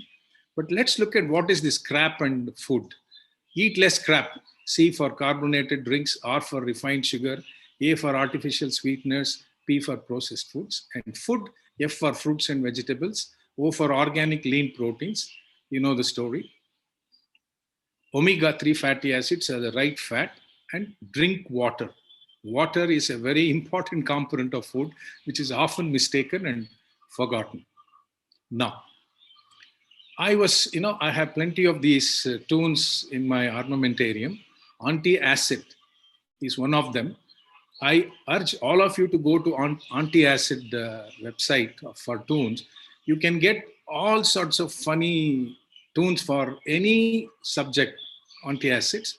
These two caught my eye. Did you know chocolate makes your clothes shrink, not you becoming fat? I always start my diet on the same day, that is tomorrow. Today I don't want to diet, I want to eat. These two cartoons really caught my eyes. And this is the attitude towards food that we have to talk about. Patient's dietary knowledge, attitude, and practice determine effective control. It cannot be a group activity when it comes to food. It has to be an individual activity. Denial, inappropriate response, you all know about it. Once a diabetic comes to you, they have this denial and inappropriate response. And cultural influences on the dietary practice. Dr. Sam G.P. Moses, God bless him. Somehow he liked me because I looked like him. Anand, don't mistake me. He used to say, Shekhar, in Tamil Nadu, we eat lunch in the morning, breakfast in the night. Whereas in Karnataka, you eat breakfast in the morning and lunch in the night. In other words, they would eat rice in the morning and idlis in the evening. We would eat idlis in the morning and, cultural influences, whatever you want to talk. This is pretty important. Looking at that, some musings, my opinion, nutrition principles and recommendations for diabetes were based on scientific evidence, called as evidence-based nutritional recommendation, when available. When evidence was not available, on clinical experience and expert consensus. This expert consensus, in inverted comma, everybody is an expert today as far as diet and exercise is concerned. Just Google in social media, you know the story. But often it has been difficult to discern the level of evidence used to construct the nutrition principles and recommendations, because unlike the drug trials, RCTs in drug trials, nutrition trials are not extremely tight and strong. Furthermore, in clinical practice, many nutrition recommendations that have no scientific supporting evidence have been and still are being given to individuals with diabetes. I am sure you will all agree it is person-to-person problem that is happening. So, evidence-based medicine, evidence-based nutrition, name it, strong supporting evidence, some supporting evidence, limited, and expert consensus. 4 categories, that is theory part of it.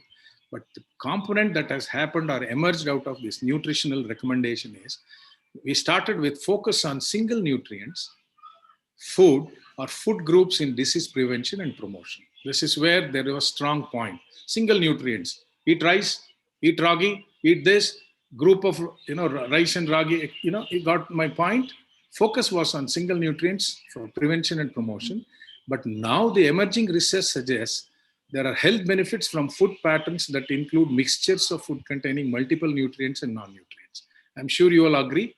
Idlis with chutney, idlis with sambar, idlis with sagu, or idli, chutney, sambar, sagu. So it is such an extraordinary, confusing status that we have landed up in nutritional recommendations. This approach may be practical, but very difficult to elucidate mechanisms through which it works. This is my concept of so-called evidence-based nutrition that has come up. The effect of diet on type 2 diabetes, let's look at it. The so-called evidence that is available. One or two, I will just mention it here for the sake. Review of 4 types of diet for their effect on diabetes. The Mediterranean diet. I've just picked up 4, that is Diabetes Metabolism 2014. Low carbohydrate, high protein diet, vegan diet, and vegetarian diet. Let's look at these 4. The conclusion derived out of this, it's a very nice read, if you ask me. Each of the 4 types of diet has been shown to improve metabolic conditions. So Mediterranean diet is better, low carbohydrate, not better. No, each of the 4 diet has been shown to be, good enough in improving metabolic conditions, but the degree of improvement varies from patient to patient. What a funny thing to really conclude. Patient to patient, individualization, the biggest word that we have to use. It is important to provide a tailor-made diet whenever possible in order to maximize the efficacy of the diet on reducing diabetes symptoms. This is the conclusion they have given. But with this conclusion, it becomes so difficult for us to individualize unless we have elevated ourselves to a level of understanding what is proper diet, what is nutrition. The onus is on us. Now let's look at this. Non-veg versus veg, we are talking about. Non-veg, fit, active. Look at these 3. Very active, very fast, and whatever you want to talk about. Look at these veg people. Get a story now? These are the so-called factoids that really confuse people about it. What do we understand from this? It's impossible to reduce weight by eating green grass and salads and walking. This is unfortunately the factoid that we are looking at. It is very nice to read and laugh about it, but it's very difficult to convince our people about this. So the second one was dietary patterns and risk for diabetes, the multi-ethnic cohort. One of, if you ask me, a very large, over 44,000 Japanese Americans, 14,000 native Hawaiians, and 35,000 Caucasians in Hawaii. High diabetes incidence among Japanese Americans and native Hawaiians cannot be explained by BMI was the inference. Just because most of the Hawaiians are fat, it cannot explain high incidence of diabetes. Commonly identified patterns are Western, unhealthy or conservative, or which is high meat, high fat foods and sweets, or the prudent, healthy pattern rich in fruits and vegetables. We all agree, everybody is talking about it. But the issue is influence of these 3 dietary patterns of fat and meat, vegetables, and fruit and milk was looked at in this study, multi-ethnic cohort, huge study. The inference was food high in meat and fat appears to confer a higher diabetes risk in all ethnic groups, whereas the effects of other dietary patterns vary by sex and ethnicity. Wow, what a thing to really look at. Unmindful of ethnicity, sex, or whatever gender you're talking about, food high in meat and fat appear to be a higher risk factor, whereas the other dietary patterns, the so-called prudent, healthy, fruits and vegetables, milk and nuts, etc., vary by sex and ethnicity, another complication that we have to really face through.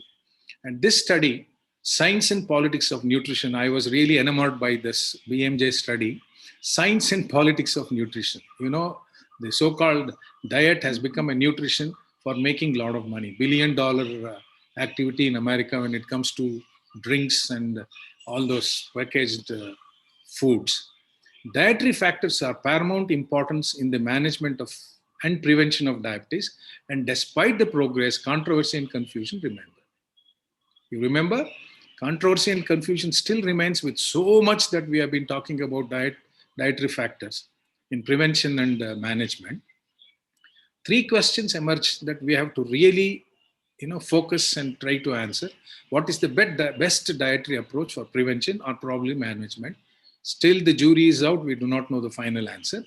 The answer that we can offer is it is individualized person to person.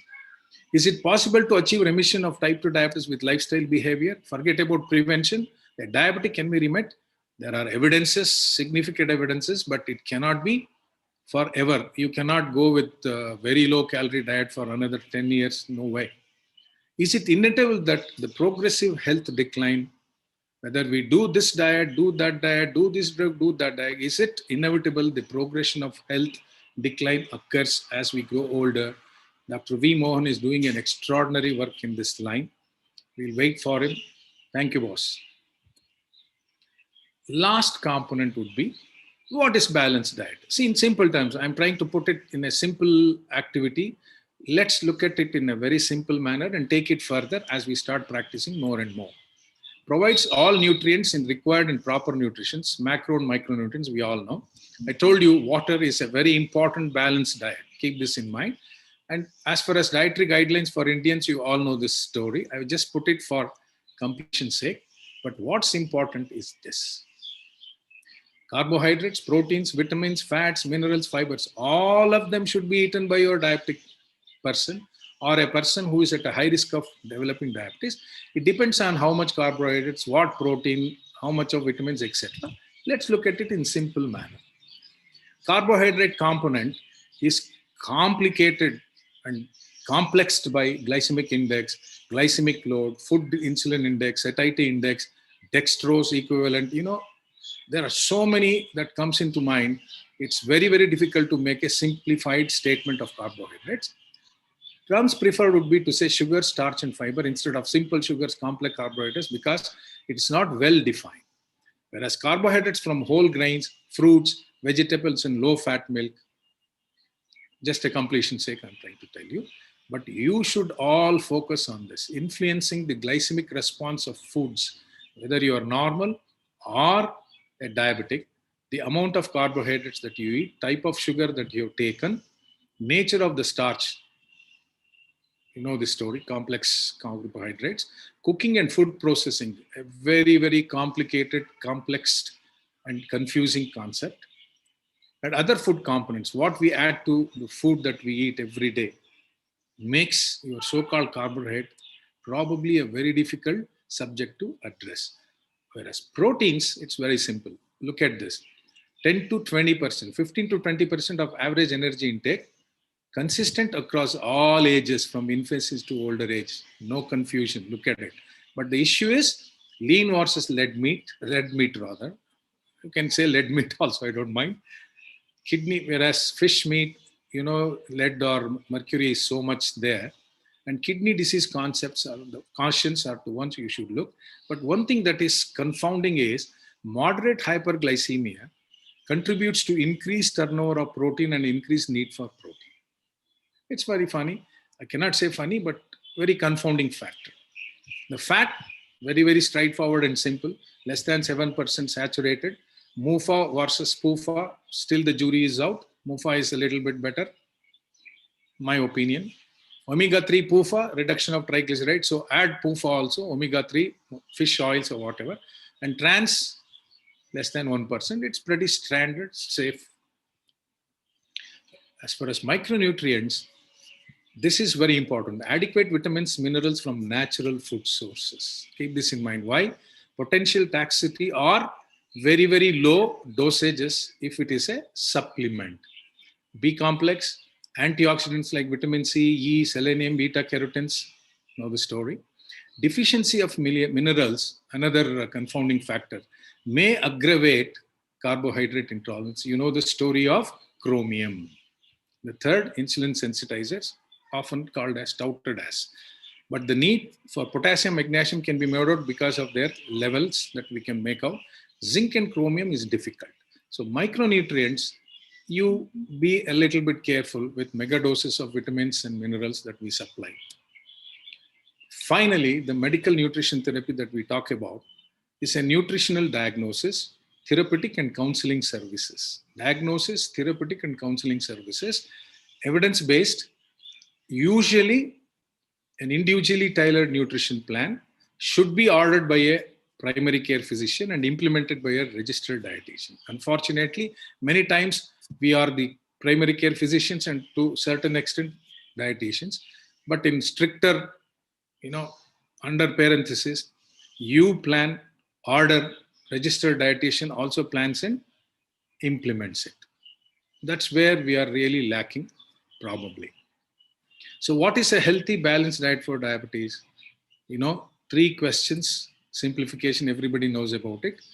What to eat, when to eat, how much to eat. In fact, this is where we can make a big impact on our patients sitting in front of us by simplifying what to eat, when to eat, and how much to eat. And let's not confuse them about balanced diet, medical nutrition therapy, etc. like that. To a certain extent, I have been, doing okay with my diabetic patients as far as this is concerned. And seeing is believing, everybody knows. Visual impact of the plate method, if they do not understand much, tell them half of it is your vegetables, 1/3, 1/4, and water, etc. Like you all know the story, plate method. I don't need to explain it to you, but I've just added as a completion sake because it makes great impact on people who sit in front of you.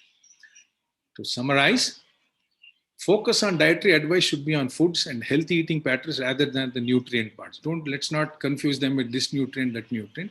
Let's tell us about foods and healthy eating patterns.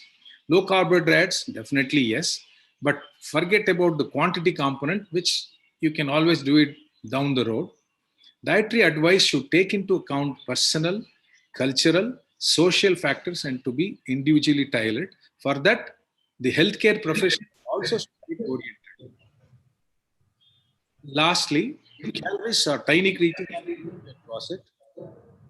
Pilates or pilates, whatever you want to call, is pi plus exercise, not exercise. It is just that people are confused. You reinforce their education in a proper manner, and you can always prevent and control diabetes, and it does matter. The question, does it matter? Yes, it does matter. Don't dig your grave with your knife and fork, the English proverb. Thank you.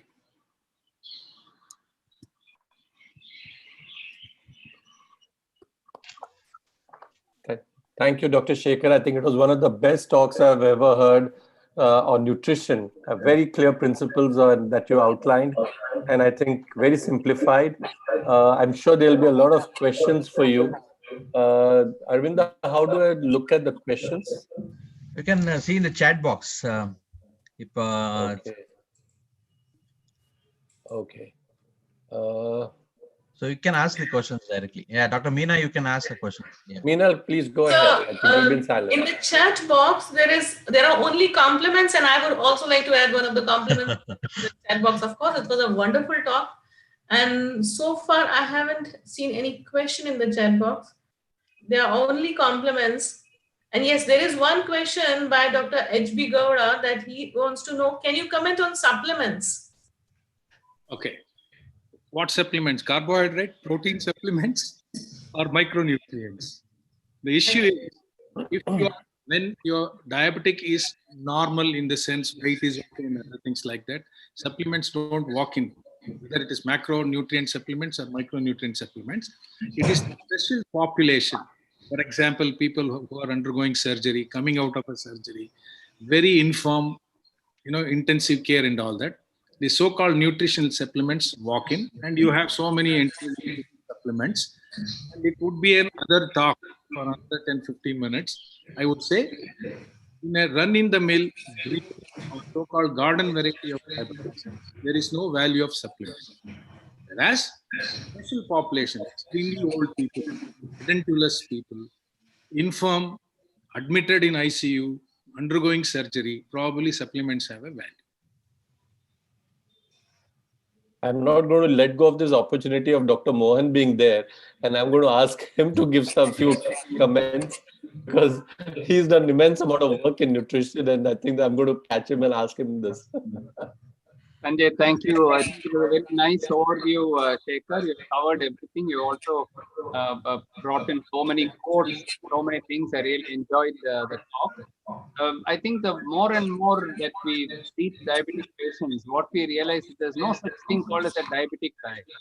There's nothing like that. I think it's healthy nutrition. What every person should eat is only what a person with diabetes should eat. If you don't have diabetes, you can eat all the sugar that you want, all the sweets that you want, as much as you want, without any calorie restriction. The same principles. I think a balanced diet with some carbohydrates, some healthy fat, enough protein, adding all the micronutrients, adding plenty of green leafy vegetables, fruit. You had that in your last slide, the plate concept. So I think as close to nature as possible. Avoid as much of processed foods as possible, because as you process, you keep adding salt and sugar, and trans fats, and everything you keep adding. So as close to nature as possible will be the healthiest diet. Very right. I'm going to ask this question to both of you. You always keep stressing on the fact that we need to burn more calories rather than consume less. But we now know that probably nutrition planning is much more important than exercise. And I want your opinion on this, both of you, that, you know, how much weightage you give to nutrition, how much weightage you give to really exercise. Mohan? Okay, I think both are important. If saying is your right hand important or your left hand important, keep on arguing about it. But I think just going on an exercise without following any diet doesn't make any sense. And without doing any exercise, trying to reduce your weight by cutting off your calories is very deleterious, because you will not build muscle, and you will only keep losing weight, and you will lose the right, all your muscle will go if you start dieting too much. So I think a combination of both is what is needed, because we need to not only burn the physical activity is not only for burning calories. It's to strengthen your heart, to improve your health, to improve your sleep, to improve your digestion. So many things improve when you do exercise. Similarly, diet is not just to cut calories, somehow make one diet, which is less in calories and lose weight. To give you nutrition. After all, food is our life. Without food, if you starve yourself, you're going to die. So that is our life. So you must eat the right thing. You said the right thing about the junk and the, that part I liked a lot. So I think you should cut out what is really not needed, focus on the healthy part, but you must eat enough, because you need enough for growth, activity, for your energy, and to build muscle. So, starving yourself, I don't think is enough. See, Dr. Agarwal, in my practice, when I talk about diet, people patiently listen because they have to eat at least 3 times a day, so they don't mind. When I say exercise, they slowly close their internal this thing, because exercise is alien to many of these people. But I have overcome this by saying physical activity, daily physical activity. I tell them daily physical activity, walking, putting your clothes, 3 times you take out your coat and put it back. It is an activity. Why? Because you convince them doing daily activity, they can probably burn some amount of glucose. But to burn the fat that they are having, they have to exercise. Here I start. But as Dr. Mohan, my senior, says, they are equal. There is nothing like all are equal and some are more equal. In this concept, they are all equal. You think we are underdiagnosing sarcopenia? Because when you've been having this for, you've been, cutting back on all the proteins, or, not having a healthy diet, you've been trying to burn out too much. Over a period of time, do you think a lot of our patients do tend to develop sarcopenia and we are underdiagnosing them? Yeah, this is an extraordinary question, Agarwal. Recently, and that sort of leads to, again, a rebound hyperglycemia, and that tends to create a lot of problems for our patients. See, recently I spoke about this. The first picture I put was, you remember Arnold Schwarzenegger? Yeah. In Governor of California. 30 years ago, Arnold Schwarzenegger was about 250 pounds. And today it is 270 pounds, but it is half of it is fat. We're talking about sarcopenia then. But the question is it just sarcopenia becoming very lean, or sarcopenic obesity? They look the same, but there is more fat and less muscle. As they grow older, you are absolutely right. You have to give a very, very important concept to this. For people who are becoming older, do not lose muscle, because when they go on crash diets, they lose not only fat, they lose muscle and bone. When they put on the weight back, the fat that comes back, muscle won't come back and bone hardly comes back. So down the road, so-called crash diets and weight loss managements, 10 to 20 years down the road, they are all sarcopenic. So you're absolutely right. You must pay heed to it and see to it that they take good amount of protein. Hi, Shashank. Welcome to the show. I think we've been missing your comments. How much of sarcopenia do you see in your practice, Shashank? So I think we can start that. I might be sarcopenic myself. So let's put it in a very, that just to make it on the lighter vein. I think sarcopenia is a very typical Indian problem. And I think Professor K. Srikumaran Nair, which I know very well, and Dr. Mohan also knows very well.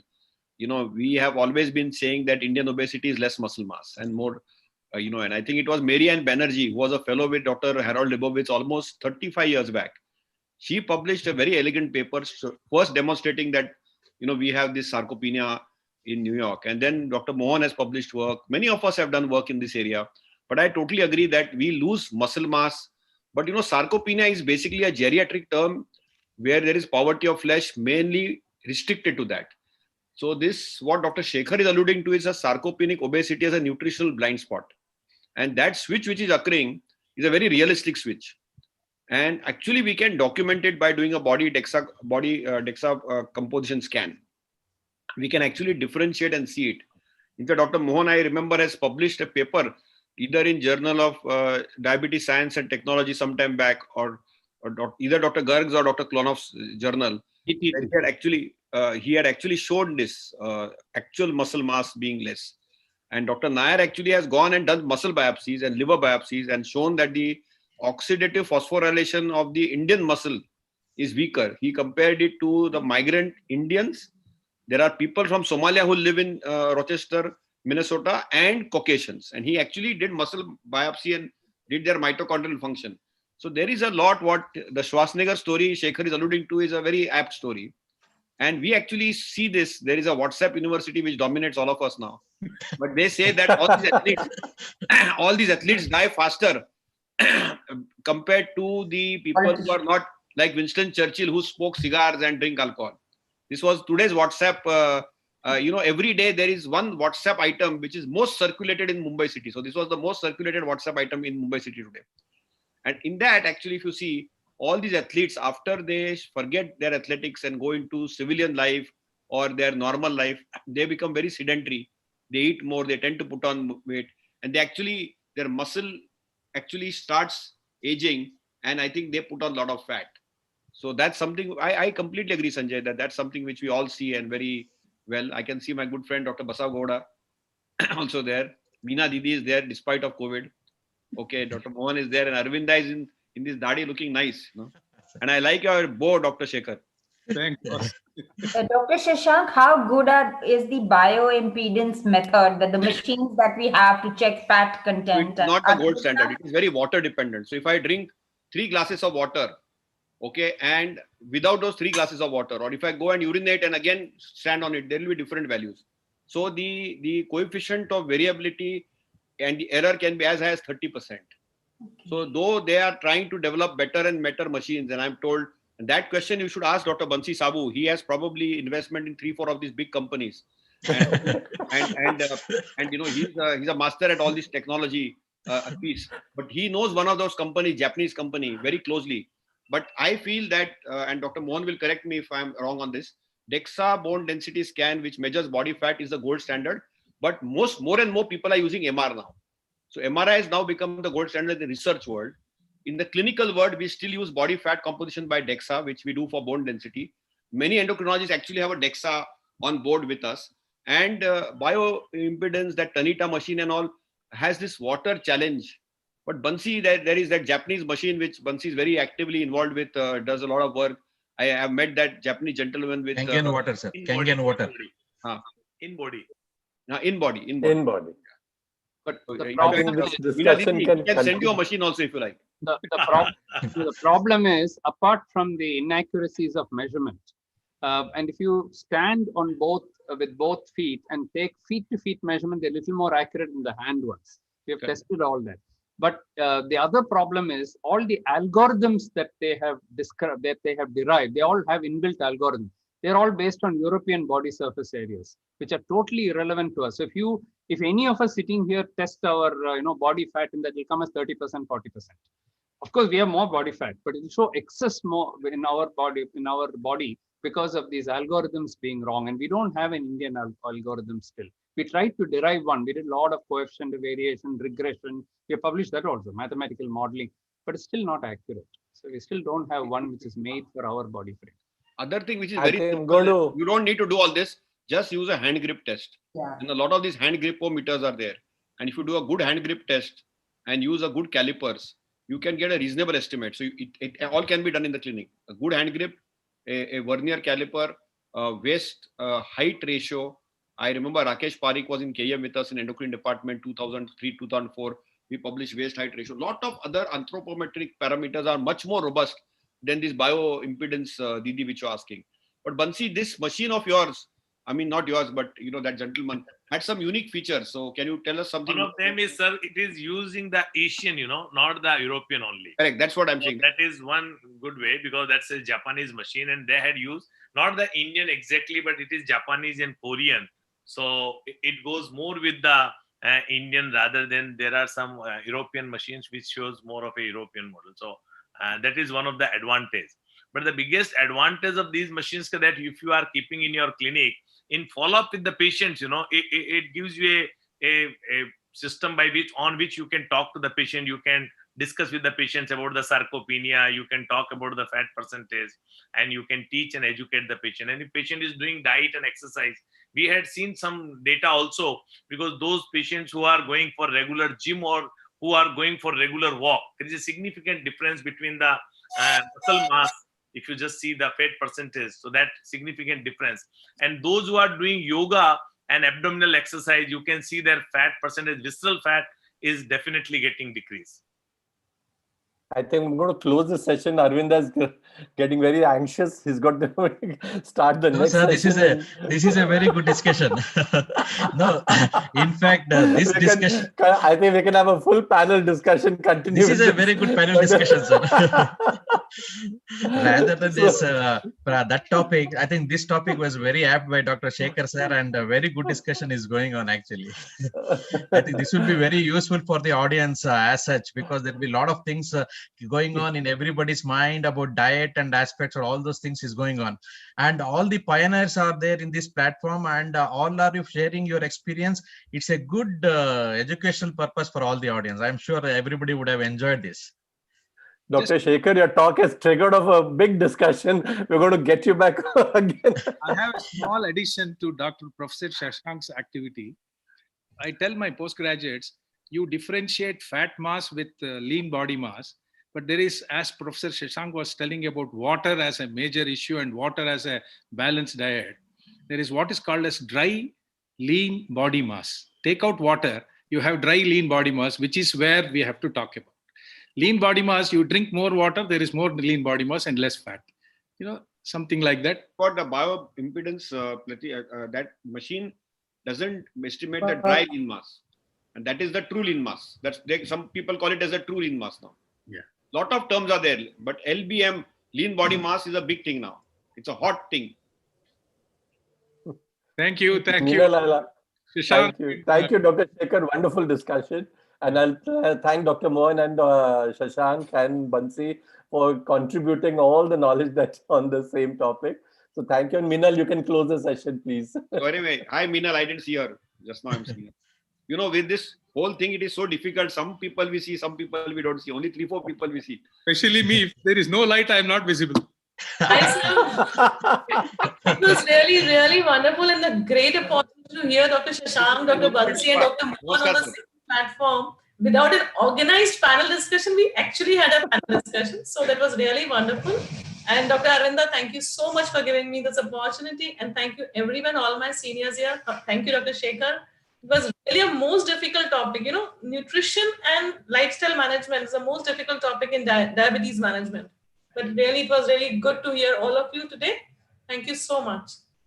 Thank you, sir, Professor Shekhar sir, for this Sanjay sir, wonderful thank you talk. so much. Yeah, and thank you, Dr. Sanjay and Dr. Minal, for being a part of this conference. Now we'll move on to the inauguration session. Already we have panel discussion is done here only, but we'll do the inaugural session now. The inauguration is a short period duration where there will be a lamp lighting, virtual lamp lighting by Professor V. Mohan, Professor Muni Chudappa, Professor Shashank Joshi, and Professor Banshi Sabu.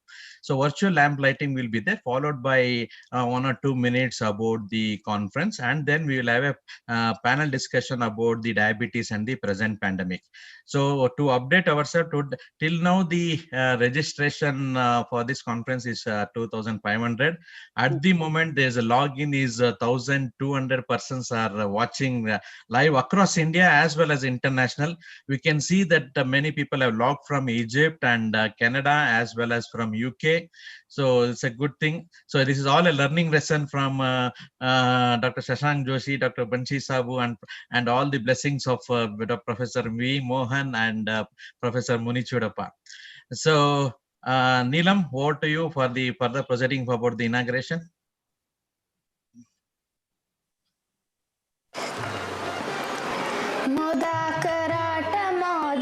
सदा विमुक्ति साधकं कलाधरावतं सकं विलासी लोकरक्षकम् अनायकैकनायकं विनाशिते बदैत्यतं नताशुभाशुनाशकं नमामि तं विनायकं नमामि तं विनायकम् नथेदरादिभीकरं नवोदितार्कभास्वरं नमत्सुरारिनिर्जरं नतादिकापदुर्धरं सुरेश्वरं निधीश्वरं गजेश्वरं गणेश्वरं महेश्वरं तमाश्रये परात्तरं निरन्तरं परात्तरं निरन्तरम् समस्तलोकशङ्करं निरस्तदैत्यकुञ्जरं दरेतरोदरं वरं वरेव भक्त्रमाक्षरं कृपाकरं क्षमाकरं मुदाकरं यशस्करं नमस्करो नमस्कृता नमस्करोमि भास्वरम् नमस्करोमि भास्वरं मुदाकराटमोदकं सदा विमुक्तिसाधकं कलाधरावतं सकं विलासी लोकरक्षकम् अनायकैकनायकं विनाशिते बदैत्यतं नताशुभाशुनाशकं नमामि तं विनायकं नमामि तं विनायकम्.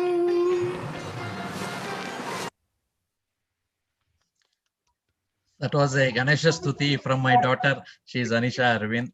So Ganesha Stuti is our tradition. So we should follow our tradition. So that is the reason this song was there. And now the lamp lighting is there. It's a virtual lamp lighting, like Professor V. Mohan on behalf of you, Professor Muni Chudappa sir on behalf of you, Dr. Shashank Joshi sir on behalf of you, Dr. Banshi Sabu on behalf of you. We would have loved to have you all in physical presence of inauguration. Because of this pandemic, I think this is the virtual inauguration which we are doing from Dr. Arvind Diabetes Center.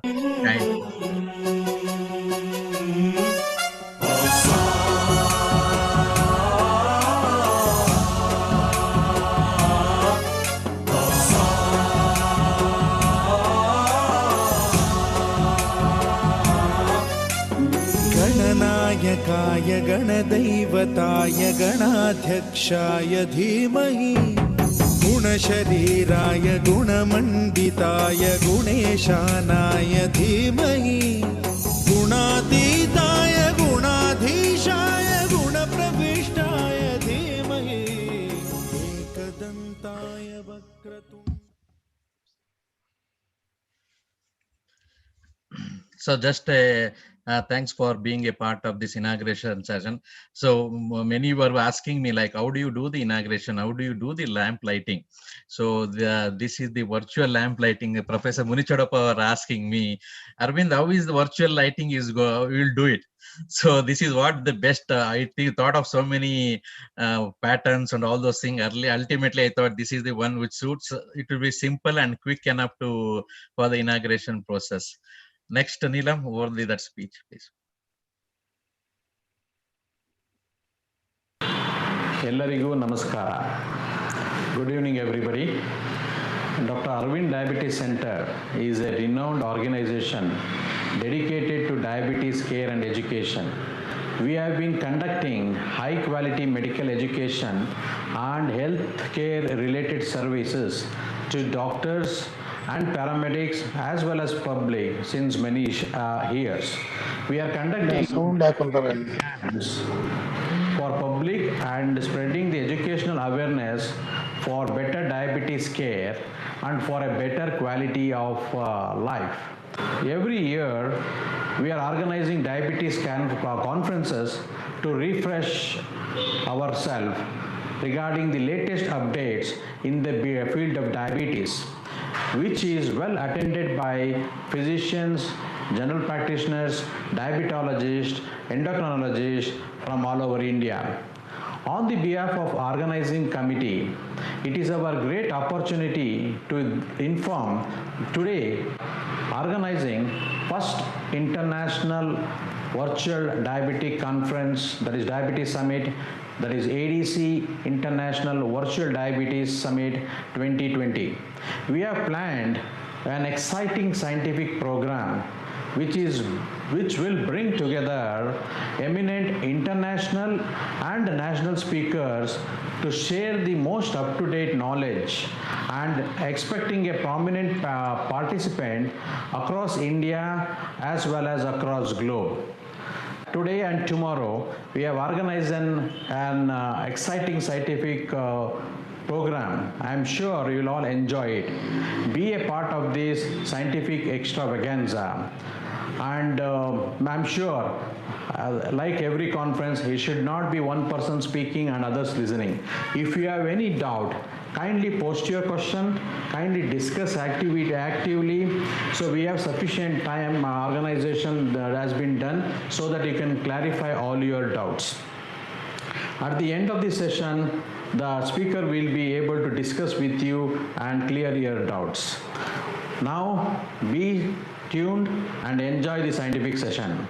Over to our esteemed faculty, our chief patron, our organizing chair, and our mentors to tell a few words regarding the conference. Thank you for your patience.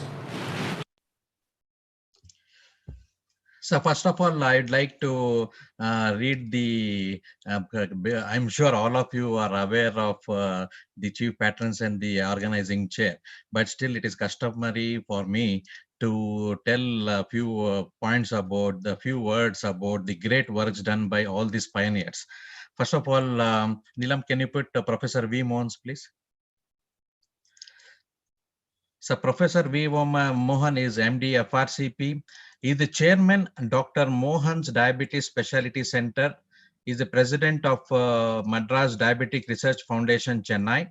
His main research interests are epidemiology of diabetes and its complications and genomics of diabetics. He has been conferred fellowship from all the 4 Royal College of Physicians, that is FRCP, London, Edinburgh, Glasgow, and Ireland. Royal Colleges should be very proud to get Mohan this award. And all the 3 science academics of India, including the fellowships of Indian National Science Academy. He's received over 180 awards, including Dr. B.C. Roy National Award by the Medical Council of India and the Dr. B.R. Ambedkar Centenary Award for Excellence in Biomedical Research from the ICMR, the highest award for biomedical research in India in 2018. He received Dr. Harold Rethen Award from American Diabetic Association, and he is the first Indian to receive this award. We are very proud of you, sir. Recently, he has conferred the Fellowship of Royal Society of Edinburgh from the Royal Society of Edinburgh. He published 1,275 papers in peer-reviewed journals, including 836 original articles, 278 review articles, and is invited editorials and 161 chapters to textbooks on diabetes and internal medicine, which is a world record by practicing doctor. His work has received over 116,500 citation and has an index of 126. In 2012, Dr. Mohan was awarded the Padma Shri from the Government of India. So we are very honored to for being a part of our conference and inaugurating and being a chief patron for the conference, sir. Can you tell a few words about the conference, sir? Thank you, Dr. Arvinda, for those kind words, and thank you for inviting me. I've watched with great pleasure and pride your progress over the years, not only as a clinician, as a diabetologist, your contribution to your patients, your dedication, even during the time of COVID, how you have been looking after your patients, but also in academics, teaching, in looking after your own staff very well. And this shows the enormous popularity that you enjoy, not only within your own patients and community, but also all over India and the world, as you can see from this very important meeting that you have put up. My congratulations to you for conducting such meetings again and again, and for maintaining such high quality. As looking at the program, and I found that everything right from the basics, right from the ABC of diabetes, the A1C, blood pressure, and the cholesterol, to tuberculosis and acute complications, chronic complications, gestational diabetes, latest trends in diabetes, right up to continuous glucose monitoring technology. Everything finds a place in your meeting, and you've got the best of the best people to be part of this. The fact that you have, our very, very senior diabetologist and colleague, Dr. Munichudappa, to whom I've been looking up to from my childhood, when he was already back from Jocelyn, and from many, many years, we used to admire the work that Dr. Munichudappa does, and I'm glad that you have him here in this conference, sir. Very much pleased to meet you here, sir. And also all the top people in India and from abroad. We have managed to get many people. So my very best wishes to you. Keep up the great work that you're doing. Diabetes today is no longer a rich man's disease. It has started affecting the poor. And we have close to 80 million people with diabetes. And these numbers are rapidly going to go up. We're going to overtake China in the next 3 or 4 years, whether we like it or not. And we will become the diabetes capital of the world, something which none of us want, but it's unfortunately, it's going to happen. But at least all of us should make an effort, even if we can't remove diabetes. You can't remove diabetes from India or the world for several reasons. First is, as the life expectancy increases, you'll have more people with diabetes because age is a non-modifiable risk factor. Second, genes you cannot change. You cannot change your father and mother. And thirdly, affluence and obesity brings with it a certain amount of metabolic imbalance, which is very difficult to change. And therefore, diabetes, to get rid of it is only a wishful thinking. I don't think it's going to happen. But what we can all work towards is to have a diabetes complications-free India. I think that is possible. And for that, all we need to do is the ABC, which you have introduced right up in your program. The A1C to be controlled, the blood pressure to be controlled, the cholesterol, LDL to be controlled, the diet, which we just talked about, the physical activity that comes under discipline, which becomes the D part of the ABCD. If we just follow the ABCD, it's as simple as ABCD to actually prevent complications. And yet, so much gap there is between what we preach and what we practice. And that's what is the gap that we should try to fill with conferences such as this, so that the message does not remain amongst us, because we are all, it's like preaching to the converted. We all know all this. And again, we're repeating this. How does this go into the community, and thereby we have a healthier India? I think that is what you're aiming for, and that's what conferences like this are aiming for. And my very best wishes to you and to all those who are associated to not only the organization of the conference, but also as the participants and the delegates who are listening to this. You are the foot soldiers. You are the ones who's going to take this message to the community. And I'm sure if we all work together, this dream of producing a diabetes complications free India the next say 10, 20 years is not something which is a dream or a hype, but can definitely become a reality. Thank you for inviting me for this wonderful conference. Thank you, sir. Next is Professor Muni Chodappa, sir. Actually, when I invited him, he said, Dr. Arvind, leave me alone. Like I am not used to this technology and all those things. I said, no, sir, your grandson will definitely do it for you. So your grandson will organize all this Zoom meeting and all, he'll tell you how to log in and all those things. So then you can definitely then he was kind enough to agree to be our chief patron.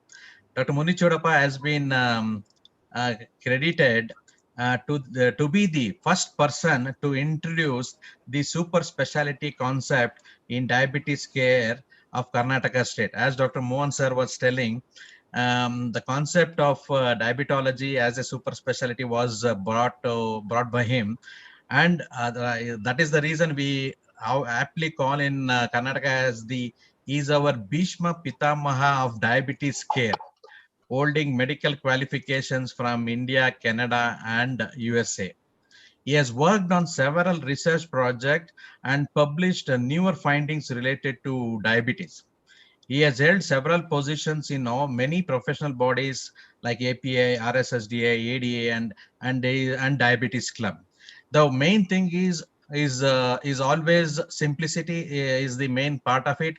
And whenever we discuss with him the various aspects of diabetes, I'm sure all of you agree how simple is he and how he keeps the diabetes management very simple.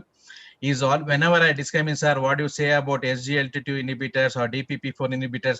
Arvind, all these newer tablets and all, you don't worry about those things, but always keep the diabetes, think about the patient's affordability and go to the basics and treat the patient, then all the patients will be all right. That is the things you used to always tell about diabetes management. So over to Dr. Muni Chodappa, sir, to tell a few points about the conference, sir. Thank you, Dr. Arvind. Nice to see you with a new avatar, with beard and all that. I wonder whether Shekhar was there a few centuries ago. Why does Ganesha have pot belly? So he should be telling us why he has pot belly. Anyway, now when I returned from US sometime in 1971, I was the only fellow in Karnataka talking about diabetes. And wherever we go, I was the only fellow to be invited from Karnataka. And it was embarrassing also to talk about that situation. But now, over the years, now we had Diabetic Association of India, which used to conduct every 3 years conference of all over India, and very few people used to attend. Maybe when I organized Diabetic Association of India's conference in 1978, I had only 40 people registering, and we used to pay for ourselves to travel and to stay. And then a lot of people used to come.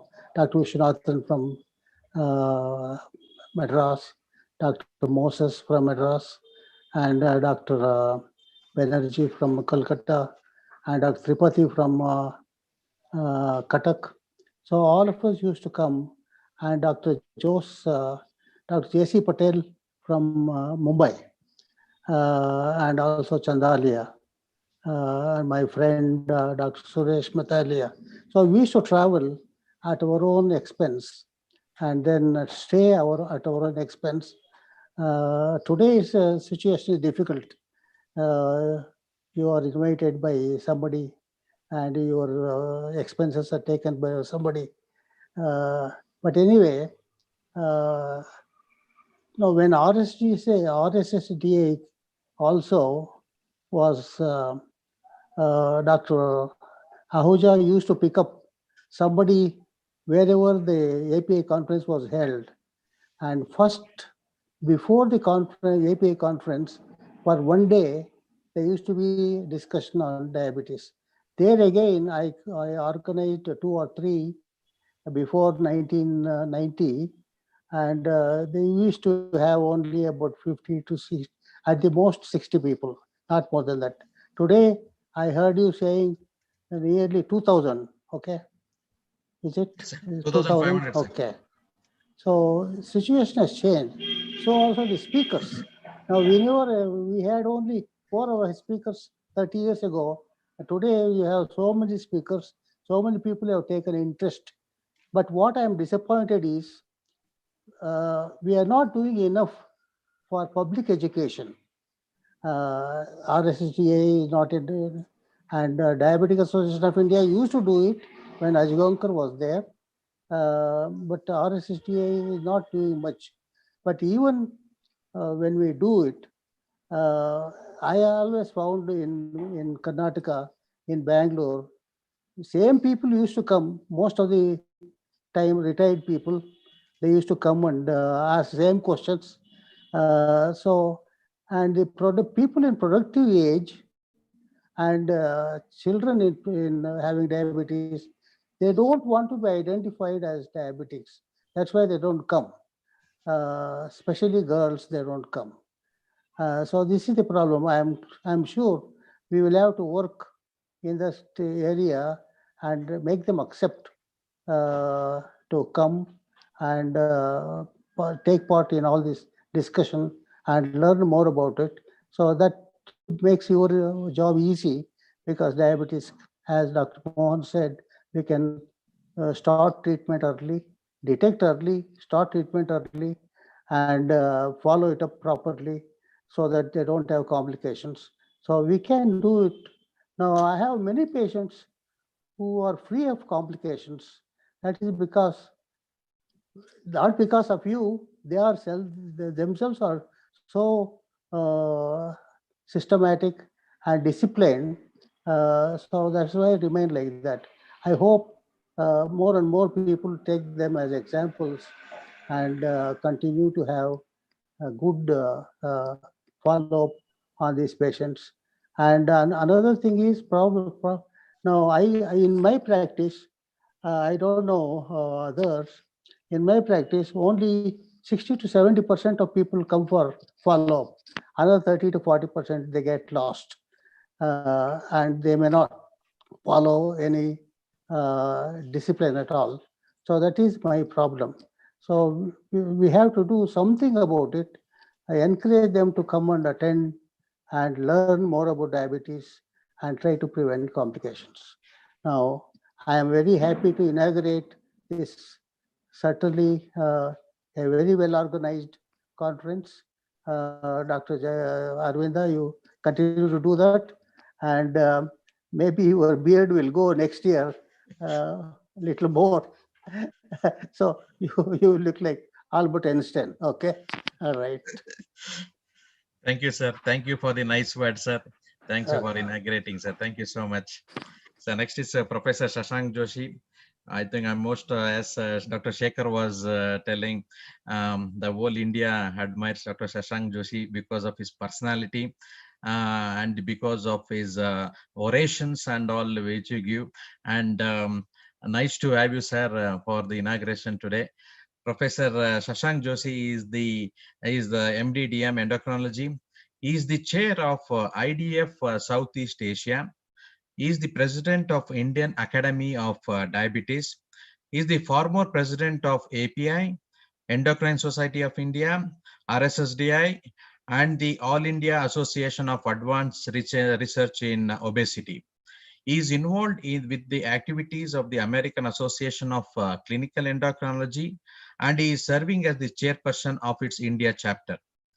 Dr. Shashank Joshi was honored by the Government of India by Padma Shri Award in 2014 in recognition of his efforts to the cause of medicine.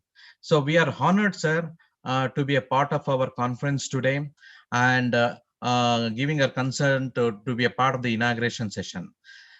Over to Professor Shashank Joshi to tell a few words about the conference. So Dr. Arvind Jagdisha, congratulations to you and your whole team. I would echo the sentiments by my previous two speakers that we are now meeting virtually more and more. And, it's unusual times with a lot of uncertainty. And despite of all that, I think education cannot stop. And I think virtual platform has given us a access to connect. So we are living actually in a global village. And I'm very happy and very proud of you that more than 2,000 plus people are going to attend. Whatever they are going to attend, they're going to listen, they're going to learn. I hope they can adapt a few pearls of wisdom they learn from your meeting to help people living with diabetes. I think that's the common goal we have. And I think, we are all committed to have a diabetes-free world, which is a utopian idea. So in disease limitation, at least we can aim for complication-free world, as Dr. Mohan said. I think diabetes-free world is also a doable concept. In the good old days, we thought type 2 diabetes was a chronic condition, which is lifelong treatment. But now increasingly we recognize that a small subset of type 2 diabetes is reversible. We can even use technology to reverse it. We can use lifestyle modulation techniques to reverse it. We can use adherence mechanisms. We are next year going to celebrate a centenary of insulin discovery. And we still don't have an oral insulin in the anvil. I hope something from Bangalore can come up with an oral insulin which is undergoing scrutiny and investigation.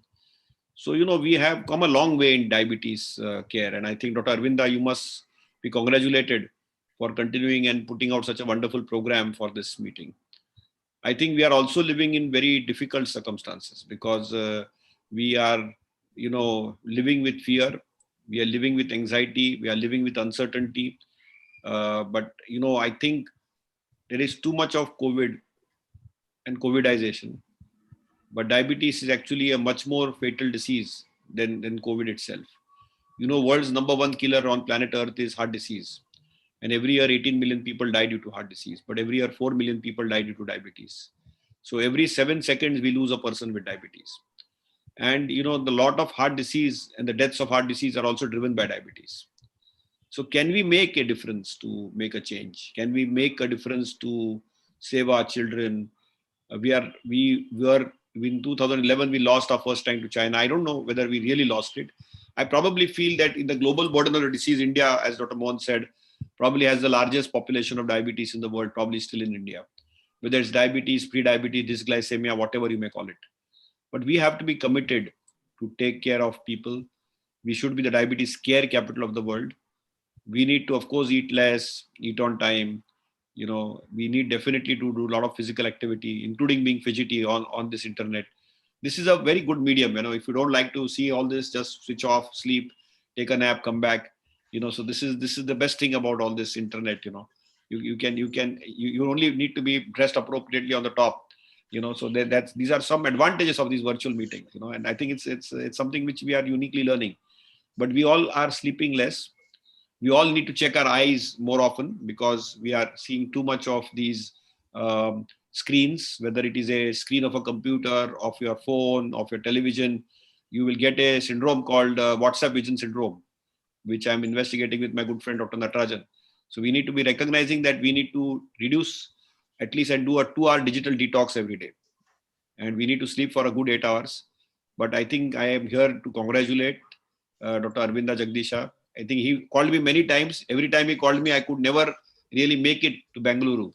I had some prior commitment. Usually his meetings used to be in first week of May. Correct me if I'm wrong. Yes, sir. Yes, sir. And that is the time it used to clash with the ACE meeting. And every year that was the ACE meeting time. So I could never make it. But at least this year I made it virtually for you. Thank you. And I have a Facebook Live for, as Dr. Munichadova said, we should do more for education. So now I run a program in Marathi for just educating lay people, which I do every Saturday from 7 to 8. And I think I would appeal to every person here. Each one of you all are very big people in your respective places, icons. Do something for the lay people. I think they have the maximum anxiety. And unfortunately, they are today Googleized and WhatsApped.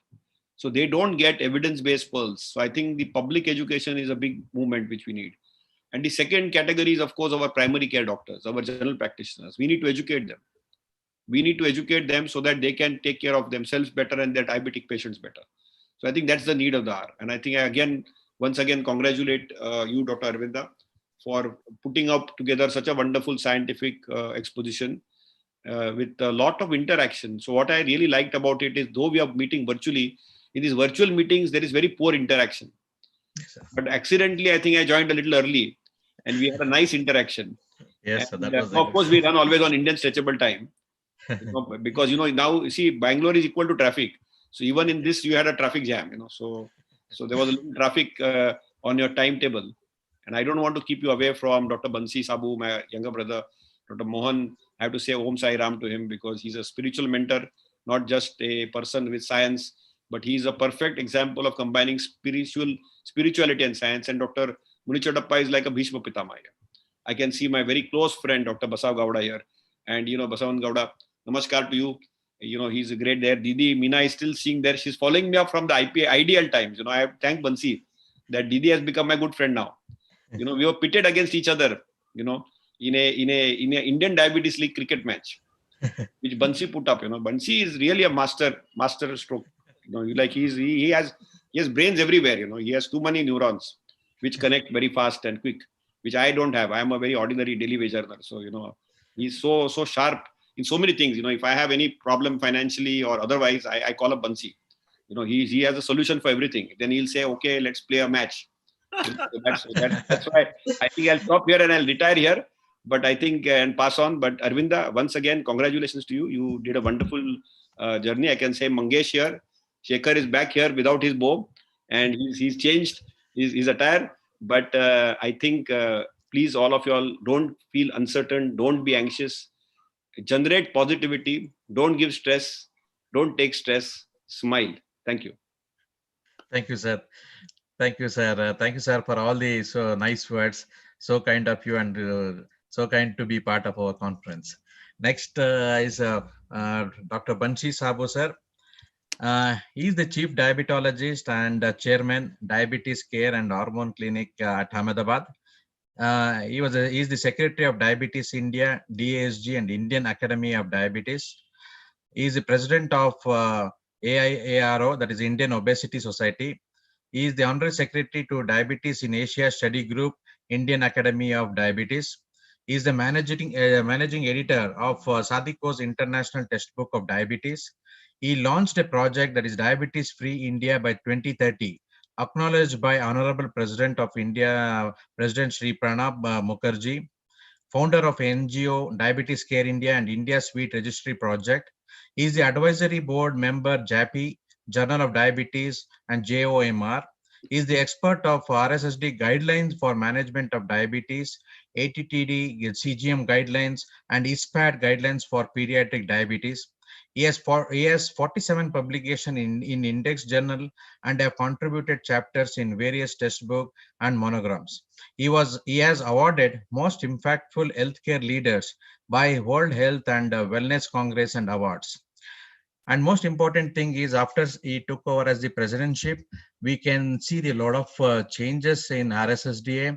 We can see the so many activities which is being done, not only for the practicing doctors or the practicing diabetologists or the physicians, but public awareness is also much improved. In the sense, we can proudly say that for the doctors fraternity, the one of the concept of IDL, that is Indian Diabetes League, is much appreciated across by other specialties also. That is the major thing, because many of us in Karnataka, they ask me, what is that IDL? It is making so much of waves. What is the concept of this? How do they do? So the whole idea is that how do they do the winners? How do they make the loser? And all those things were discussed here. The whole concept of knowledge dissipation was done through IDL. The brain behind was the Dr. Bansi Sabu.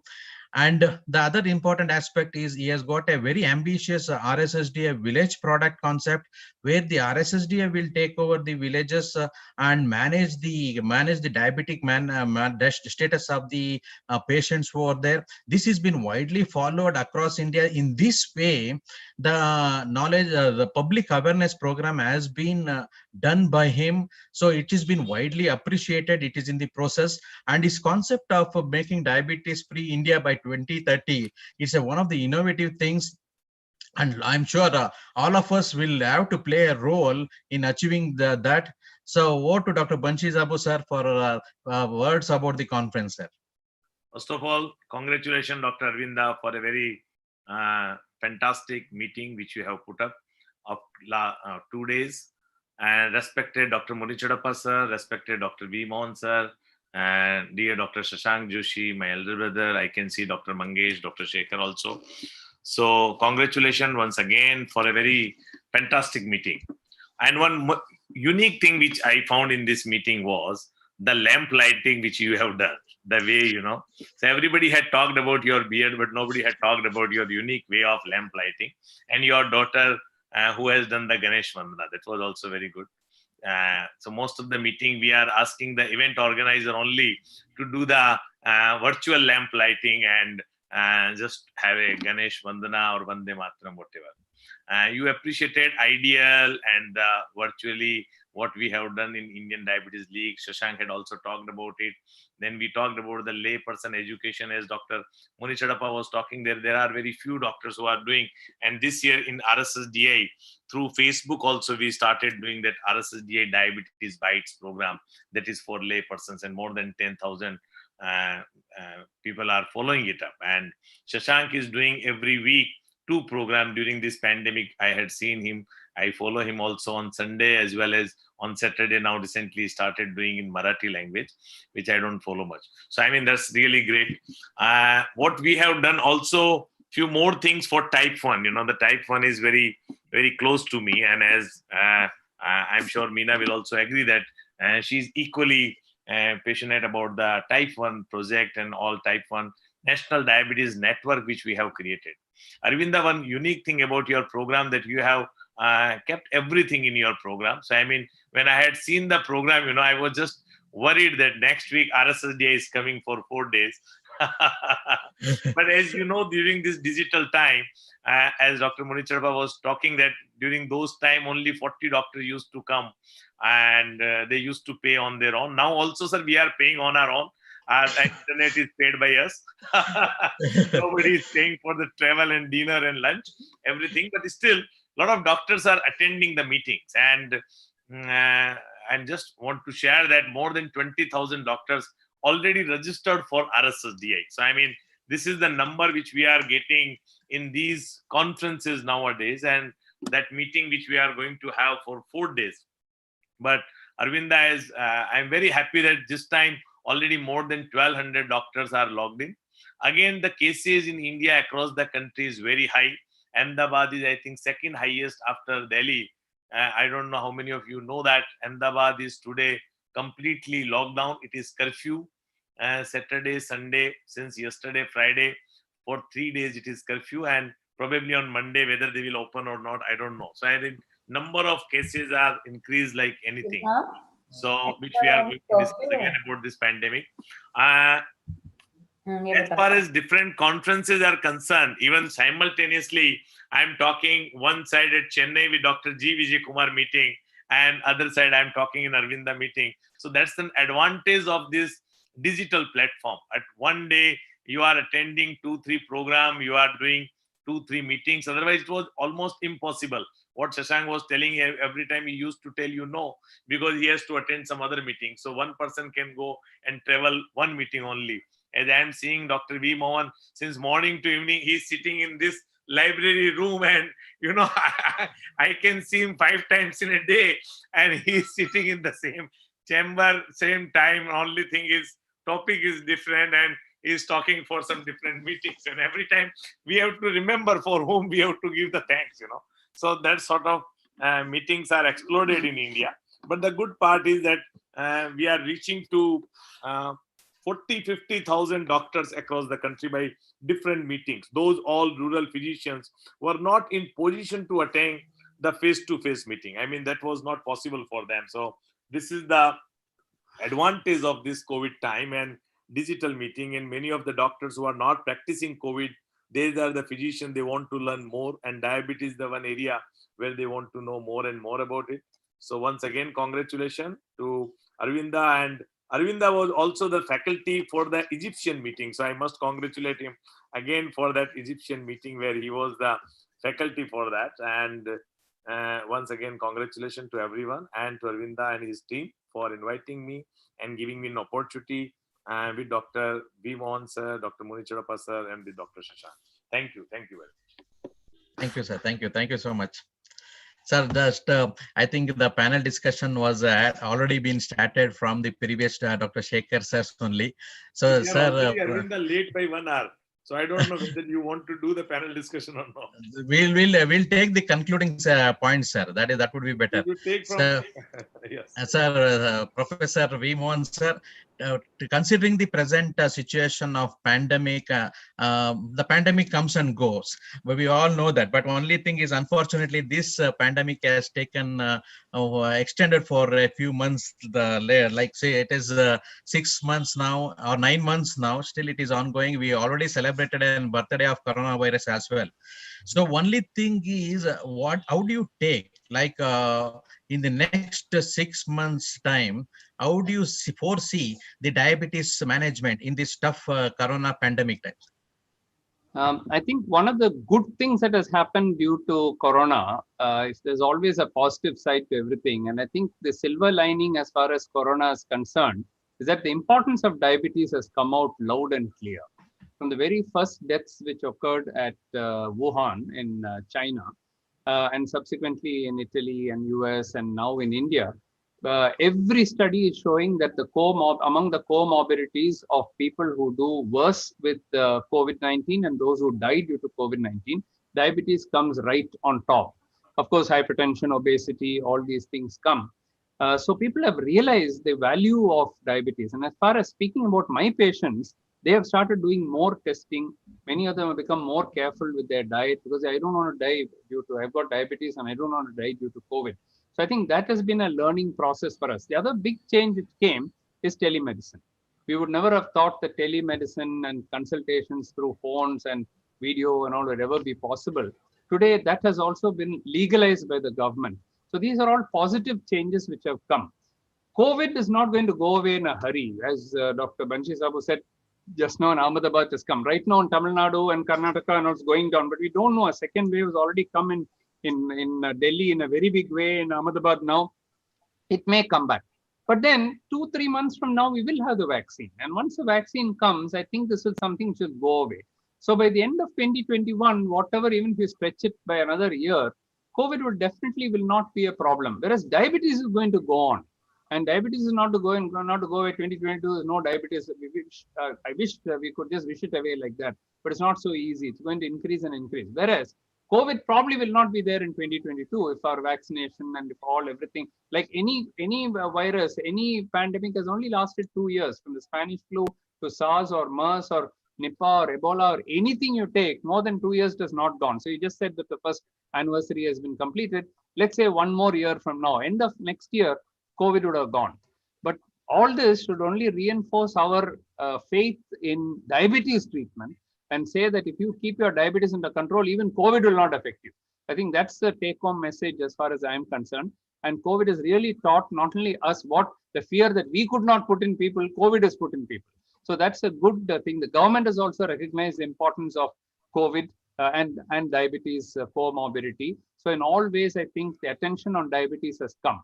And next year being the centenary of insulin, even the use of insulin has gone up during COVID because severe cases are treated with insulin. And even people who are not willing to take insulin now, when they get COVID or fear of COVID, you tell them to take insulin, they're willing.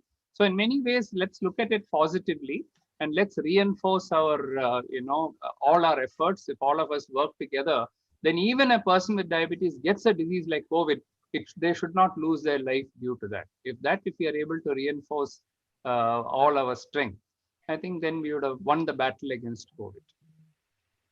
Thank you, sir. Thank you for all the wisdom, sir. So I think this is very apt, as you said.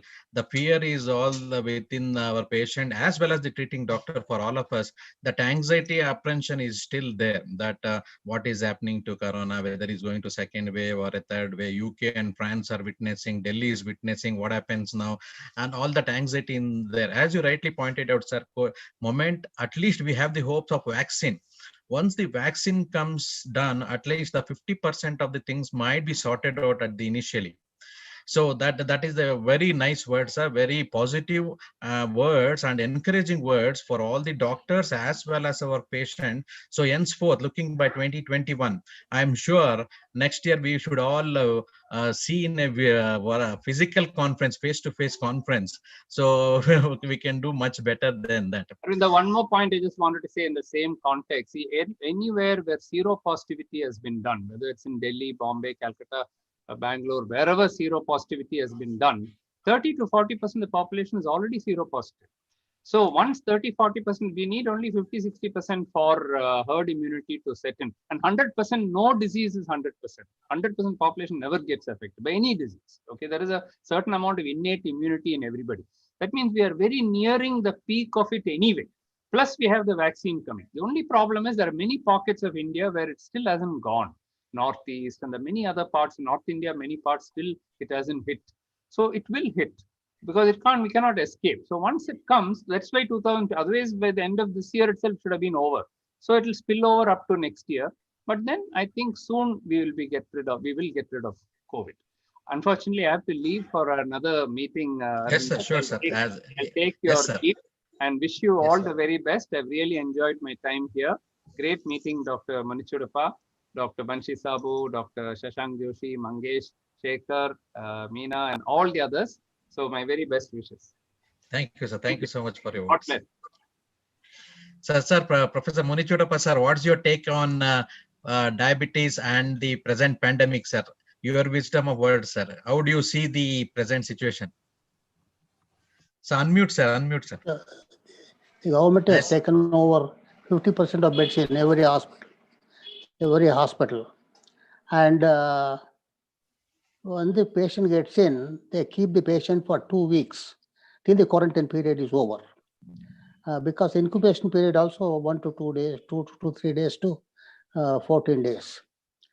And till the incubation period is over, they don't release you. That's number one. Now, in Bangalore, what has happened in our hospital, Bangalore hospital, 50% patient was taken, beds were taken over by the government, and government doctor only comes and treat as government's SOP. Now, I asked the physician who used to come from another hospital, government hospital, he used to treat, sir, if you don't mind, take care of diabetes patients. I said, all right. Now, every patient used to have 300, 400 blood sugars because patients were on cortisone. All of them get cortisone. So naturally, we expect the blood sugar to go up. And particularly, they used to give long-acting cortisone. So naturally, every time throughout the day, you have to control the blood sugar. And best thing would be either rapid-acting analog or human regular insulin, like Actrapid or Insuman or Insugen. So it has to be given maybe 2 or 3 times, maybe 4 every 6 hours, maybe ranging from 20 to 30 units. That is the only way to control it. And of course, patients who are getting, it's a good time because they are there in the hospital for 2 weeks, and you could tell them about the diet, and you could tell them about how to control diabetes. The days when they are not on cortisone, and when they are cortisone, what happens? And so they should also continue in taking increased amount of insulin and diet also. So that's a good opportunity to educate them also, which we used to do, and it was quite successful because at that time, because of COVID and diabetes getting worse, they are very interesting to know and continue what you tell them. They will continue. They will follow your instructions, and so that will help you. Okay. Thank you, sir. Thank you for the nice words. A very practical situation, sir. What you explained is the day-to-day ongoing about the present situation. Next, Dr. Banshi sir. So Only being thing is, the yes. the government won't pay the bills. they don't pay because 50% of the patients, they are taken, 50% of the beds they have taken over. But when you send the bill, that to 1/4 of usual charges, they take another 2 or 3 months, and you have to you can't get the bill without bribing. Dr. Banshi sir, Yes, being sir. the First of being all- the yes sir. First of all, again, thanks and congratulations for the meeting. As far as COVID is concerned, I fully agree with Dr. Mohan that in two aspects. One is that people started importance of diabetes management, which had become really important. See, we were trying to educate our patients since years, but I mean, during this COVID time, most of the patients, they could understand. Even the pre-diabetic population or those who are at the risk of developing diabetes and the family members of the persons with diabetes also started understanding the importance of tight glycemic control. And many of our patients, even on telephone now, they started understanding how to take the injection. Otherwise, they were not ready to accept the injection inside the clinic when my diabetic educator was teaching them. But now on a video call, my educator is teaching and they are taking the injection. So I mean on disposable pen and all those things which they are taking. So that's a good part of it. The second is Dr. Mohan was also telling that maybe by 2022, this pandemic may go down because all the pandemic had not lasted for more than 2 years, and maybe because of either vaccine or maybe because of herd immunity. But the bad news about 2021 is already ESD in September, which is going to be there in 2021.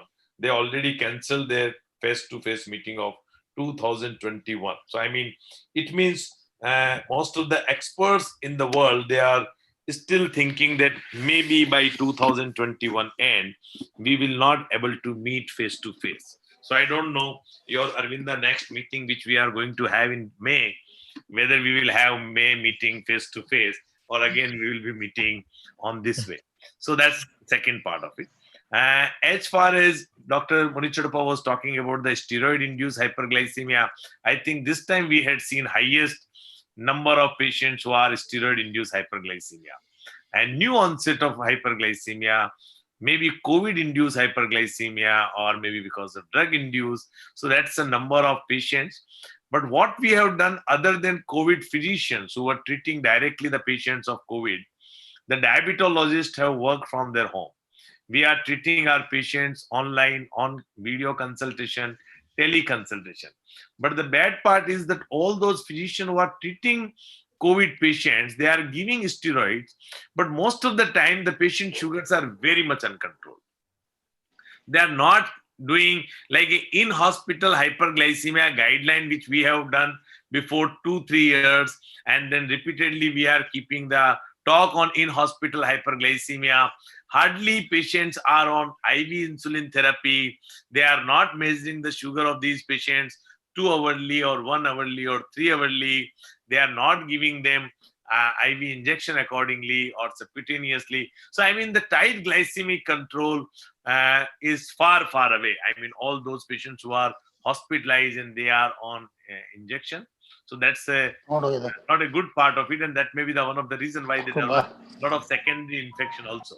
So during this COVID time, I think all of us who are practicing diabetes primarily, I think we should start educating all those physicians and medical officers who are working in hospital and treating all these COVID patients by giving them steroid. At least they should know what is in hospital management of hyperglycemia. They should try to achieve a tight glycemic control, and good glycemic monitoring should be done. That is what my message. So I mean, Arvinda, we are going to keep in our RSSDA also one dedicated session only on COVID as well as in-hospital hyperglycemia, and the same time on all RSSDA guideline, where in-hospital management guideline is already been done by RSSDA. We are going to have that. But I think during this COVID time, one dedicated session, and we should keep once again for all those medical officers and doctors who are working, and even the nursing staff who is in the hospital, and they are giving the patients IV steroid, even tablet Medrol and Dexona and Visolon, but their sugar are very, very high. So that's the worst part of it. But we are trying our level best to consult all these patients online, telephonically consulting them and trying to achieve a good control. But I'm sure, I think Mangesh also wants to tell something. And now I can see Dr. Makkad also. So I'm sure all of them also must be facing the similar problem. But once again, thank you, Arvinda. And I'm sorry I have to leave for another meeting at 7 p.m., which was planned. So once again, congratulations and thank you. Thank you, sir. Thank you, Dr. Mangesh. Thank you, Dr. Makkad Sahab. I can see Kiran Shah and Dr. Munichadappa, sir. Thank you, sir. Thank you. So thank you, sir. So this Good comes evening, to, everyone. Yeah, good evening, sir. So this comes to the completion of inauguration ceremony. So I wholeheartedly from Dr. Arvind Diabetes Center and the organizing team. So we thank Professor V. Mohan, Professor Muni Chudappa sir, Dr. Shashank Joshi sir, Dr. Banshi Sabu sir for being a part of this inauguration program as well as the panel discussion. But that was a very good panel discussion starting from the diet and diabetes, extending on to the pandemic of that is corona pandemics and the diabetes. So we had a very good insightful thoughts from the pioneers of this field. So thank you all, sir, for your kind words and the word of wisdoms, which was very helpful to all the practicing doctors across India as well as to our patients. So now we will move on to the next session. Neelam, how is the situation?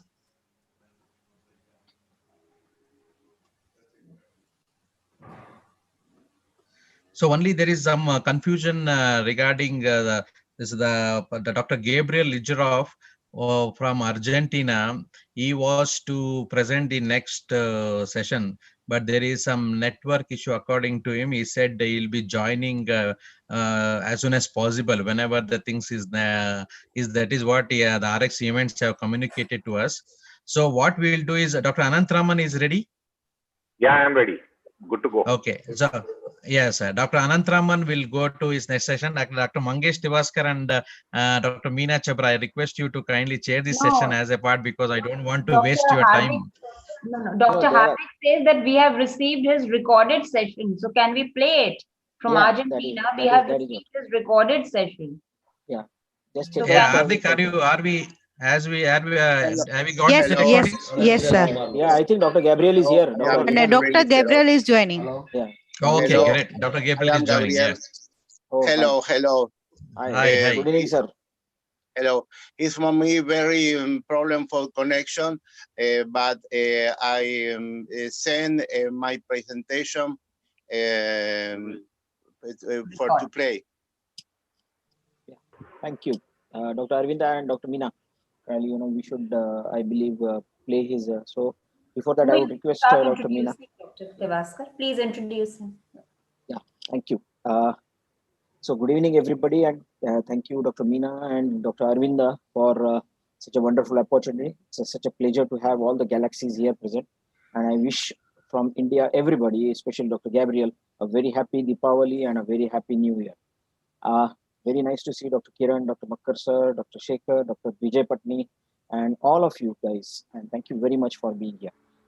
I would request Hardik to put on Dr. Gabriel's CV. Yeah, so it's my huge honor and privilege to introduce one of the keynote speakers from Argentina. He's Dr. Gabriel Lidgerov. I believe I have pronounced his surname correctly. Yes, Dr. Gabriel is head of the Department of Santa Marina Hospital, and he's a director of Scientific Committee International Affairs, a former president of Argentina Diabetes Foundation, FAD. Dr. Gabriel also has got a job of being a director of the Disaster Task Force Management and a former member of the Executive Committee of the International Diabetes Foundation, SACA region. I would request Dr. Gabriel to deliver his talk on management of diabetes in the vulnerable population. Over to you, Dr. Gabriel, please. I think he's recording. Thank you very much to Professor Aravinda Jadeja for his kind invitation to participate in this meeting. It is a great honor for me to share the experience and challenge we face in treating diabetes in a socio-economically vulnerable population with diabetes. My name is Gabriel Istrov. I am the head of diabetology at the Santa Marina Hospital in Monte Grande, 30 kilometers from the city of Buenos Aires. In our service, we attend about 3,600 patients, most of them unemployed and with an illiteracy rate of 6%. Patients receive NPH, insulin, regular analogs, metformin, and glibenclamide from the state. The approach to diabetes in poor countries presents unique situations unthinkable in the first world, but a daily challenge for professionals who want to protect the health of their patient in the best way possible. It is the lack of protection, the greatest possibility of being damaged. The greater possibility of suffering complications in those who have diabetes due to ignorance or due to different socioeconomic factors. Another aspect of vulnerability in diabetes, such as the possibility of suffering it in the population that has risk factors, for example. This is part of the Maimonides oath that inspires us in the task. He lived 8 centuries ago, but his vision is still valid.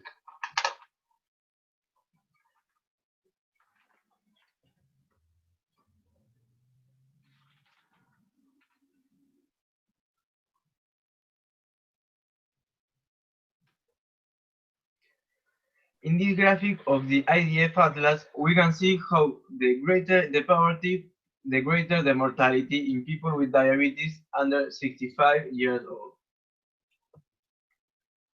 This is my country, Argentina. Inside it, Buenos Aires. And inside Buenos Aires, in this small violet colored fraction, is my city, Monte Grande.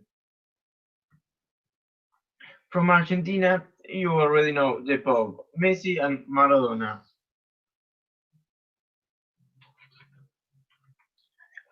And the Queen of Maxima of Holland. Now I want you to meet my hospital, Santa Marina Hospital. It is a public hospital and care is free. As we already said, we attend about 3,600 patients with diabetes, most of them unemployed and with an illiteracy rate of 6%. Diabetes and socioeconomic aspects in Argentina. In those with the lowest income, blood glucose was elevated by almost 15%. In those with the highest income, but almost 12%. You can see that the lower the level of schooling, the more high blood glucose levels were detected. This is what we can appreciate. More poverty, more diabetes. Less education, more diabetes.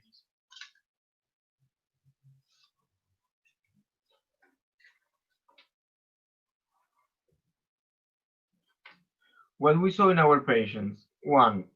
Prejudices about diabetes. 2. Not wanting to use insulin due to lack of means to refrigerate. 3. Do not perform physical activity due to insecurity on public roads. 4. Economic difficulty to buy healthy food. 5. Difficulty in access to medical consultation. 6. Lack of motivation. 7. Illiteracy. Prejudices about diabetes. In a public survey of 1,440 people conducted by the Argentine Diabetes Federation, it was found that 62% thought that no matter what is done, diabetes will inevitably lead to complications. 61% thought taking insulin impairs vision, heart, and kidneys. When patients tell us they don't have a refrigerator, we give them the one we use for vaccines with refrigerants. Twice a week, we give physical activity in a public square. The team social worker examines the need for healthy eating support.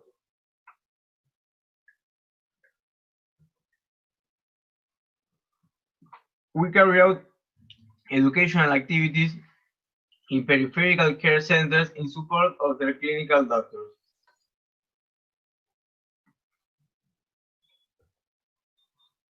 We give a course for patients and their family once a month.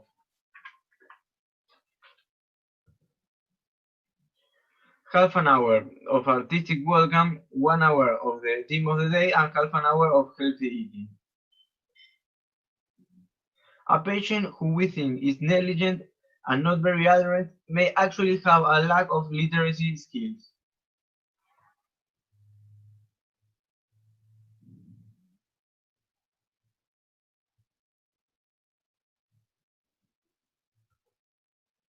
"20 years ago, we founded the primary school for adults with diabetes. We give an official primary degree and training in your healthcare.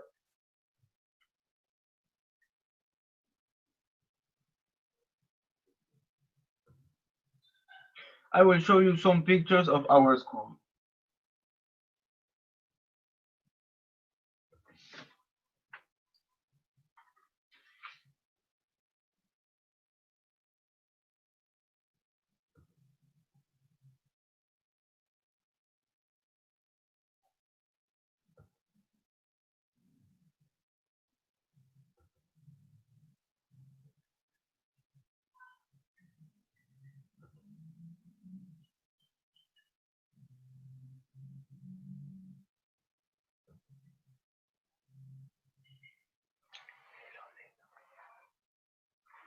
Metabolic control of incoming students in 2012, measuring HbA1c at the beginning and at the end of the school year.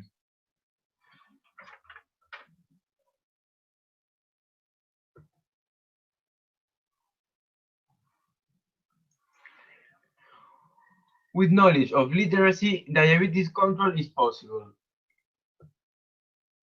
So, in conclusion, knowing how to listen is the first step to see. And to see is the first step to act. Gabriel Izquierdo. Thank you very much.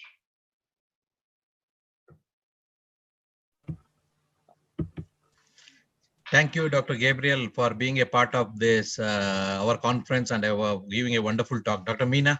Yeah, thank you so much. But our audience will agree that what he has shown is in a few percentage of the Argentinian people we see on a daily basis. And how we fight this is important. So how do we overcome these difficulties? Dr. Gabriel has told us very nicely that literacy is the way forward, and not just literacy, learning the language, but diabetic literacy is the way forward. So we have to teach our patients what is diabetes, what are microvascular complications, what are macrovascular complications, and how we can prevent them. And I think most of us have at least 30% patients or even more from the poor resource, set in the poor resource setting. And I think I accept it as a challenge to see such patients in a resource poor setting. So I think I empathize with Dr. Gabriel, and more doctors sitting in the panel will empathize with us. And we do find innovative ways. If they don't have a refrigerator, then how to store insulin in spite of not having a refrigerator. And I agree with Dr. Gabriel that group medical practice, calling people together and talking to them about microvascular complications or about the importance of doing fasting postprandial blood sugars. This way we can bring down the cost. So if we can buy glucometers in bulk, we are doing it. We can buy sticks in bulk, and that's how we can actually do and make a difference in the life of the resource poor diabetic patient. And of course, talking to them about healthy eating. While we were discussing COVID, we were saying that during the COVID times, we have learned how to manage diabetes better. We have also gone back to traditional cooking because it is the traditional Indian cooking which is not diabetogenic. We are all living in an obesogenic environment. It's the obesogenic environment which is to be blamed. So Dr. Gabriel, I think I really relate to you, and we are on the same page. And most of us here in the panel will be on the same page that if you educate the diabetic patient, if you call them together for camps, if you talk to them about the importance of HbA1c sugars, If you could arrange glucometers at a low cost, if you could arrange sticks at a low cost, we can actually help the vulnerable population. Of course, our governments are doing their job, but it's also our duty to help the vulnerable, to identify the vulnerable, to listen to them, to talk to their families. It's not so difficult. It's achievable. All healthy food need not be expensive. You know, high protein can be chana also. It need not be only dry fruits. So we can actually, kind of talk to the patient about the healthy thali, the traditional way of cooking, and not to go back to the obesogenic environment, which means eating a lot of fast food. So thank you, Dr. Gabriel. And I think Dr. Mangesh, if you have a question for him. No, Dr. Mangesh, anything to discuss? No, on the contrary, Dr. Meena has put it so beautifully well. And in fact, I completely agree to what she said, that we all are, in some way or the other in a resource poor scenario. We all are, almost on the similar page with Dr. Gabriel. And even though percentage may vary, but actually the challenge stays same. And what Meena has beautifully, said that we have returned back to our kitchen foods. That is one of the most beautiful things that COVID has probably done to all of us. I always, funnily say that Earth must have become at least 10% lighter because everyone has started eating home food. So that is very important for all of us to understand. And as we face this kind of a vulnerable population, which are multifold, and in the various areas we need to address on.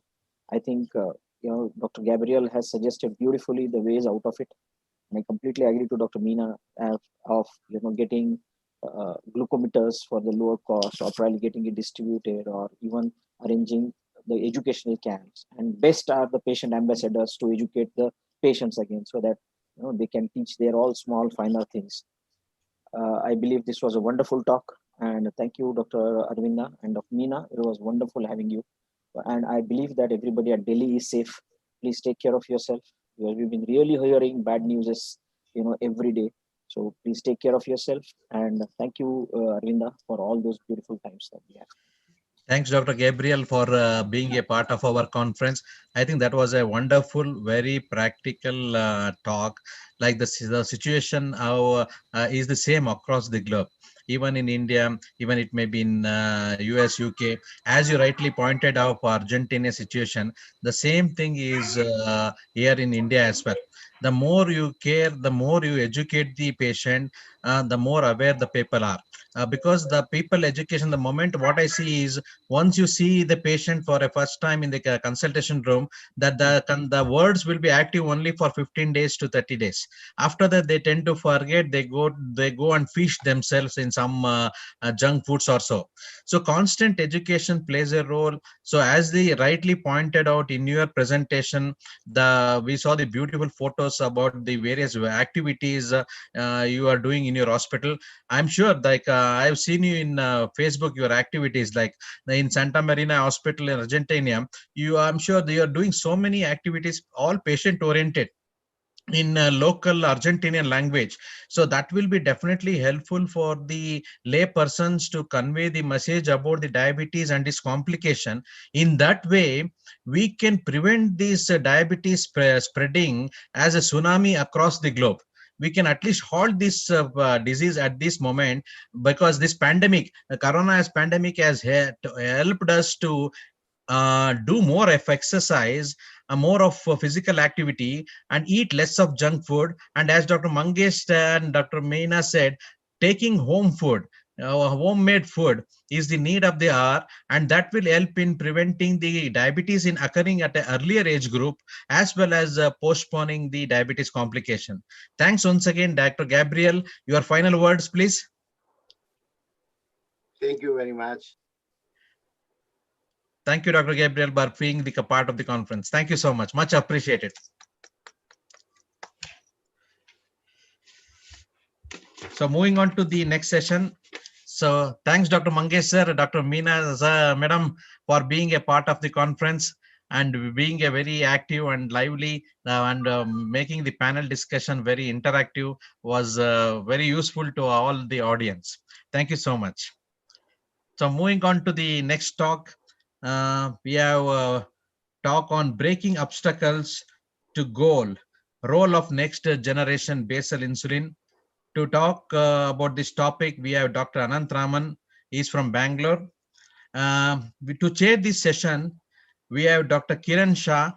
He's a consultant diabetologist from Mumbai.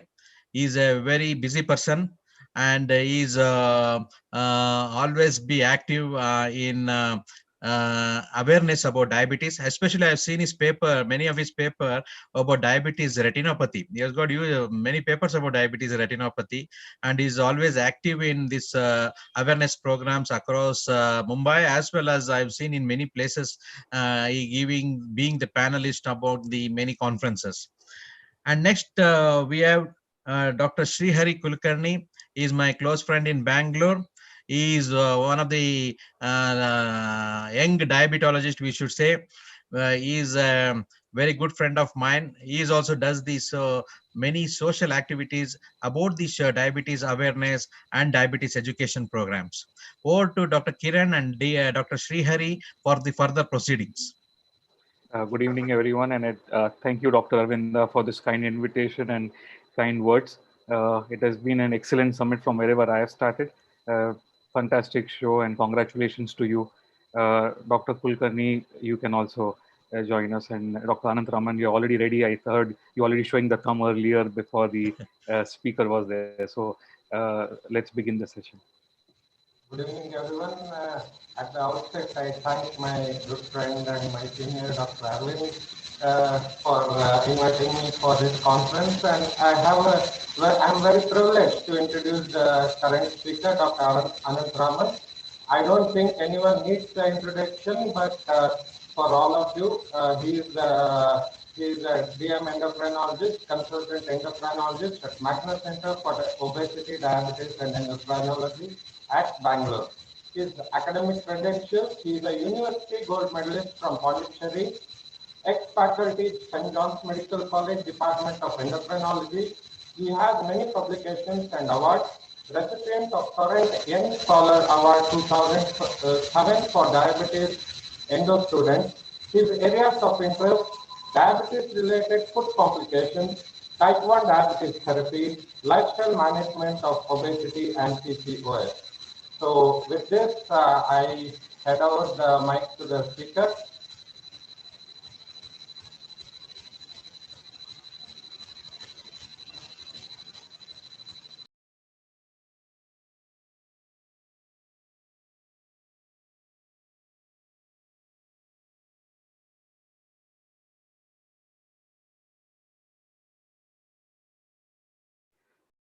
You need to unmute yourself. Anant, you need to unmute.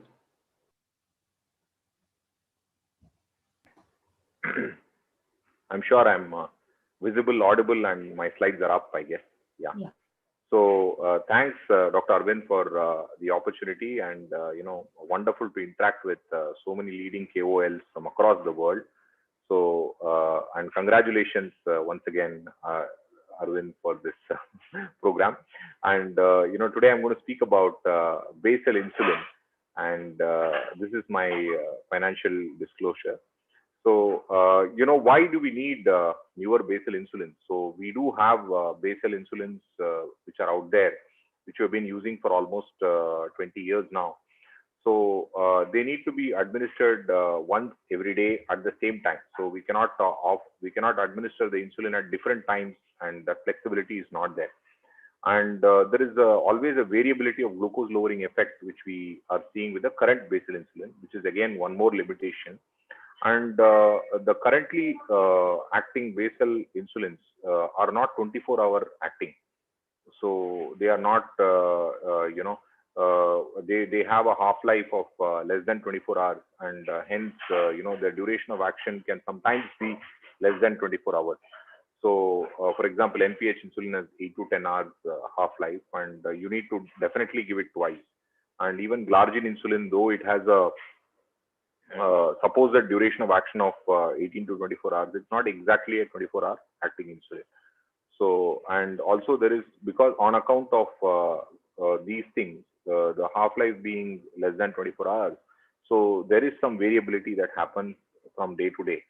So, so given the same kind of diet, the same kind of insulin dose, and the same physical activity levels, a patient can experience varied glucose levels on account of this, which causes confusion for the patient.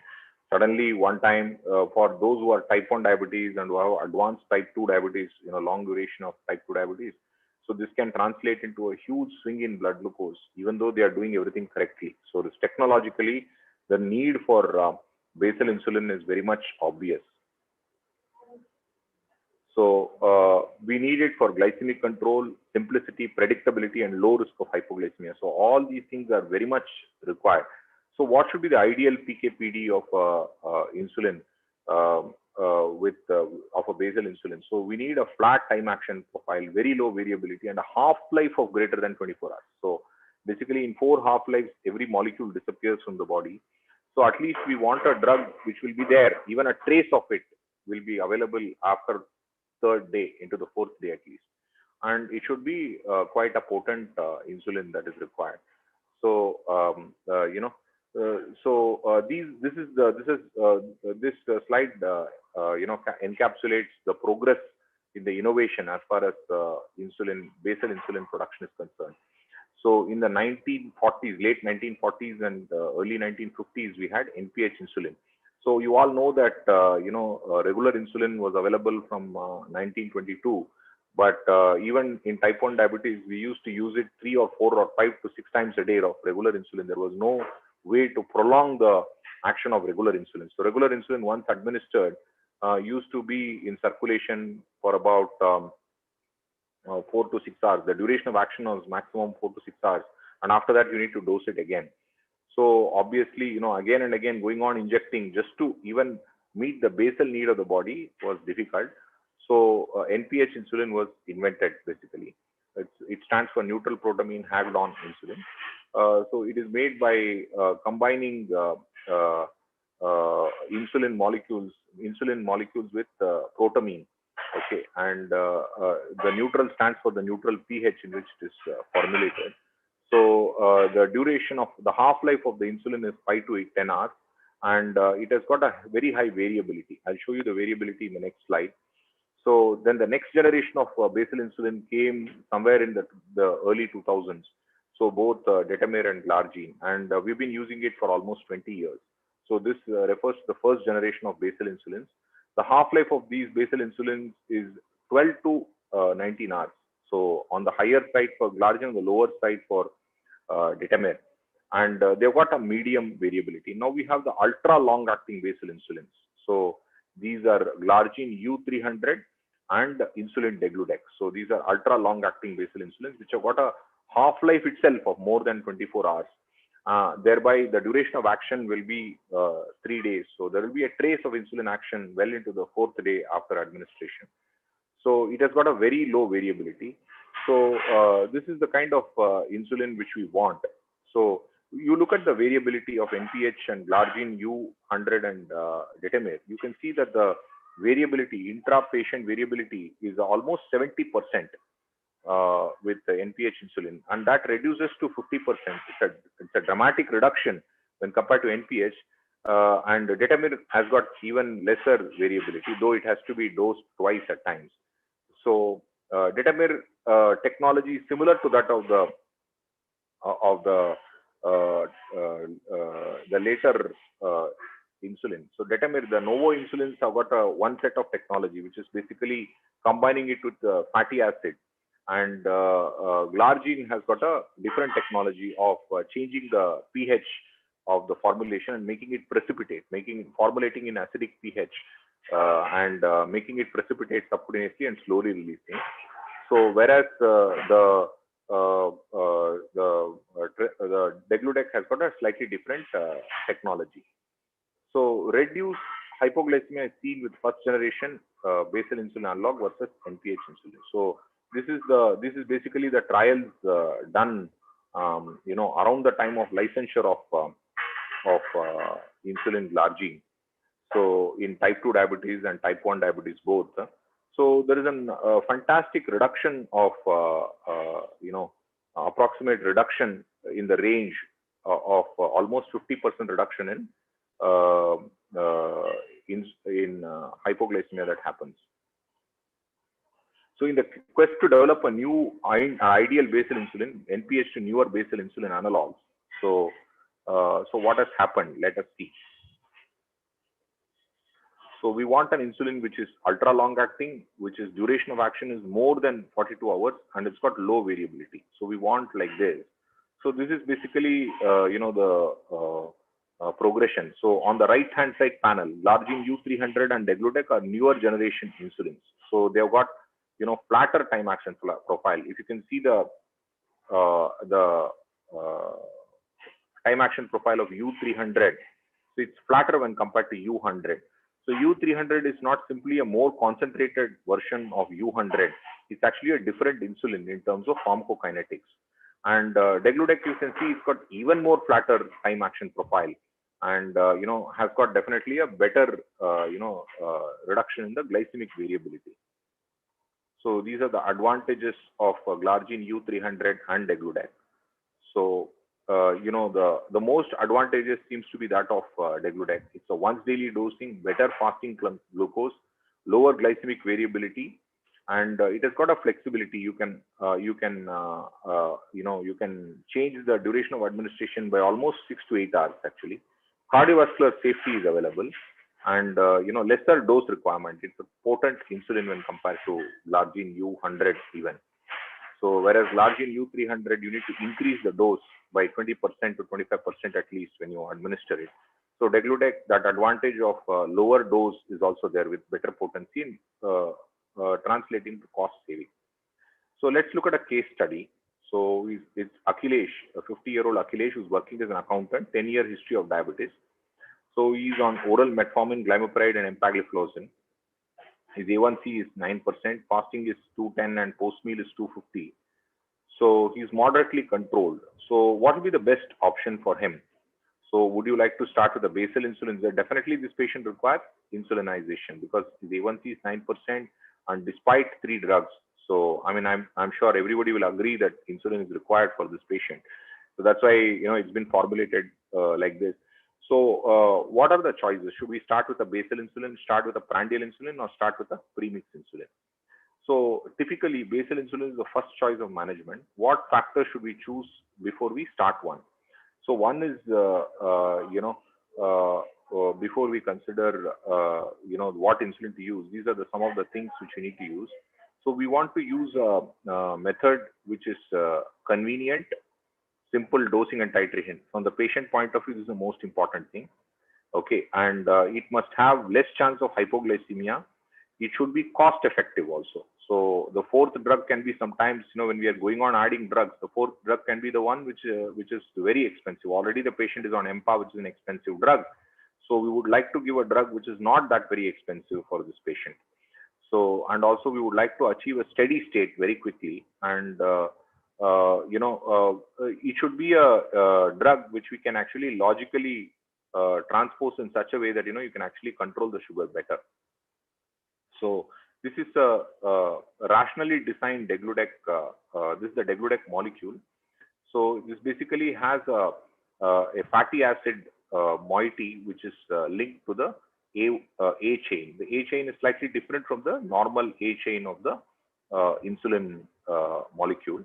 So this is an engineered A chain. So the changes have been done so that it can bind to this disulfide moiety like this, and this disulfide linker binds to a free fatty acid moiety. So this is the place where the glutamic acid spacer is there, and then you have the hexadeconyl fatty acid chain binding here.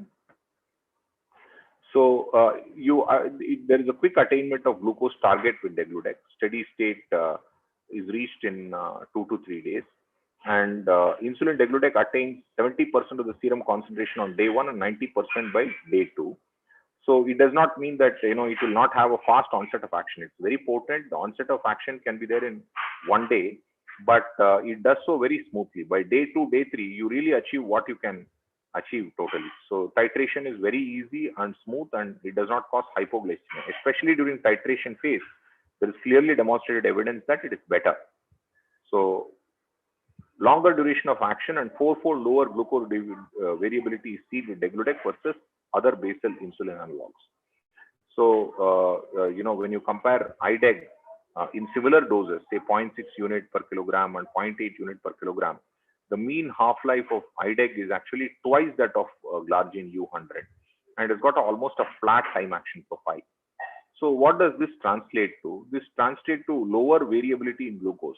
Okay, so the day-to-day variability in area under the curve, glucose insulin ratio. So this is the kind of glucose requirement, the glucose disposal that is there in various clamp studies. So you find that the glucose requirement is very similar from day to day, from hour to hour. The blue lines is the IDEG basically. So almost the same kind of glucose requirement is there throughout the day. So once you have given one dose of insulin and you reach steady state, so it disposes the same kind of glucose. Whereas glargine, between two doses, between this dose and this dose, so the glucose disposal is actually more amount of glucose is required to maintain euglycemia between 10 to 14 hours. So that meaning by that there is a small peak in its action, basically. So these are the the basic pivotal registration trials for degludec. So in BEGIN and switch to CVOT trial and real world evidence. So the nocturnal hypoglycemia reduced. So what is the main benefit of basal insulin that we want over the previous generation basal insulin? We want lesser overall hypoglycemia. We want less nocturnal hypoglycemia. We want less severe hypoglycemia. So when you look at this, this is the most important parameter for me, actually clinically most relevant. So nocturnal hypoglycemia can be there. Many people are worried about nocturnal hypoglycemia, but what is severe hypoglycemia? Hypoglycemia which requires someone else's assistance. This is reduced by almost 86% in type 1 diabetes in BEGIN trial. And when you look at switch studies, almost 50% lowering in severe hypoglycemia is seen. And even in a CVOT trial, which is not, treat to target trial, it is basically this thing you get on continuous follow-up. You see in this is almost translate to real world settings, around 40% you can get that reduction in the severe hypoglycemia. And the real world evidence is that 92% reduction. This is what I have actually achieved and seen in my patients. So patients do have blood glucose values as low as even 45 and 50 with degludec insulin, but do not develop severe hypoglycemia. They come to you with records saying 40, 30 and all, but then they never really pass out or become unconscious because of hypoglycemia. This is a very great advantage of this particular insulin. It's very, very clinically relevant endpoint. So this is a real world study, the TRUST study design. Patients with type 2 or type 1 diabetes, N is equal to 1057. So non-interventional post-authorization safety study. The incidence of adverse event preferred time during 1 year. Secondary endpoint is change in baseline and fasting glucose. This is basically a simple observational study which is done in a setup similar to that of our practice. So you get a A1C reduction of 1.8% and a fasting glucose reduction of 64 milligram per deciliter. So, and in the TRUST summary, the long-term use of degludec in routine clinical practice confirms its safety profile. Okay, so administer alone or in combination with OAD, GLP-1 analog or bolus insulin. Recommended daily starting dose of 10 units and adjust it accordingly. 20% dose reduction when switching from BD insulin. Adjust dose once weekly based on mean of 2 SMBG tests. So basically the number of glucose monitorings that you need to do is also reduced once you switch over to these insulins which produce less variability. And also with IDEG, we have evidence of flexible timing of dose actually. So in this particular trial, they tried morning flexible dosing, morning 40-hour break, then evening dosing, then morning dosing immediately 8 hours later, then again evening dosing like that. And then let's see what happened. Okay. So lower risk on lower daily dose and other benefits versus euglargine. So effective glycemic control was there, superior FPG control was there, significantly lower rate of hypoglycemia was there, and the lower daily insulin dose was there, and lower monitoring cost and any offers timing of flexibility. So like this, so there are a lot of benefits of IDEG when we use it in our patient population. Flexibility of dosing, though flexibility of dosing has not got FDA label, and we don't use it or recommend it routinely for our patients. If it so happens that the patient is having a busy lifestyle, so changing the for a few days, taking it 8 hours after the previous dose or 40 hours after the previous dose will not make a phenomenal difference in the glucose control of the patient going forward. So that's the message that we talk about, which we want to take away from the flexibility of dosing. So all the characteristics that we don't want from a basal insulin are present with degludec. So a newer generation basal insulin like insulin degludec addresses these issues and making an ideal basal start. So with that, I'd like to end my talk, talking about the advantages of degludec.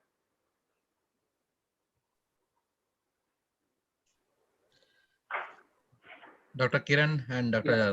Srihari. Thank you, Dr. Anantharaman. Nice talk, excellent talk. I think the most important part of any insulin is that early initiation of insulin, the right time to initiate insulin. I think basal insulins are easy to initiate once a day because it's the patients accept it more easily as compared to the pre-mix or the multiple dosing of insulin. In this particular, I think the case study was hypothetical, whatever was shown, wherein 3 drugs have been used, including empagliflozin. So initiation of basal insulin forming that particular armament. And I think it has been published in Diabetes Care, where insulin has been as an analogy to as a simple black dress, which forms it forms basically a part of everyone's wardrobe. It's a simple black dress which can be used at any time, and it should be used much more early as compared to delaying insulin. Dr. Kulkarni. Thank you, Anantram. It was a wonderful talk. As we all know, I think the basal insulin is one of the important and easy to initiate insulin. But one factor we need to look at with the newer insulin is the cost. I think now we are thinking about whenever we think of starting a newer basal insulin, the cost factor comes in. And that is one of the issues. I think other than that, everything is taken care by the new basal insulin. I think now everyone is talking about subsidizing the COVAX vaccine, but I think basal insulin subsidy is also very important, and I think the government should look into this aspect.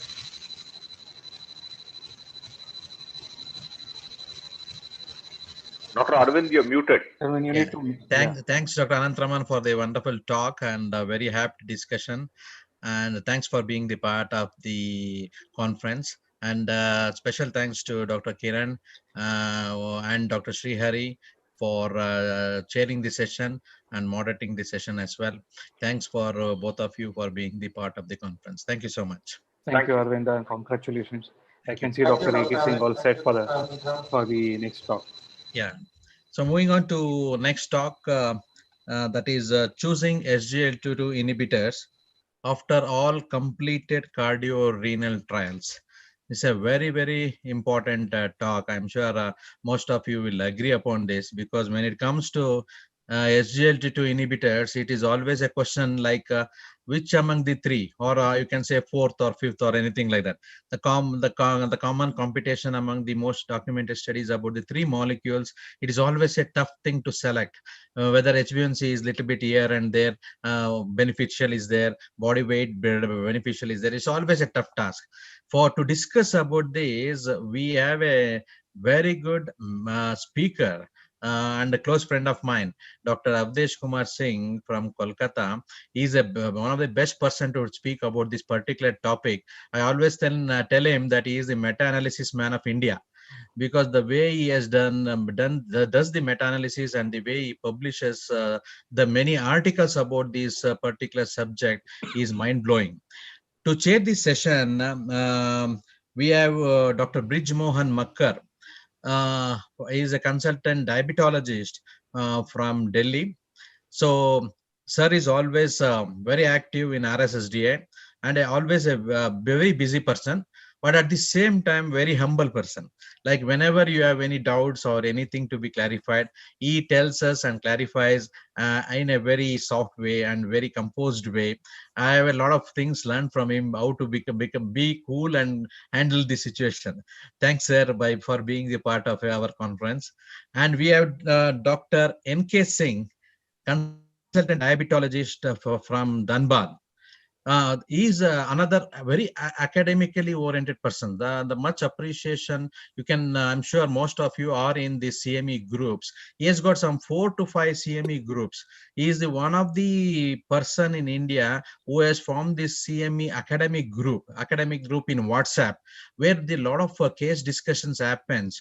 So a lot of physicians and diabetologists, endocrinologists are benefited across India by the expert panel, because they have any questions, they can post it in the group and the answers will be there. And this is the one of the platform he organizes.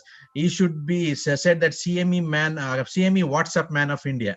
So that is the credibility he has got.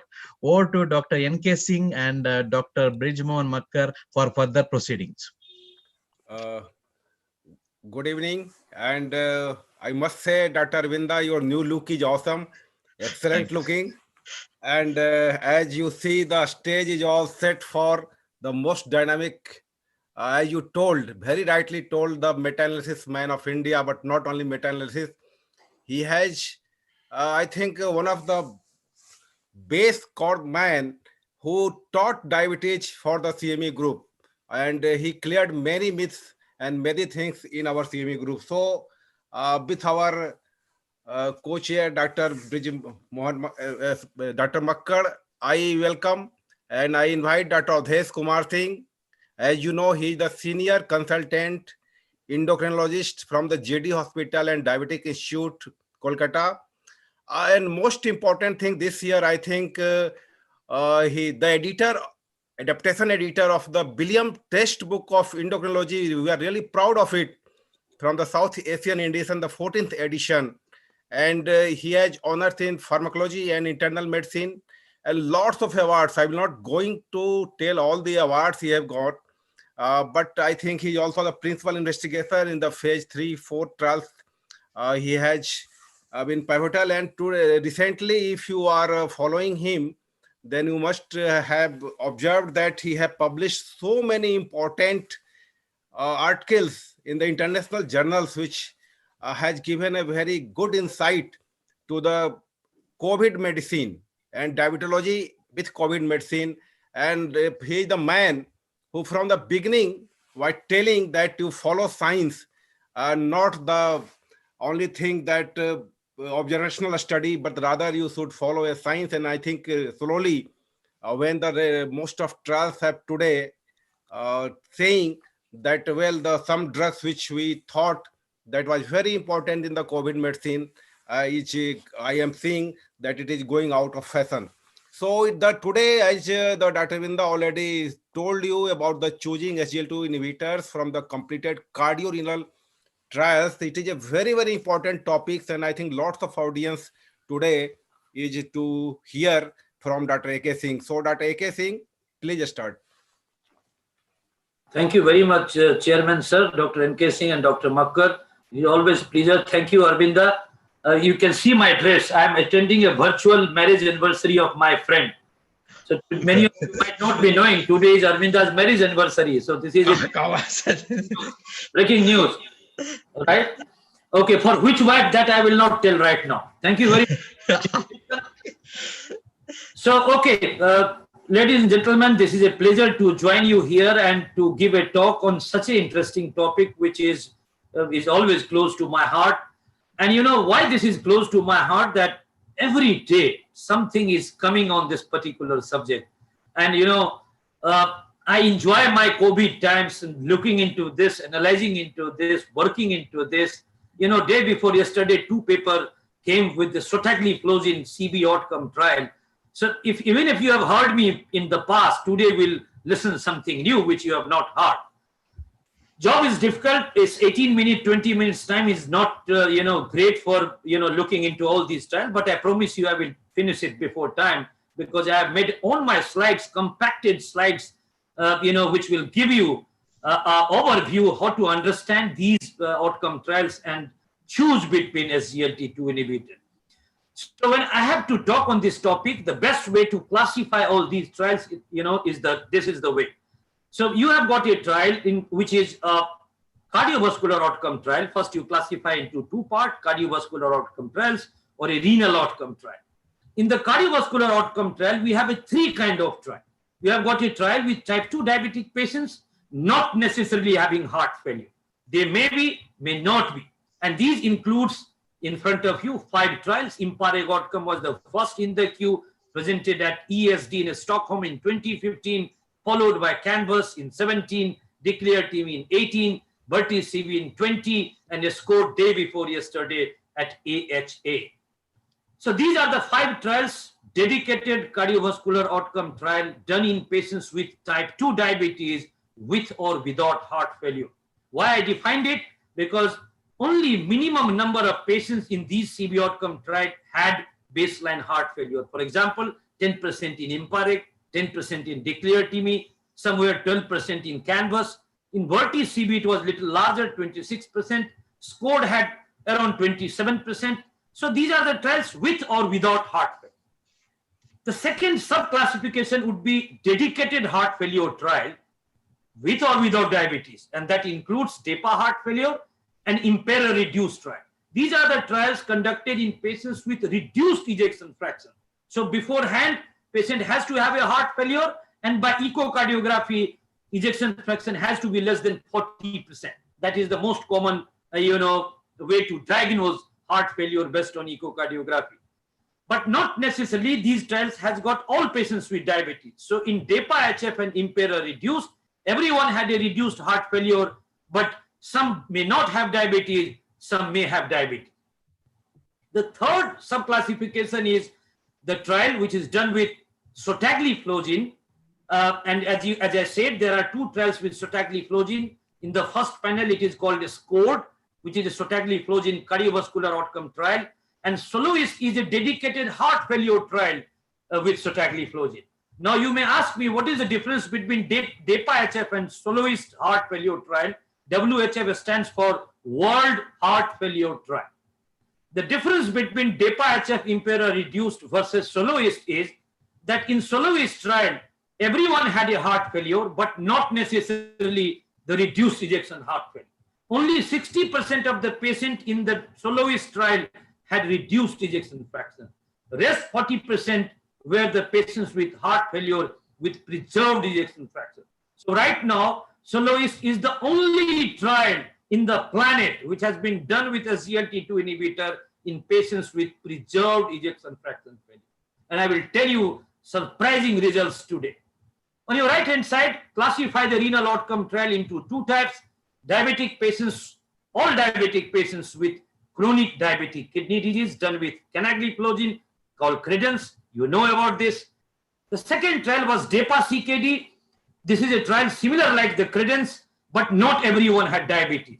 Okay, so you have got both diabetic kidney disease as well as non-diabetic kidney disease. For example, patients with a glomerulonephropathy had kidney disease due to primarily kidney disease, or hypertensive renal disease causing chronic kidney disease, but not the diabetes. So that's the difference between CREDENCE and DEPA-CKD. While CREDENCE was done absolutely in diabetic kidney disease, in DEPA-CKD, you have got both diabetic as well as non-diabetic chronic kidney disease. So when you got this classification, it is easier to understand what happened where in these outcome trials. So let's look into the first half on the cardiovascular outcome part. And the first subset of trials, CV outcome trials in patients with diabetes with or without heart failure. 5 trials data in front of you, which I have updated today. So here is the result. Looks busy slide. No need to read. Just, I have given some signals. Those who are shaded slides means there was a benefit. As you all know, IMPAREG, CANVAS, DECLARE TV, VERTI-CV, their primary outcome was composite of 3-point mesh. As you can see, the red mark, outcomes are primary outcome. So in declared TME with dapagliflozin, there were two primary outcomes. One was 3PMS, as you can see. Another was composite of CBD death and the heart failure. So that was another co-primary endpoint. In a SCORE trial, is a surprising trial that although this trial planned to go for a 3-point MES as a primary objective, but because this trial has to be stopped because of the COVID ongoing, patient did not return for follow-up, so this trial has to stop prematurely. And FDA gave them a permission to change their primary outcome. So in the sotagliflozin SCORE trial, the primary outcome was changed from classical 3PMS to the composite of CB death or heart failure as a primary outcome. And you can see the results. As you all aware, in IMPA-REG and CANVAS, there was a reduction in primary objective, right? It was modest, but it was inconsistent because same benefit was not seen in declared TME and VERTI-CB.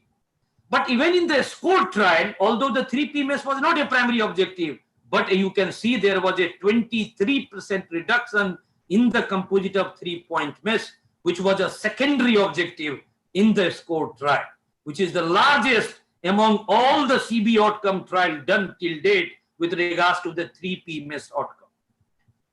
Now, if you see the second endpoint, CB death reduction, it is still exclusive for the IMPA-REG outcome trial. CB death reduction was not seen in any other outcome trial till date except in DEPA heart failure trial. Now, I will tell you in detail. So only two trial has got a CB death reduction data with regards to the SGLT2 inhibitor. The first was the IMPA-REG. Now, next one is with the DEPA heart failure. Even in the IMPERA-reduced trial with empagliflozin, the CB death benefit, which we saw in the IMPA-REG outcome trial, was not replicated. So we believe that the CB death reduction in IMPA-REG outcome trial was an outlier. It is completely unique finding which was seen, which could not be repeated even with the empagliflozin in patients with heart failure in IMPERA-reduced trial. The third outcome is the heart failure. You can see it's large and consistent. Across the trial, there was a reduction in the heart failure, including in the SCORE. I'm sorry, I just missed it to make a shade here. As you can see, there was a 0.67 suggesting a similar significant reduction in heart failure hospitalization in all 5 CB outcome trials. When it comes to the composite of CB death or heart failure, as I said, it was primary outcome in the declared TME and the SCORE, but it was a secondary outcome in other CB outcome trial. You can see in almost out of this 5 trial, all the 4 CB outcome trial has shown reduction in CB death or heart failure outcome. Now, the fourth and fifth point is very important. Why it is important? Because since 2015 from the IMPA-REG outcome trial, we learned that the SGLT2 inhibitor only reduces the heart failure and heart failure related cardiovascular death. There is no significant reduction in atherosclerotic cardiac endpoint because there is no significant reduction in either MI or in a stroke. Remember, there was increased signals of a stroke in the IMPA-REG outcome trial, although it wasn't statistically significant. Nevertheless, none of the CB outcome trial prior to the SCORE sotagliflozin trial shown any benefit in MI or a stroke. For the first time, now we have got the evidence with a sotagliflozin trial that a SGLT2 inhibitor also reduces MI as well as a stroke. As you can see there, for the MI and a stroke, 0.66, suggesting of 34% reduction. And this is a stroke. And for MI, there was 32% reduction in the SCORE trial. But this is combination of both fatal and non-fatal MI, as opposed to only non-fatal MI in other 4 CB outcome trials. This suggests that initially what we learned that a SGLT2 inhibitor doesn't have any action on atherosclerotic cardiovascular endpoint like GLP-1 receptor agonist. The SGLT2 only benefits for heart failure and heart failure related death. The sotagliflozin trial taught us just reverse and suggested that, sorry, there is a benefit in the atherosclerotic cardiovascular endpoint in this particular trial. First evidence so far suggesting reduction in the atherosclerotic cardiovascular endpoint. The last is the renal composite. So the entire slide takes you through all the 5 CB outcome trials. The last is the renal composite. As you can see, there is a consistent renal benefit across the trial. Statistically, in 5 trials, 3 trials shown a significant reduction in composite of renal endpoint, suggesting that this drug works or protect kidney disease in patients with diabetes. Well then, so this is about CB outcome trial in patients not necessarily with heart failure. Let's look into some other trials. And now, so what we learned from this 5 trial, that the benefit in the composite of 3p-MES is there with a SGLT2 inhibitor, but this is restricted to patients with established cardiovascular disease. So when you are talking about reduction in MI or a stroke or composite of this 3 outcome, this is not happening in every diabetic patient. This is happening only in a patient who had established cardiovascular disease. However, the heart failure reduction and the kidney protection is happening across the board.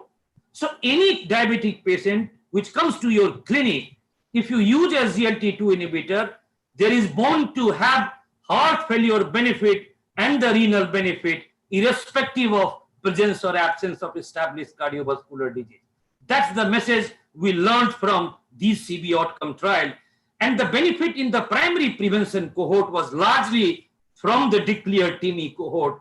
If the declared TIMI trial would not have happened, we would have never knew that the heart failure and the renal benefit also happens with the SGLT2 inhibitor. Okay then, so this is about the CB outcome trials in patients with diabetes, not necessarily with heart failure. This suggests that these drugs reduces heart failure, but this is a hypothesis, so that you need to conduct a dedicated heart failure trial to prove that this drug works in a patients with a known heart failure. And therefore, US FDA recommended all these innovators to conduct a heart failure trial, a dedicated heart failure patient.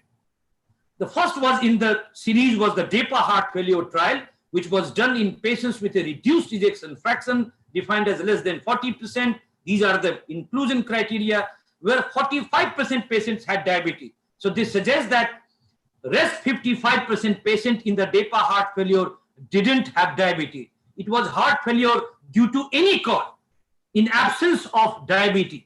So the DEPA heart failure trial was conducted in patients with diabetes, without diabetes, but everyone has to have a heart failure with reduced ejection fraction. And in your right-hand side is the result. You can see green colored data suggesting a significant reduction in primary composite, which is a composite of CB death or heart failure alone, or cardiovascular death. So for the first time, you can see the DEPA heart failure trial also suggested the CB death reduction, which we saw in the IMPAREG outcome trial. Although it was not seen in the declared TIMI trial, this suggests that the CB death reduction is not exclusive to empagliflozin. A SGLT2 inhibitor perhaps all has a similar potential, and DEPA has replicated this result in patients with heart failure. The next was in the queue was the IMPERA reduced. Similar kind of patients with heart failure with reduced ejection fraction, with or without heart failure, exactly similar outcome like in DEPA heart failure. The difference being that there was no significant reduction in cardiovascular death or all-cause death, which was seen in the DEPA heart failure trial. So now here, just compare IMPAREG, IMPERA reduced, declared TIMI, and DEPA heart failure trial. And I always used to tell pharma company, don't jump. It's a matter of time. So when IMPAREG achieved CB death and other CB outcome could not, everyone was laughing, no, this is for IMPA. Now what happened? In DEPA heart failure, there was a CB death reduction, all-cause death reduction, but it wasn't replicated in the IMPERA reduced with empagliflozin, whether it is CB death or all-cause death. So that's the difference between DEPA-HF and IMPERA reduced. As I said, sotagliflozin, the third heart failure trial, but this is different from DEPA-HF and IMPERA reduced, that this is not necessarily a patient with reduced ejection fraction. It has got a patient with heart failure, 60% with reduced, 40% with preserved, and see the outcome, exactly similar outcome data like DEPA-HF and IMPERA reduced. But what is new here? For the first time, irrespective of the ejection fraction, now we have got a first evidence right now for the treatment of patients with heart failure with preserved ejection fraction. And you would be amazed to see that in the soloist heart failure trial, the benefit was larger in patients with preserved ejection fraction compared to patients with reduced ejection fraction. So this is a first evidence which suggests that SGLT2 inhibitor is the drug for the patients with preserved ejection fraction. But again, there are trials which is being conducted in patients, dedicated trials conducted in patients with preserved ejection fraction called DELIVER trial with DEPA or Imperor preserved with empagliflozin. We have to wait for those trials before we conclude that a SGLT2 inhibitor protects you if a patient has got a heart failure with a preserved ejection fraction. But at least this trial has given a signal that yes, 40% patient who had a heart failure with preserved ejection fraction did benefited in this SCORE trial. So when you are comparing these trials, you need to understand there are certain baseline difference between these trials. Simply, I don't ask you to read these slides, sufficiently suggest that patients in Imperor reduced trial were more sick. They had got a lesser ejection fraction, median compared to DEPA-HF. They were more renally sick. Their baseline EGFR was lesser compared to DEPA-HF. More patients were receiving, ERNI or, ICD in the Imperor reduced compared with the DEPA-HF. Whether these baseline differences would lead to the difference in outcome, like as we didn't see CV death and all-cause death reduction in Imperor reduced, is not known exactly, but there were certain difference in these two trials. So when you compare these three dedicated heart failure trials together, here is the result in front of you. For an easy understanding, DEPA-HF looks to have the best data in patients with reduced ejection fraction.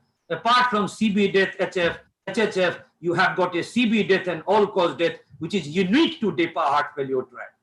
For the sotagliflozin, the uniqueness lies in the benefit in patients with preserved ejection fraction. But again, there was no replication in the CB death reduction or all-cause death reduction in the soloist heart failure trial. And here is the result. It was presented at AHA. If you combine soloist and the SCORE data in patients with heart failure with preserved ejection fraction pulled together, so this is a meta-analysis of two trials, there was 37% reduction in the hospitalization due to heart failure or CB death in patients with preserved ejection fraction. This is a breaking news which has happened in last 2 days with SGLT2 inhibitor, for the first time. Now, if you look back and expect what is going to happen in 2021, we expect that ESC guideline would change recommendation for different SGLT2 inhibitor. They will put the DEPA-HF trial, in the priority list compared to the Imperor reduced. The reason being that in Imperor reduced, there was no reduction in CB death. So we expect that DEPA would be up with a class 1 level B evidence and IMPA would be put down to class 2A B evidence. SOTA right now is not approved by FDA, nor it was approved by European Union. So they won't get any level for the moment, but their trial for the first time shown reduction in heart failure and CB death in patients with preserved ejection fraction. That brings my focus into the next part of discussion, renal outcome. Only two trials, CREDENCE and DEPA-CKD. You all know what was CREDENCE. I'm not going into detail. If you see the italics on your left-hand side, this suggests the difference between CREDENCE and the DEPA-CKD trial. In CREDENCE, the EGFR cutoff was 30 to 90. In DEPA-CKD, it was 25 to 75. In CREDENCE, the inclusion criteria was from 300 to 5,000 milligram per gram albumin. For the DEPA-CKD, it was 200 to 5,000. In the CREDENCE trial, everyone has to have more than 30 years of age. In DEPA-CKD, it is more than 18 years of age. But both the trial looked for similar kind of outcome with two different SGLT2 inhibitors. Also to remind you that in DEPA-CKD, 68% had diabetes. This suggests 32% patients were non-diabetic. If you see the difference between the DEPA-CKD and CREDENCE from the patient characteristic, in the DEPA-CKD, patients were more, renally sick, whereas in CREDENCE, patients were more heart sick. As you can see, the cardiovascular disease was present in 50% of the patient, in contrast to only 37% in DEPA-CKD. Similarly, 15% patient had heart failure in CREDENCE, but was only 11% in DEPA-CKD. This suggests that CREDENCE trial recruited more patients with heart disease and DEPA-CKD recruited more patients with chronic kidney disease. So this, difference might change their outcome to some extent. So what happened in their outcome? Now, if you see the CREDENCE trial, you all know the primary outcome was the renal endpoint. It was statistically powered that if you achieve the primary outcome, then you look for the bullet number 2, 3, 4, so on and so forth. That was the statistical hierarchical testing in the CREDENCE trial. What happened? And what happened in DEPA-CKD? It is exactly similar to CREDENCE. It was also hierarchically tested as a renal outcome, as a primary endpoint. If you achieve primary endpoint, then go for the bullet number 2, 3, and 4. Exactly similar like the CREDENCE trial. What happened? You know the result of CREDENCE. You can see all the the first 5 bullets came positive with a highly statistically significant p-value until the CB death reduction was lost. So that was the CREDENCE result. The primary outcome was met. The secondary cardiovascular endpoint was met. What happened in DEPA-CKD? Let's look here. This is the DEPA-CKD. The primary endpoint was met and all the secondary endpoint was met, including all-cause death.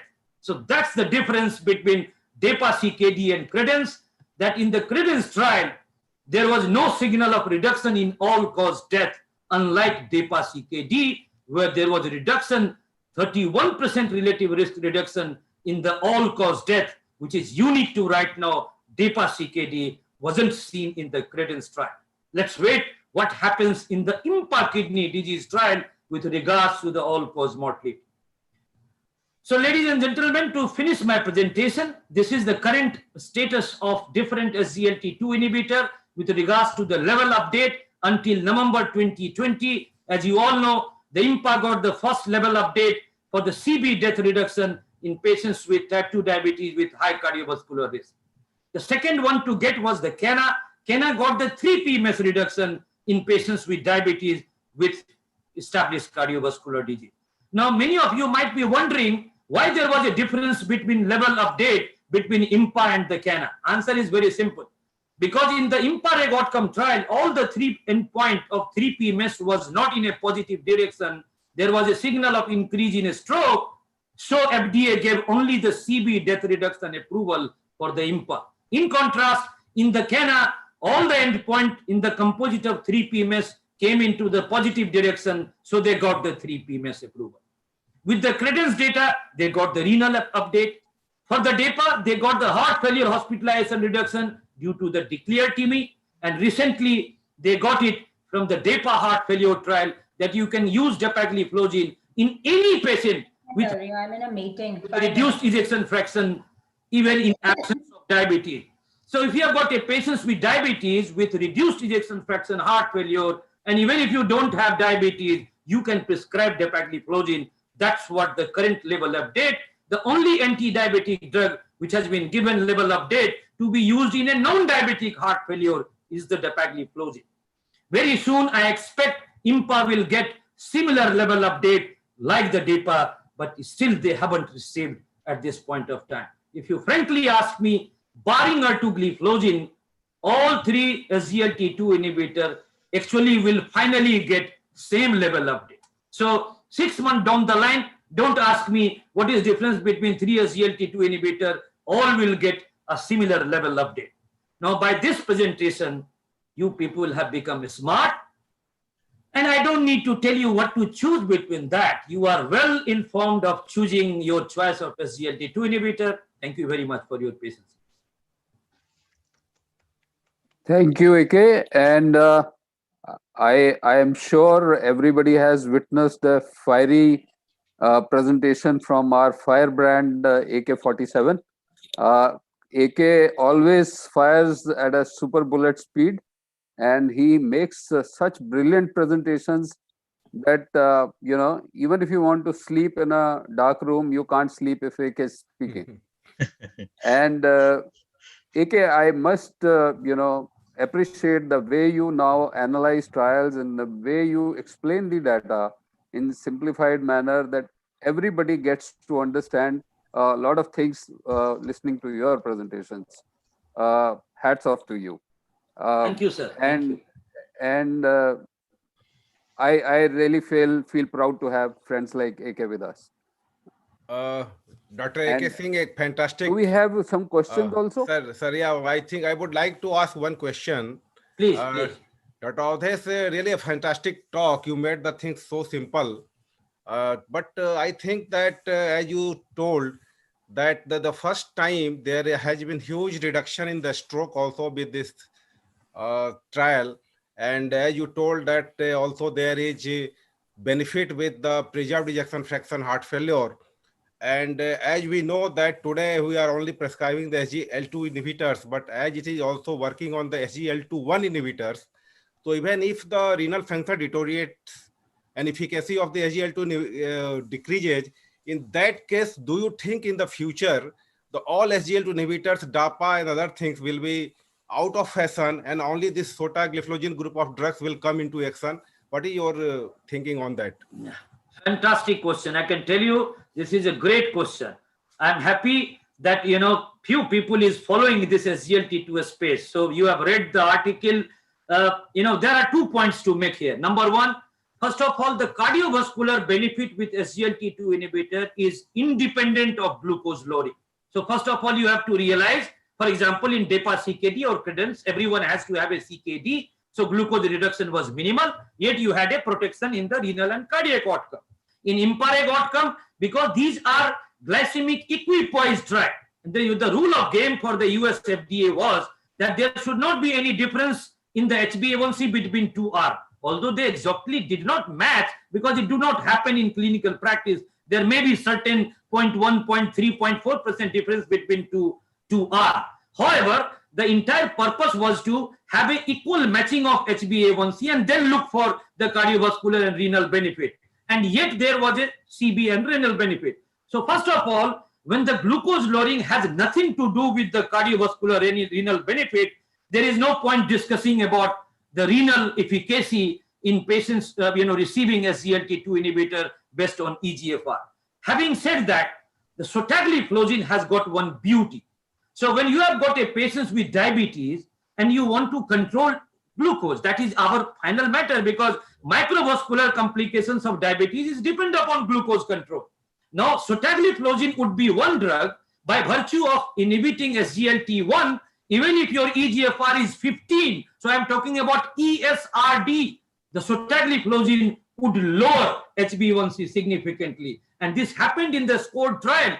25% patient in the SCORE trial had a EGFR less than 30. And there was a 0.4% HbA1c reduction with sotagliflozin. So that is also a unique finding with a SGLT1 blocker like sotagliflozin or canagliflozin 300 milligram. So these are the two unique advantages of a combined SGLT1 and SGLT2 blocker, that even if your kidney is not working, the HbA1c lowering ability will remain.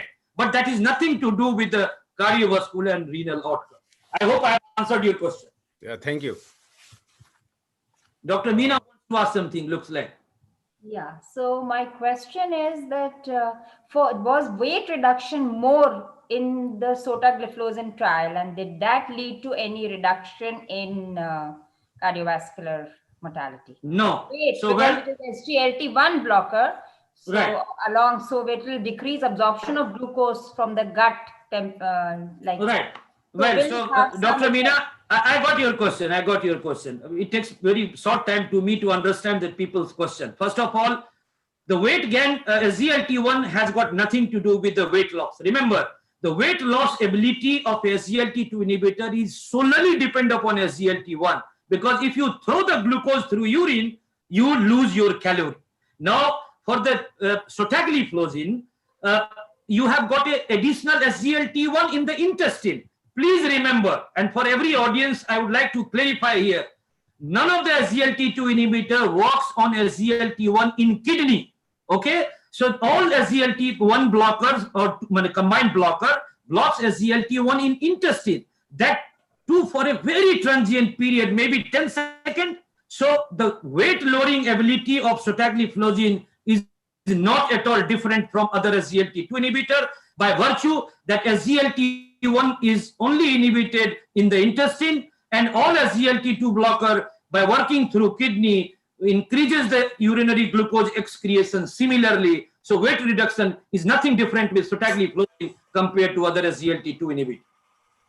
So, AK, just one question. I was wondering, CVD2, CVD Real 2, if you remember, again had shown some reduction in the risk of strokes, which was a real world analysis. Absolutely. So, did that give a clue that the increased stroke with EMPA was basically a aberration in the trial observations?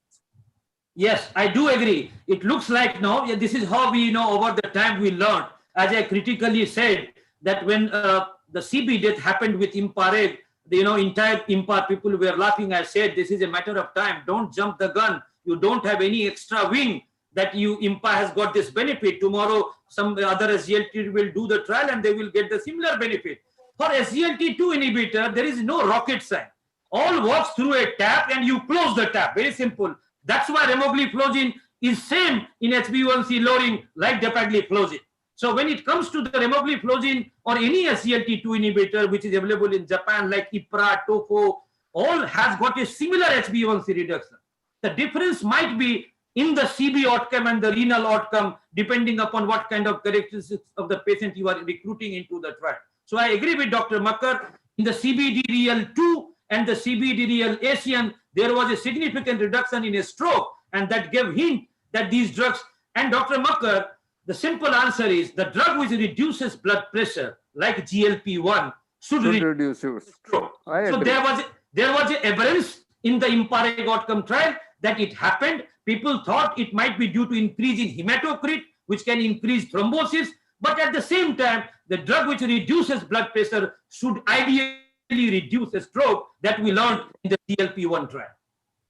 Dr. Ozes, I think there is one more important issue that, as you told that this trial has scored so many high score, I will say. So you also told that for the atherosclerotic heart prevention also, where we prefer the GLP-1 RA agonist, but this sotagliflozin again showing a very good result with that side also. So do you think that in the future again, apart from using this GLP-1 RA agonist, we will favor more for this sotagliflozin?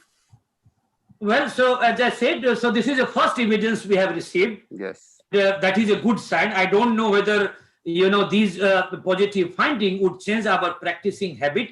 But again, you can see it may be outlier because as I said, CB death reduction happened only with the IMPA-REG, not repeated in other trial. Similarly, this might have happened in the SCORED, which was not seen in the previous 4 trial. So whether it is a true benefit or it is a statistical outlier, only time will tell us whether this reduces a stroke or not. But at least, as a clinician, these are hopeful, positive outcome. Let's look into that way rather than, juggling these data, why it has not happened with the other. Second point, this is the benefit which is happening in the MI and the stroke is the combination of both non-fatal and fatal. And other trial did not look in this fashion. They only reported non-fatal MI and non-fatal stroke. Here they combined fatal and non-fatal MI together. So we don't know the exact answer whether it is a true benefit because it is a combination of both fatal and non-fatal, or again, it is an outlier. Only future will tell. Thank you. I think we have had good discussion. Just to have another point taking cue from Dr. N.K. Singh, GLP-1 analog receptor agonists have been thought to be better in reducing the atherosclerotic risk, but the major issue has been the injectable preparations. Cost is of course a factor. But with the oral GLP-1 becoming available and with data coming from STEP studies, which has shown up to 16 or 17% weight reduction also, I think the armamentarium is going to see a sea change in future as how we are going to treat diabetes.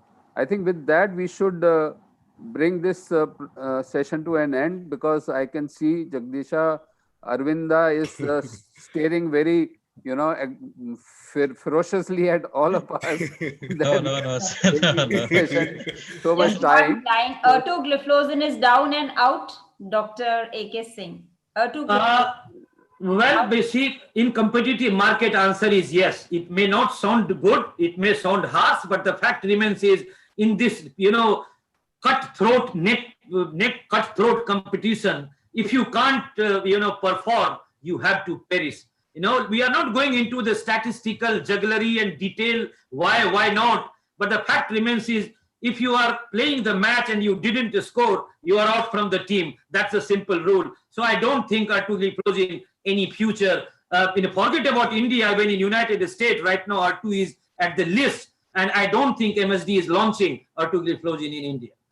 And if we ask one more question, Arvinda is going to throw us also out of the team. So No, with sir. that, This was one of the thank you, much AK, awaited.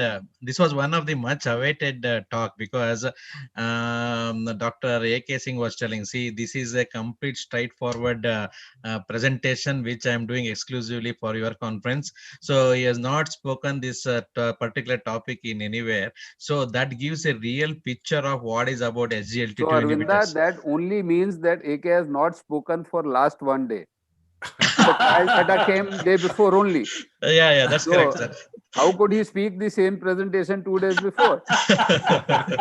So tomorrow he will not be able to say that.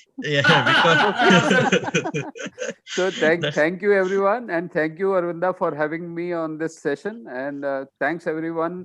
Thanks AK for brilliant presentation as always. Over My to pleasure. Arvinda for further sessions. Thanks, Arvind. Bye. See you. Bye, sir. Thank you. everyone. Thank you all, sir. Thank you, sir. Thank you for your active participation. Thank you, NK Singh, sir. Thank you. Thank you. So moving on to the next session, we have a different set of, after an bombardment of statistics from Dr. AK Singh. So we have a much interesting talk from the other aspect. We have a topic on combining the old gold with the new passion of glucose monitoring. To speak on this topic, we have Mithun Bhartia from Guwahati. To chair this session, we have Dr. Ajit Kumar from Trivandrum. Unfortunately, he is not able to join this event at this point of time because of his some illness. Another person to chair this session is one of my close buddy, that is Dr. Utkal Kishore. He is the consultant diabetologist from Bhubaneswar. I should say he's a very active sports person. He does a cycling for a long duration. I think he has covered all of Bhubaneswar only by cycling, and recently has started marathon also. So along with cycling, marathon man of, you can say, cycling and marathon man of India. So he has very josh always with him. So I request Dr. Utkal to take over the session for further proceedings. Thank you, Dr. Arvind. He's my one of the closest buddy, and it's a beautiful, the conference he has organized, and I really thank him for this organizing skills of him. And without delaying, we had, I can say, Dr. Rupam also here. Without delaying, I would like to ask Dr. Mithun Bhartia, who belongs to Assam, and he has done MG, MRCGP from UK, MRC from UK as well, CCT diabetes and endocrinology again from UK, and he's a scholar, Whitzel scholar from Mayo Clinic, USA. He has got FECSM from Amsterdam and Jagnoiti Newman Prize 2013 for his work on diabetes, testosterone, and ED, and he represents India at the worldwide at AGP Clinical Academy. So you'll talk about the new gold, the mixture of old gold, like, whether doing the SMBG and this AGP and CGMS, and you will talk a detail about that. So would Dr. Mithun for this, your talk. Unmute Mithun. Am I audible? Yeah. I'll just get my slide in mode, and then let me just do that first. My slide is moving? Yeah. Okay, brilliant. Thank you so much. First of all, I thank Dr. Arvinda for inviting me. I think everybody has a name, and I think he's the fashion man of diabetes. His new look, I think he should leave diabetes and get into movies very soon. I think this is the best time to get into the movies, and I'm sure he will. So thank you, Arvinda, for the kind invitation. And I thank the chairperson for the kind introduction. So what am I going to do today? I think we know everything, but I'm just going to talk about few bits that we kind of know, and yet we don't know, or we don't talk about. And so my disclosures, this is not a sponsored symposium. These are my opinion. And I think we mute the other people as well, if possible, the organizer. So I'm going to talk about sugar monitoring, because sugar monitoring is the cornerstone of diabetes management. This is how we do it. And things have evolved over the years. I think the first thing Thomas Willis did was that he dipped his hand and it tasted very sweet, like honey, wonderfully sweet. And that was the first monitoring that happened, that started of diabetes monitoring. Then urine test strips came from Amis, and Amis brought the first glucose meters, which were quite big. Now we have fundamentally very nice, posh, newer generations of glucometers, which are small. So now let us talk about few important things on blood glucose meter, which comes, and the patient will come to your clinic and often ask this question. He says, sir, my blood glucose I've measured, and I've measured with my glucometer, and I do -10 of from my glucometer to get my blood glucose, because it is not possible. So the first question is this statement true, or should we actually be doing -10 for our patients when they do plasma glucose versus the glucometer? So one aspect to understand that very clearly is, what are we measuring? We are measuring plasma and whole blood. Now, whole blood from our long days, we know it consists of plasma and the cells. So plasma, when we are measuring, definitely the concentration is higher than that of whole blood. But when it comes to your patient and your clinical practice, I would suggest you do not do apples and you do not mix apples and oranges. You tell the patient what you're measuring here is green, what you're measuring there is red. Do not do -10. Either you choose glucometer or you choose SMBG. And because this -10 also has a caveat to this. The caveat is, nothing is absolute in medicine and nothing is absolute in diabetes. We do varying amounts of practice of gray. Sorry, I may be swinking my eyes because I broke my glasses today. So my vision is not very good. So nothing is absolute, nothing is black and white. We do varying amounts of gray. And similarly, what we measure is not absolute. It gives us an idea of where we are, but there is a variability to it. If we say we are in South Mumbai, it could be Cuff Parade, or it could be near the ocean or near the sea. So there is a little bit of variation that is there for the same.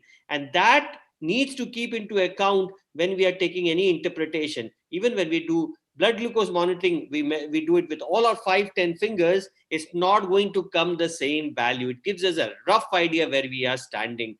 And that is what we kind of take into trend and work around. Now, most important factor, and I think is important to understand or know about somebody who has changed or revolutionized the life of diabetes practitioners, and the guy name is Samuel Rahbar. Samuel Rahbar is an Iranian guy who actually, I would say, discovered HbA1c. And for that, he was awarded the prize in 2012. Now, this morning, I was listening to Robin Sharma, as you know, is a famous writer. And there's something he mentioned, which is very clear. In life, you must have a passion for what you are doing. If you've lost the passion if you have no passion, that life is not worth living. And Samuel Rahbar, at that time, the new thing that was going on was hemoglobin electrophoresis and hemoglobin variants. And he used to get up every day, get the discarded samples of people and look for hemoglobin variants. And every day he used to look at around 300 plus samples. One fine day, he saw, instead of the HbA1 and HbA2, another spike coming. And for that, he got very excited and he went back and looked in the records and he found all those patients with diabetic. And that, my friend, was the discovery of HbA1c that we do routinely in clinical practice. The other factor, I'll just skip a slide and I'm going to come back to this slide, is we use the term very loosely between glycated hemoglobin and glycosylated hemoglobin. The question here is, are the two terms similar, or which is the right term? So the glycated hemoglobin refers to the glycation of HbA1c and the A1c component of the hemoglobin. and glycosylated hemoglobin also will look at the glycation of A1B, A1A, and other parts. So the true term is glycated hemoglobin when we're talking purely when it comes to our diabetes or in our seminars. The right term is glycated hemoglobin, HbA1c, not glycosylated HbA1c. The other thing, why did it take such a long time for this discovery? Because the whole process is intracellular and not extracellular, and is influenced by the concentration of the glucose within the RBC. So with this, the advent of HbA1c, a lot of DCCT, UKPDS, we showed that it was a valuable clinical marker in patients with diabetes. And what it showed, now the question is HbA1c can be used as a monitoring tool or can be used as a diagnostic tool? We know in 2010, it recommended the use to diagnose diabetes and prediabetes. And one of the fundamental reasons for that, they saw the worsening of retinopathy that happened when they were looking at patients as the HbA1c progressed. So from that, they said that it could be used as a diagnosis. I personally find it a better tool as a monitoring device than as a diagnostic device because of the caveats. Now, this is the graph that will come with most HbA1c readings that we get if you're using BioRed or D10 machine that we routinely, I think, as a standard of care we use in our diabetics practice. Now, there are certain caveats that one should be aware when you're looking at this graph. Few things you should be looking at. Number one, what you should be looking at is the total area. The other thing you should be looking at is the variant window. So variant window should be between 20 to 40. It should not be more than or less than, because then you know there is a variation which is interfering with the results. The other criteria you should be looking at is the unknown quantity. The unknown quantity should be less than 6%. If it is more than 6%, then just throw this graph into the dustbin. It has no value for which you to understand for practical clinical practice that you are doing for that particular patient. The F hemoglobin should be, so these are the factors that you need to know, that when we are looking at this graph, to know whether this is a true value or a false value. The hemoglobin F should also be less than 10%, not greater than 10%. The unknown component should be less than 6%, as I've already said. The total area should be between 10 to 50. So these are the few factors to look at when we are looking at the graph. Now, this is a widely known factor that HbA1c, hemoglobin HbA1c will vary. There are a lot of factors that will influence the increase and decrease. And for today's purpose, I will not get into details, but always remember iron deficiency anemia. I think if I have to point one thing out of this, iron deficiency anemia, which is very common in India, increases HbA1c level. This for you to kind of just have a moment to think about in clinical practice. Rest we are quite aware of the details for it.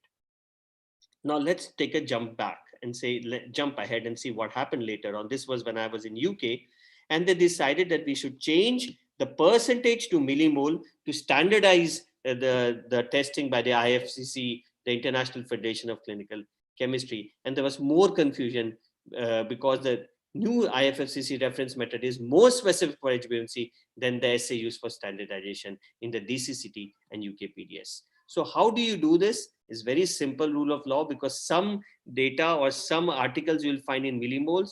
I think something which you can remember is -2, -2. So if it's 6%, that means 42. If it's 7% is 53. If it's 9%, -2 is 7, then -2 is 5, so 75. And in between that, there is a more complicated range, but that will give you a rough idea what they're talking. But there is a chart, you can Google that up and get it out. Now, the next question is HbA1c good enough for us to manage our diabetes? I think important thing is that it does not take into account glycemic variability and glycemic fluctuations. Hence, then it may be because these two patients may have similar HbA1c, but you may have a lot of variations in this patient, but this patient has more standard or less glycemic variation. And if you ask a diabetic patient, what is it that he does not want? He does not want glycemic variability because it makes him feel crap. We are diabetologists, endocrinologists, we practice, but one thing we know that we cannot cure diabetes, and our function is to give the patient a better quality of life and reduce his glycemic variability. And from this came the concept of AGP. I was very fortunate trained by the inventor of AGP, Roger Maget, in my time in US. And I think that was kind of the right place, right time when I did it. All of you are aware of this AGP curve that comes, and there's a lot of questions that come with this estimated A1C when we discuss estimated A1C and HbA1c. This two things to understand. This estimated A1C is if you plot all the readings for 14 days and take an average out, that is an estimated A1C. This is not the same as HbA1c. So because there was a lot of confusion, people saying, "Are estimated HbA1c is this, HbA1c is this," because the whole world, the problem in our world is that what it sounds like. So nobody had a problem talking about glucose and HbA1c because they sound different. If A1C and HbA1c sounds very much same, we expect it should be same. And that was put into rest by this very good article by Richard Bergenstein. I trained with him as well in IDC when I was in Minnesota. He brought a term glucose management indicator instead of A1C. Now, when you are going to change the terminology, there is no problem because we're talking blood glucose monitoring, we're talking HbA1c monitoring, now we're talking glucose management indicator. They sound different. So you are ready to accept, your mind is ready to accept that they are different rather than anything else. However, there's good data, and he's published this excellent article which suggests that it is not compatible with HbA1c, and only 19% have GMI is similar, identical value to HbA1c. Now, when we traditionally do AGP, we do a diagnostic AGP. So you do a baseline AGP, then you make a change, and then you do another interventional AGP, maybe 2 months, 3 months based on the patient. And you see, because they look at 4 different parameters in the AGP to look at glycemic variability, stability. So you look at a lot of factors to decide, and then, or you use it as a reference and as a clinical outcome. So the first AGP could be a reference AGP for which you're going to make a change, or it could be a diagnostic AGP to diagnose what is going wrong with the patient, and then perhaps do something else. And then once you've done that, you need to do an interventional AGP. Am I audible? Am I audible? Yes, Hello? sir. Yeah. Yes. Okay. So that is what is AGP. Now, however, I would say that AGP has been misused to look like a glucose monitoring, but people changing things every 5 days. I'm going to change patient. I'm going to call the patient every 5 days, 6 days, and do it. But that is not AGP. You can do what you want. You know, you are a doctor. You know you can do what you want, but there is no validity of that data for you to do what you're doing. It gives you readings. You can work towards the readings, but that is not an ambulatory glucose profile. That is not a graph, because the graph takes minimum 7 days to form, and forms a very good graph at 10 days. And the reason for 14 days is that they found that this is going, if you're not going to make any change to the same thing, it's going to be the same pattern over the next 90 days. However, let us understand, when we are now going to do real-time CGMS and we are going to do blood glucose monitoring, what is the difference to understand is that there is a lag. There's an instrumental lag of 13.5 minutes, and there is a physiological lag there is there. So around 18 minutes, there is a lag. That means if I'm going to check my blood glucose now, and what is going to show in my CGMS, real-time CGMS, it is not going to be the same readings done at the same time. So please keep that into account when you are doing it. Now, the other factor, even though most of the CGMS, some of the CGMS do say that they are factory calibrated, I would still, if you find an abnormal reading, double check with a blood glucose monitoring. I've done enough. I've done more than 1,000 CGMS in my lifetime. And I can tell you with my experience that even though it says factory calibrated, I've found so many changes when they're doing. The other thing is that when the blood glucose is moving up and down rapidly, the interstitial fluid, there was going to be a lot of change, and that may not be as reliable, especially also in patients who are dehydrated, especially patients who are in the hospitalized. You do not use CGMS devices purely because it's looking at the interstitial, and the interstitial fluid is going to be less, and you're going to be dehydrated. The whole thing is going to be, the results are going to toss off rather than anything else. Now, let's talk about few things. There's a new concept, and I'm sure there's a lot of noise. I see there's a lecture tomorrow on time in range, wonderful concept. What it says that most of your glucose should be between 70 to 180 at 70% of the time. Lovely concept. But isn't that what we were doing all these years? All the trials of Origin, Accord, STEP, DCCT, which is the longest trial, they were done on SMBG readings. So what are we talking about time in range? Please understand, it's a nice concept and it's a good concept. First, I will talk about the concept, is that it means you should keep your sugar in range. And if you need to do the sugar in range, we can check that with our SMBG. We can also check that with a CGMS. The point is, which is cost effective in our developing country that we live in, and presently in COVID times when patients' pockets are not that friendly. The other factor to understand is time in range says about 70 to 180. It is not a validated concept. It's a consensus guideline that has been done by the experts all over the world. And why 70 to 180? Actually, if you look at the data of patients who are normal patients, physiologic, if you do physiological reading to decide, it is between 70 to 140, but we know 70 to 140 is not achievable in most of our patients, and hence it was agreed at 70 to 180.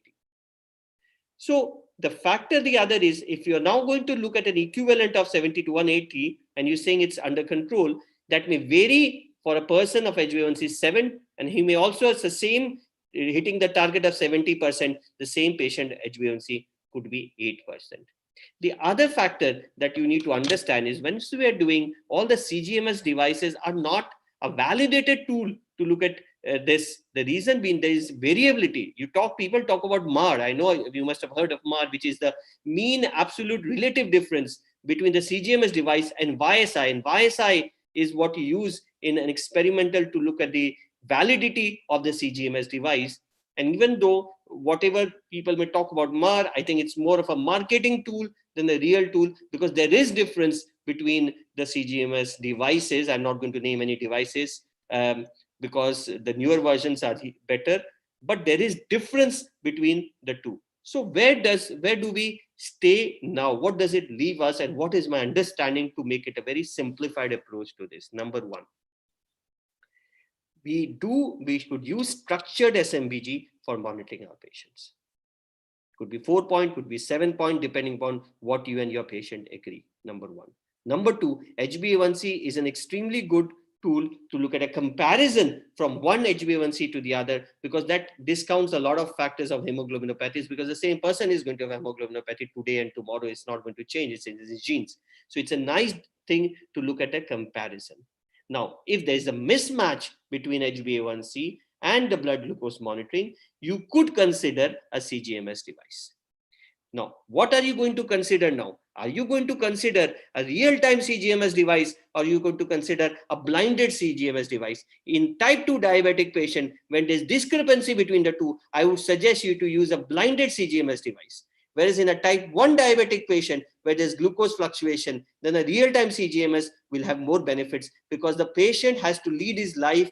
He has to prick many times a day. The benefits of the real-time CGMS is better for that patient. But in a type 2 diabetic patient, a structured SMBG may give us a lot more information.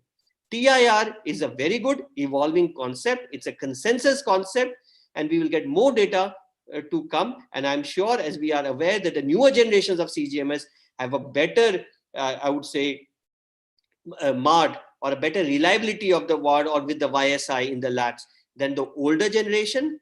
But I would say one thing, however, traditionally we do I see a lot of practice with fasting and PP sugar. Patient comes, takes a fasting and takes a PP sugar 2 hours. More than that, I think a structured SMBG will give us a better reading than a fasting PP done under abnormal circumstances in your clinic. When the patient is coming to see you, he's not taking the diet that he takes at home. That is going to be I would say, an aberring factor in the analysis of the glycemic load of the patient. With that, I would thank Dr. Arvind again, and I would end by saying, make new friends, but keep the old. These are silver, these are gold. But that's how we evolve and we grow. Thank you so much, Dr. Arvinda. Once again, happy to take more questions. Thank you. Thank you, Mithun, Dr. Mithun, for a wonderful presentation. And he very nicely explained about the A1C, the discrepancies of HbA1c, the glycemic variability, which is in practice for many years, and the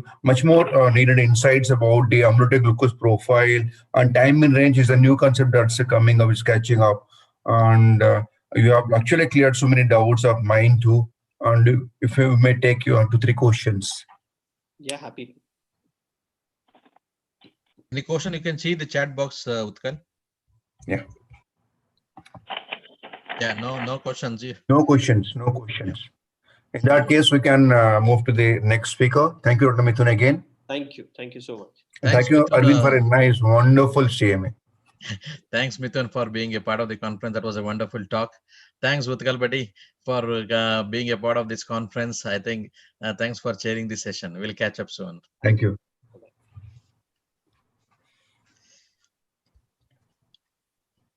So I think I'll take over from here, Dr. Arvind.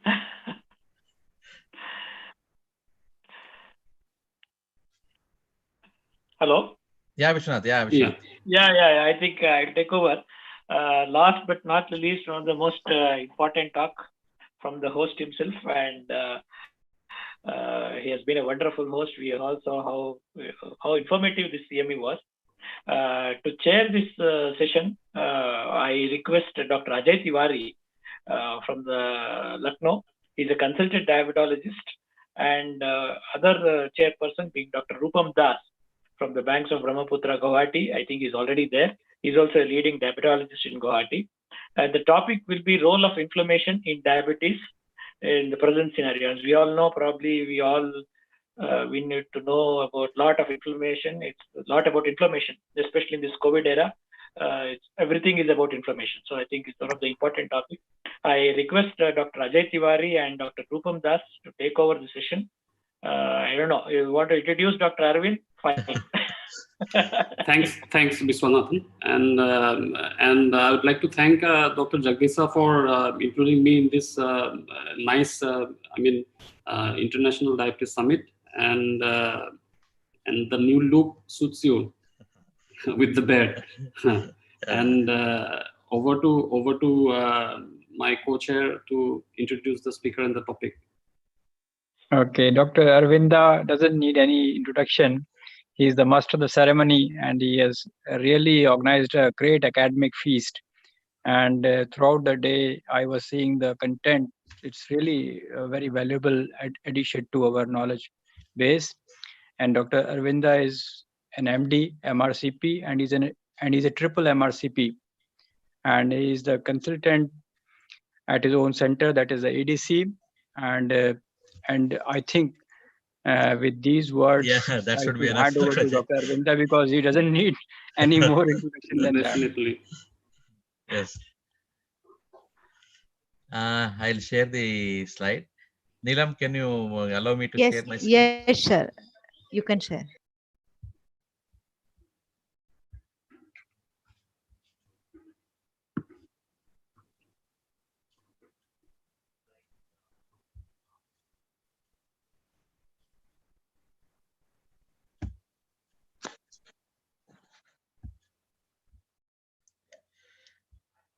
So good evening, everybody. So at the outset, I thank Dr. Ajay and Dr. Rupam for the nice words. I'm sure Dr. Ajay is very fond of cycling. On the occasion of Diabetes Day, World Diabetes Day, he has covered cycling throughout the Lucknow, I'm sure. And Rupam Das is from Guwahati. He's always a nice host in doing the conferences and academic activity. Thanks for being the part of the conference. Today, I am the last batsman for today. The role of inflammation in diabetes and the present scenario. This should be a very basic talk, but however, this is very important considering the present situation of pandemics and pandemic and diabetes. If you take the ominous octet, so we know all the differences, famous ominous octet about the role of role of other parameters in the pathophysiology, pathogenesis of diabetes. So what is the role of inflammation in diabetes? That is my talk today. So inflammation, going to the basic, if you go from the basic, it's a part of the complex biological response of body tissue to harmful stimuli, such as pathogens, damaged cells, or irritants, and is a protective response involving immune cells, blood vessels, and molecular mediators. I'm sure you're aware of these features of inflammation, just a recollection for refreshing our knowledge. If you say what is acute and what is chronic inflammatory response, If you see, acute inflammation is caused by antigens like bacteria, virus, or trauma. Chronic inflammation, what causes is the unresolved acute inflammation and the continued presence of antigens. So what cells are involved in the response to the causative agents? It is the polymorphonuclears, mononuclear cells. In acute inflammation, monocytes, macrophage, lymphocytes, and plasma cells. Why am I telling all these things is because corona has become a pandemic, and whether it is some inflammation going on, whether it is the one of the reason for the development of diabetes, that is always the question pondering, because you are seeing in day to day, there are various studies on various information you are getting that whether the corona itself can cause diabetes, or whether the corona is amplifying the persons from pre-diabetes to become diabetes. There are so many discussions happening, but till now we don't have a concrete evidence about this. So if you take chronic inflammation, the principal link to cardiometabolic disorders, like if you take inflammation in the middle, it will be surrounded like the following things can happen, like metabolic syndrome is more prone, atherosclerosis, pre-diabetes, and diabetes. So chronic inflammation, if you take this molecular mechanism like TNF alpha, interleukin 1 beta, PAF, TGF beta, PKC, arachidonic acid, all these activate does the activation of endosomal NADPH oxidase, leading on to ROS generation and activation of NFKB, leading on to inflammation, ultimately in the long run leading on to atherosclerosis, diabetes, and metabolic syndrome. This is how the inflammation process takes place in a body, which may precipitate diabetes. So if you see this study from Dr. Mohan et al. I'm sure today you have heard the panel discussion with Dr. Professor Mohan. So in this study, CURE studies and National Urban Diabetic Survey study, that is a NUD study, what we are seeing, that is there is early onset of type 2 diabetes in Indians. So predilection to type 2 diabetes of Indians, Asian Indians especially, you take 2 to 3-fold higher prevalence of insulin resistance compared to other ethnic groups. Diabetes develops at a younger age in Indians, that is at least a decade or two earlier than the Europeans. Migrant Indians have much higher prevalence of CAD and CAD mortality rates compared to the host population in US. Indians develop CAD at least a decade earlier. So this is the famous YY paradox from Professor Yagnik. I'm sure you all would have seen in many of the presentation. This is the thin fat Indian low body mass index and a high central obesity. What does he say is, Professor Yagnik compared himself with the Caucasian. You can see the body mass index is same, 22.23. That is what the both of them had the similar body mass index. But the problem with the Indians, like especially Asian, you can see the body fat was more with Professor Yagnik, that is 21.2% when compared to 9.1% with the Caucasian. What does he say? The visceral adipose tissue is more in Indians as well as in Asians. If you see these obesity phenotypes in the panel discussion today, we had a discussion about these parameters where Dr. Shashank Joshi had highlighted about these few points. If you see this body composition and obesity phenotypes, the first one you can see that a normal weight. What is a normal weight? 18.5 to 25 BMI. The fat mass is normal, lean mass is normal, cardiorespiratory fitness is also normal. The second one is the athlete. There is body mass index of more than 30. Fat mass is decreased, lean mass is increased, and cardiorespiratory fitness is increased. The third one is the non-sarcopenic obese. Here the BMI is more than 30. Fat mass is also increased, lean mass is also increased, and there is mild impairment of cardiorespiratory fitness. The extreme right hand corner, you can see the sarcopenic obese. That is body mass index is more than 30, fat mass is increased, lean mass is decreased, and there is a severe impairment of cardiorespiratory fitness. You can take an example of Arnold Schwarzenegger as pointed out in panel discussion today. A few years back, he was in the second category, athlete.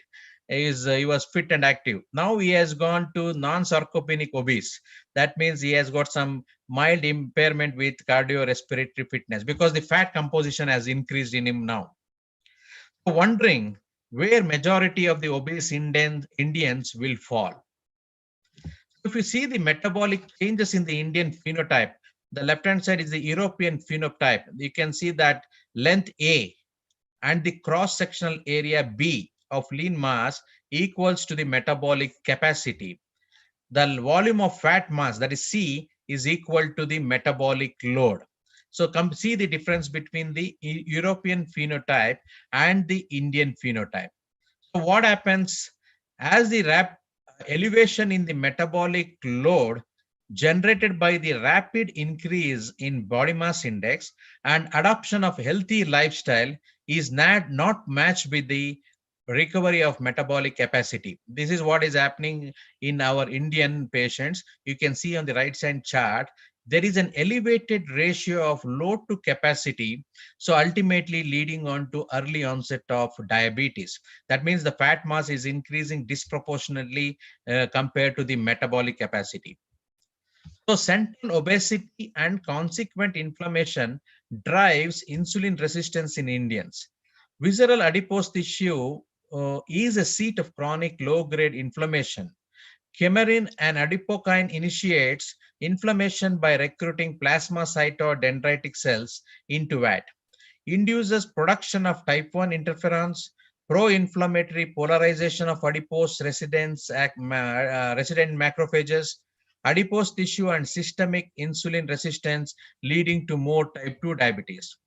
So not all obese patients are equal. You can see on the left-hand side and the right-hand side. There is a difference, like metabolically healthy obesity is there, where the risk of type 2 diabetes and CVD risk is neutral. On the right-hand side, you can see the metabolically unhealthy obesity with the increased risk of type 2 diabetes and CVD risk factors. You can see the inflammation contributes to insulin resistance, that is beta cell dysfunction and onset of type 2 diabetes. On the left-hand side, you can see high metabolic load leads to excess calorie in. How it happens? Excess calorie intake going to adipose tissue. There will be adipocyte hypertrophy, hyperplasia and dysfunction, leading on to adipocyte inflammation, leading on to insulin resistant, end up with type 2 diabetes. On the right hand side, you can see what happens in pancreatic beta cells. Endothelial reticulum stress happens, oxidative stress, mitochondrial dysfunction, and there is a reduced insulin secretion leading on to cytokine production, immune cell recruitment, islet cell inflammation, dysfunction, insulin insufficiency, and type 2 diabetes. Whether this can be extrapolated to COVID-19, we have to wait and see. If you see the beta cell physiology and the dysfunctional transition, so you can see in the middle, the physiology of the optimal beta cell function, how it adapts and leads to beta cell hyperfunction, leading to hyperinsulinemia in the beginning, and bottom you can see dysfunction, that is beta cell hypofunction, leading to hypoinsulinemia, hyperglycemia, resulting in type 2 diabetes. This is how the metabolic stress and leptin-induced beta cell production of interleukin-1 beta. You can see in this board all the things happens in beta cell, leading on to inflammation, islet inflammation, resulting in type 2 diabetes. So inflammation in macrovascular complication of diabetes, you can see the various parameters like adipocytes, vasculature, liver, and all these things, changes in these organs leads to pro-inflammatory and pro-atherogenic mediators, leading on to insulin resistance, atherosclerotic plaque, and ultimately the early onset of cardiovascular disease. So inflammation in microvascular complications of diabetes, like hyperglycemia and hyperlipidemia, leading on to oxidative stress, inflammatory signaling cascades, local activation of pro-inflammatory cytokines, leading on to inflammation, ultimately resulting in nephropathy, retinopathy, and neuropathy. Potential markers of chronic low-grade inflammation, there are various markers of inflammation. Of this, if you take WBC and HSCRP, is very simple and very basic and very affordable. However, interleukin-6 in this corona pandemic has become affordable to few labs, and it has been used widely. There are various studies which says prospective evidence linking inflammatory markers to diabetes development, like CRP, fibrinogen, adiponectin, interleukin-6. In various studies, they have seen the elevation in these inflammatory markers leading on to diabetes. So one of these studies, meta-analysis of 19 studies, you can see in this study the various parameters like CRP, TNF-alpha, interleukin-6, interleukin-18, interleukin-1 beta, low levels of adiponectin increase the risk of type 2 diabetes. Adipocytokine biomarkers are predictors of type 2 diabetes and should probably measure to target therapy and intervention. This is one study where CRP is an independent predictor of risk for the development of diabetes in the West of Scotland coronary prevention study. So HSCRP and incidence of type 2 diabetes, you can see in this graph showing among patients without diabetes, increasing tertiles of HSCRP at baseline associated with an increased risk of developing diabetes during a median period of 3.7 years. So this is once again showing the mediators of inflammation in progression of normal to type 2 diabetes. On the left hand side, you can see HSCRP.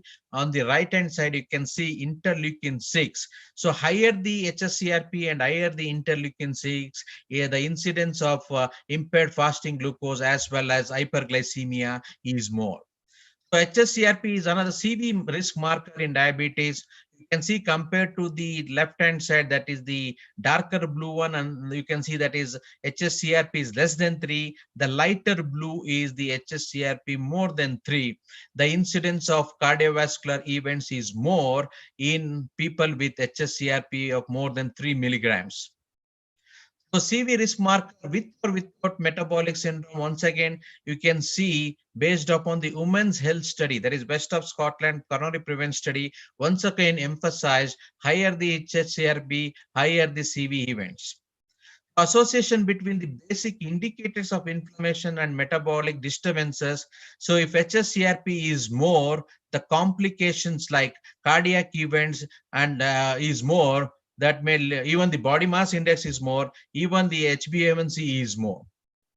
High blood cell count is associated with worsening of insulin sensitivity and predicts the development of type 2 diabetes.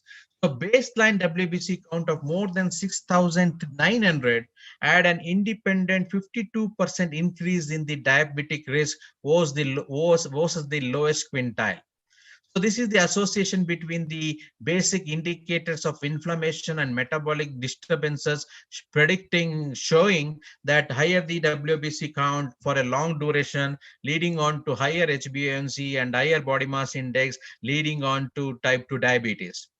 So this is the relationship between the WBC, CRP and metabolic syndrome, once again emphasizing in both Caucasian as well as an African American, where the higher the incidence of higher the counts of WBC and CRP leading on to more metabolic syndrome in this population. So adiponectin and progression to diabetes in the DPP, that is the diabetes prevention program. This is one of the interesting thing to do, whether we can use this as a biomarker. If what does it says is, if baseline adiponectin levels are higher, progression to type 2 diabetes is slower. So if somebody asks you what is the biomarker you want to use to say whether you is prone for getting diabetes or not, you can think of adiponectin to be estimated. So if you see these perspectives in diabetes, tumor necrosis factor, a key component of the obesity diabetes link. So neutralizing TNF-alpha improves the insulin sensitivity. So type 2 diabetes and an inflammatory disease leading to insulin resistance and beta cell dysfunction. You can see the various international evidence starting from 2001 way back till to 2013. So there are various studies which has been linked to show that diabetes is an inflammatory disease. So prevalence of type 2 diabetes is rising in India. Markers of systemic inflammation has been critically implicated in the pathogenesis and complications of type 2 diabetes. Abundant clinical evidence explains the role of systemic inflammation in obesity, metabolic syndrome, insulin resistant, and beta cell dysfunction. This is how the inflammation plays a role in the development of type 2 diabetes. A few points to sum up my talk about hydroxychloroquine. It has an anti-inflammatory property. It improves beta cell function and insulin sensitivity. It preserves pancreatic beta cell. It has an efficacy comparable to pioglitazone, has a beneficial effect on lipid parameters. Studies available comparing with the DPP-4 inhibitors and SGLT2 inhibitors with good results. Its usage reduces the insulin dosage. DCGI has approved it as a third-line agent after metformin and sulfonylurea. However, need to rule out retinopathy before you start the patient on hydroxychloroquine. There was bit controversy in this during this COVID era regarding the HCQ. One of the papers published earlier in Lancet, which was later retracted. The Lancet clarification on this particular study was they were unable to complete an independent audit of the data underpinning their analysis. As a result, they have concluded they can no longer vouch for the veracity of the primary data sources. That means they had a publication that HCQ, hydroxychloroquine, was associated with increased risk of mortality and increased frequency of ventricular arrhythmias. But however, this paper was retracted by the Lancet. Facts, not fear. The safety of hydroxychloroquine in COVID-19. So meta-analysis of 9 RCTs of HCQs. Cardiotoxicity was not reported. Occurrence of QT prolongation and cardiomyopathy were not reported. ECG monitoring are required when used in combination with other QTc prolonging medication. Cardiotoxicity and occurrence of cardiomyopathy is linked to older age, female gender, more than 10 years of therapy, high daily dose, and underlying cardiac disease and the renal disease. So COVID-19 itself responsible for QTc prolongation and arrhythmia rather than the HCQ treatment. If at all, what is it says is, if at all, if you are using HCQ in a diabetes management, it is one of the drugs to be continued without any hesitation. So take home message, ladies and gentlemen. Hydroxychloroquine reduces HbA1c in the range of 0.9 to 1.3%. Additional benefits on lipid and marginal weight reduction is seen. CV benefits in RA patient, it is used to reduce the CV events. Oxy trial is ongoing in post-MI patients, in which patients to use can be started in any patients inadequately controlled on 2 or more drugs.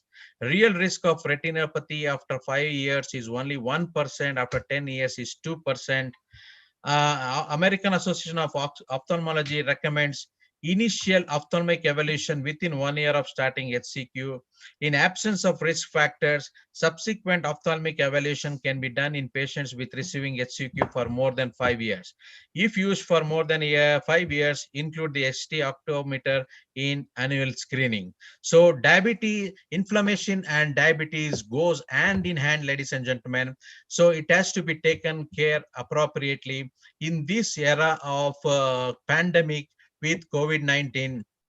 We are seeing a surge in diabetes patients, whether it is due to COVID-19 itself or whether it is pre-diabetes becoming into diabetes. We have to wait and watch. However, HCQ, hydroxychloroquine, is one of the drugs to be considered as recommended by ICMR in the management of COVID-19, which will be helpful in diabetic patients as well.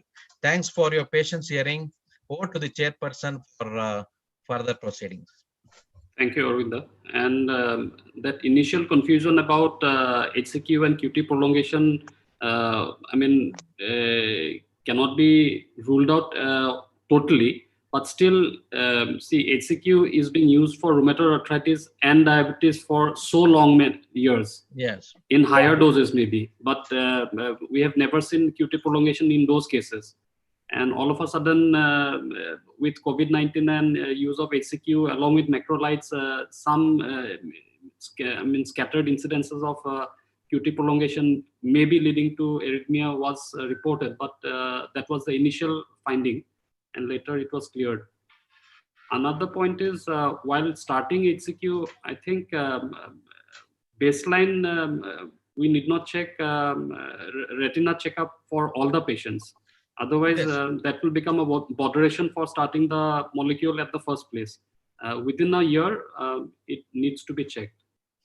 Especially hydroxychloroquine in the management of diabetes, it's always better to get the retinopathy checked, because in the COVID-19, if the patient is other indications, it is okay. But in the management of diabetes, if you are using it as a third line agent, we have to rule out retinopathy, because we don't know what is the diabetic status of the patient, since how long the diabetes is there, and whether the diabetes retinopathy, because I'm sure we all seen at the onset of diabetes itself, the retinopathy changes have been seen. So to be on the safer side, it is always better, because just like a annual checkup, how you do for the diabetes, it is better to get a retina checkup before you start on hydroxychloroquine. Yeah, I agree with Arvind, because we don't know when the patient has developed the retinopathy, and once you start hydroxychloroquine and he or she has already developed retinopathy, and this is going to worsen the process. So I think Dr. Arvind is right. Rupam, we should do a retinopathy evaluation before starting this hydroxychloroquine. But my question here is that how long can we use this drug? As he has very well explained that after 10 years there is no side effects or something, but how long can we use it? So how long, like it's like any other drug, like depends upon the, like for example, if you take say sulfonylurea, if you take SGLT2 inhibitors, it's the same question. How long do you use? It all depends upon the efficacy. Unless the drug is doing the job, you are expecting the result appropriately, and you are not seeing any major side effect of that, then definitely you can continue. It depends upon that. If the patient on hydroxychloroquine, if the sugars is not under control, that means that time to change. It's time to change. Or if the patient has developed some retinopathy changes or something like that, it is time to stop. So this is the condition. But only thing is, we should always, as a clinician, we should remember is the cumulative dose of hydroxychloroquine. The cumulative dosage is too much actually. If you take 1000 milligrams over a period of time, even if the patient used for 5 to 10 years, the cumulative dosage may not be reached. Right. And one more question. What are any other side effects of hydroxychloroquine apart from this worsening of retinopathy? Like I have seen in many of patients getting this skin rashes and itching. Do you find this as a common complication? Yes, blackening of skin is there. Yeah, one of the common complications is seen because we are seeing the hyperpigmentation, as well as in few patients, some itching is also there. And in few patients, loose motion is also there. Loose motion, I have seen a few patients with loose motion also. So it is, but a good thing about hydroxychloroquine, as Dr. Rupam was telling, the hydroxychloroquine is used in rheumatoid arthritis patients. And incidentally, if you go through the studies with hydroxychloroquine in rheumatoid arthritis, the incidence of diabetes is very less. So indirectly, the hydroxychloroquine has a role to play in reducing the inflammation as well as developing the onset of diabetes.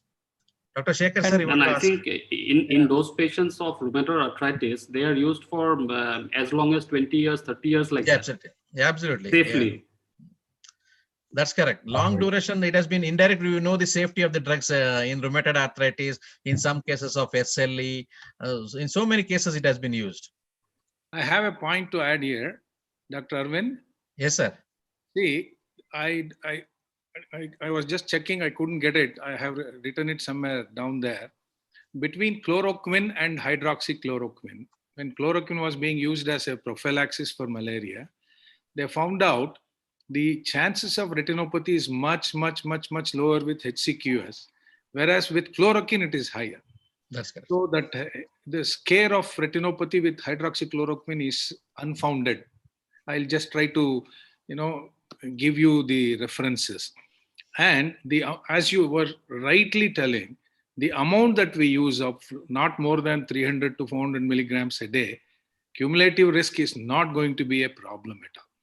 So HCQS can be safely given, but as you absolutely said, if it's not working, no point, because it's as expensive of any of the expensive drugs. It's about 12 rupees. So you are right. But having said that, in rheumatoid arthritis, the emerging pattern is there are two types of rheumatoid arthritis, according to some of the new things that are coming out. One is called as immunological rheumatoid arthritis and non-immunological, Rh positive and Rhoid negative. In both these two people, when chloroquine was being, hydroxychloroquine is being used, the incidence of diabetes is much lower. So it doesn't matter whether they have an autoimmune disease or not, it works. So your point of anti-inflammatory works. It's fantastic. Super speech. I'm so happy and proud of you. Thank you. Thank you. Good night. Thank you. Yes.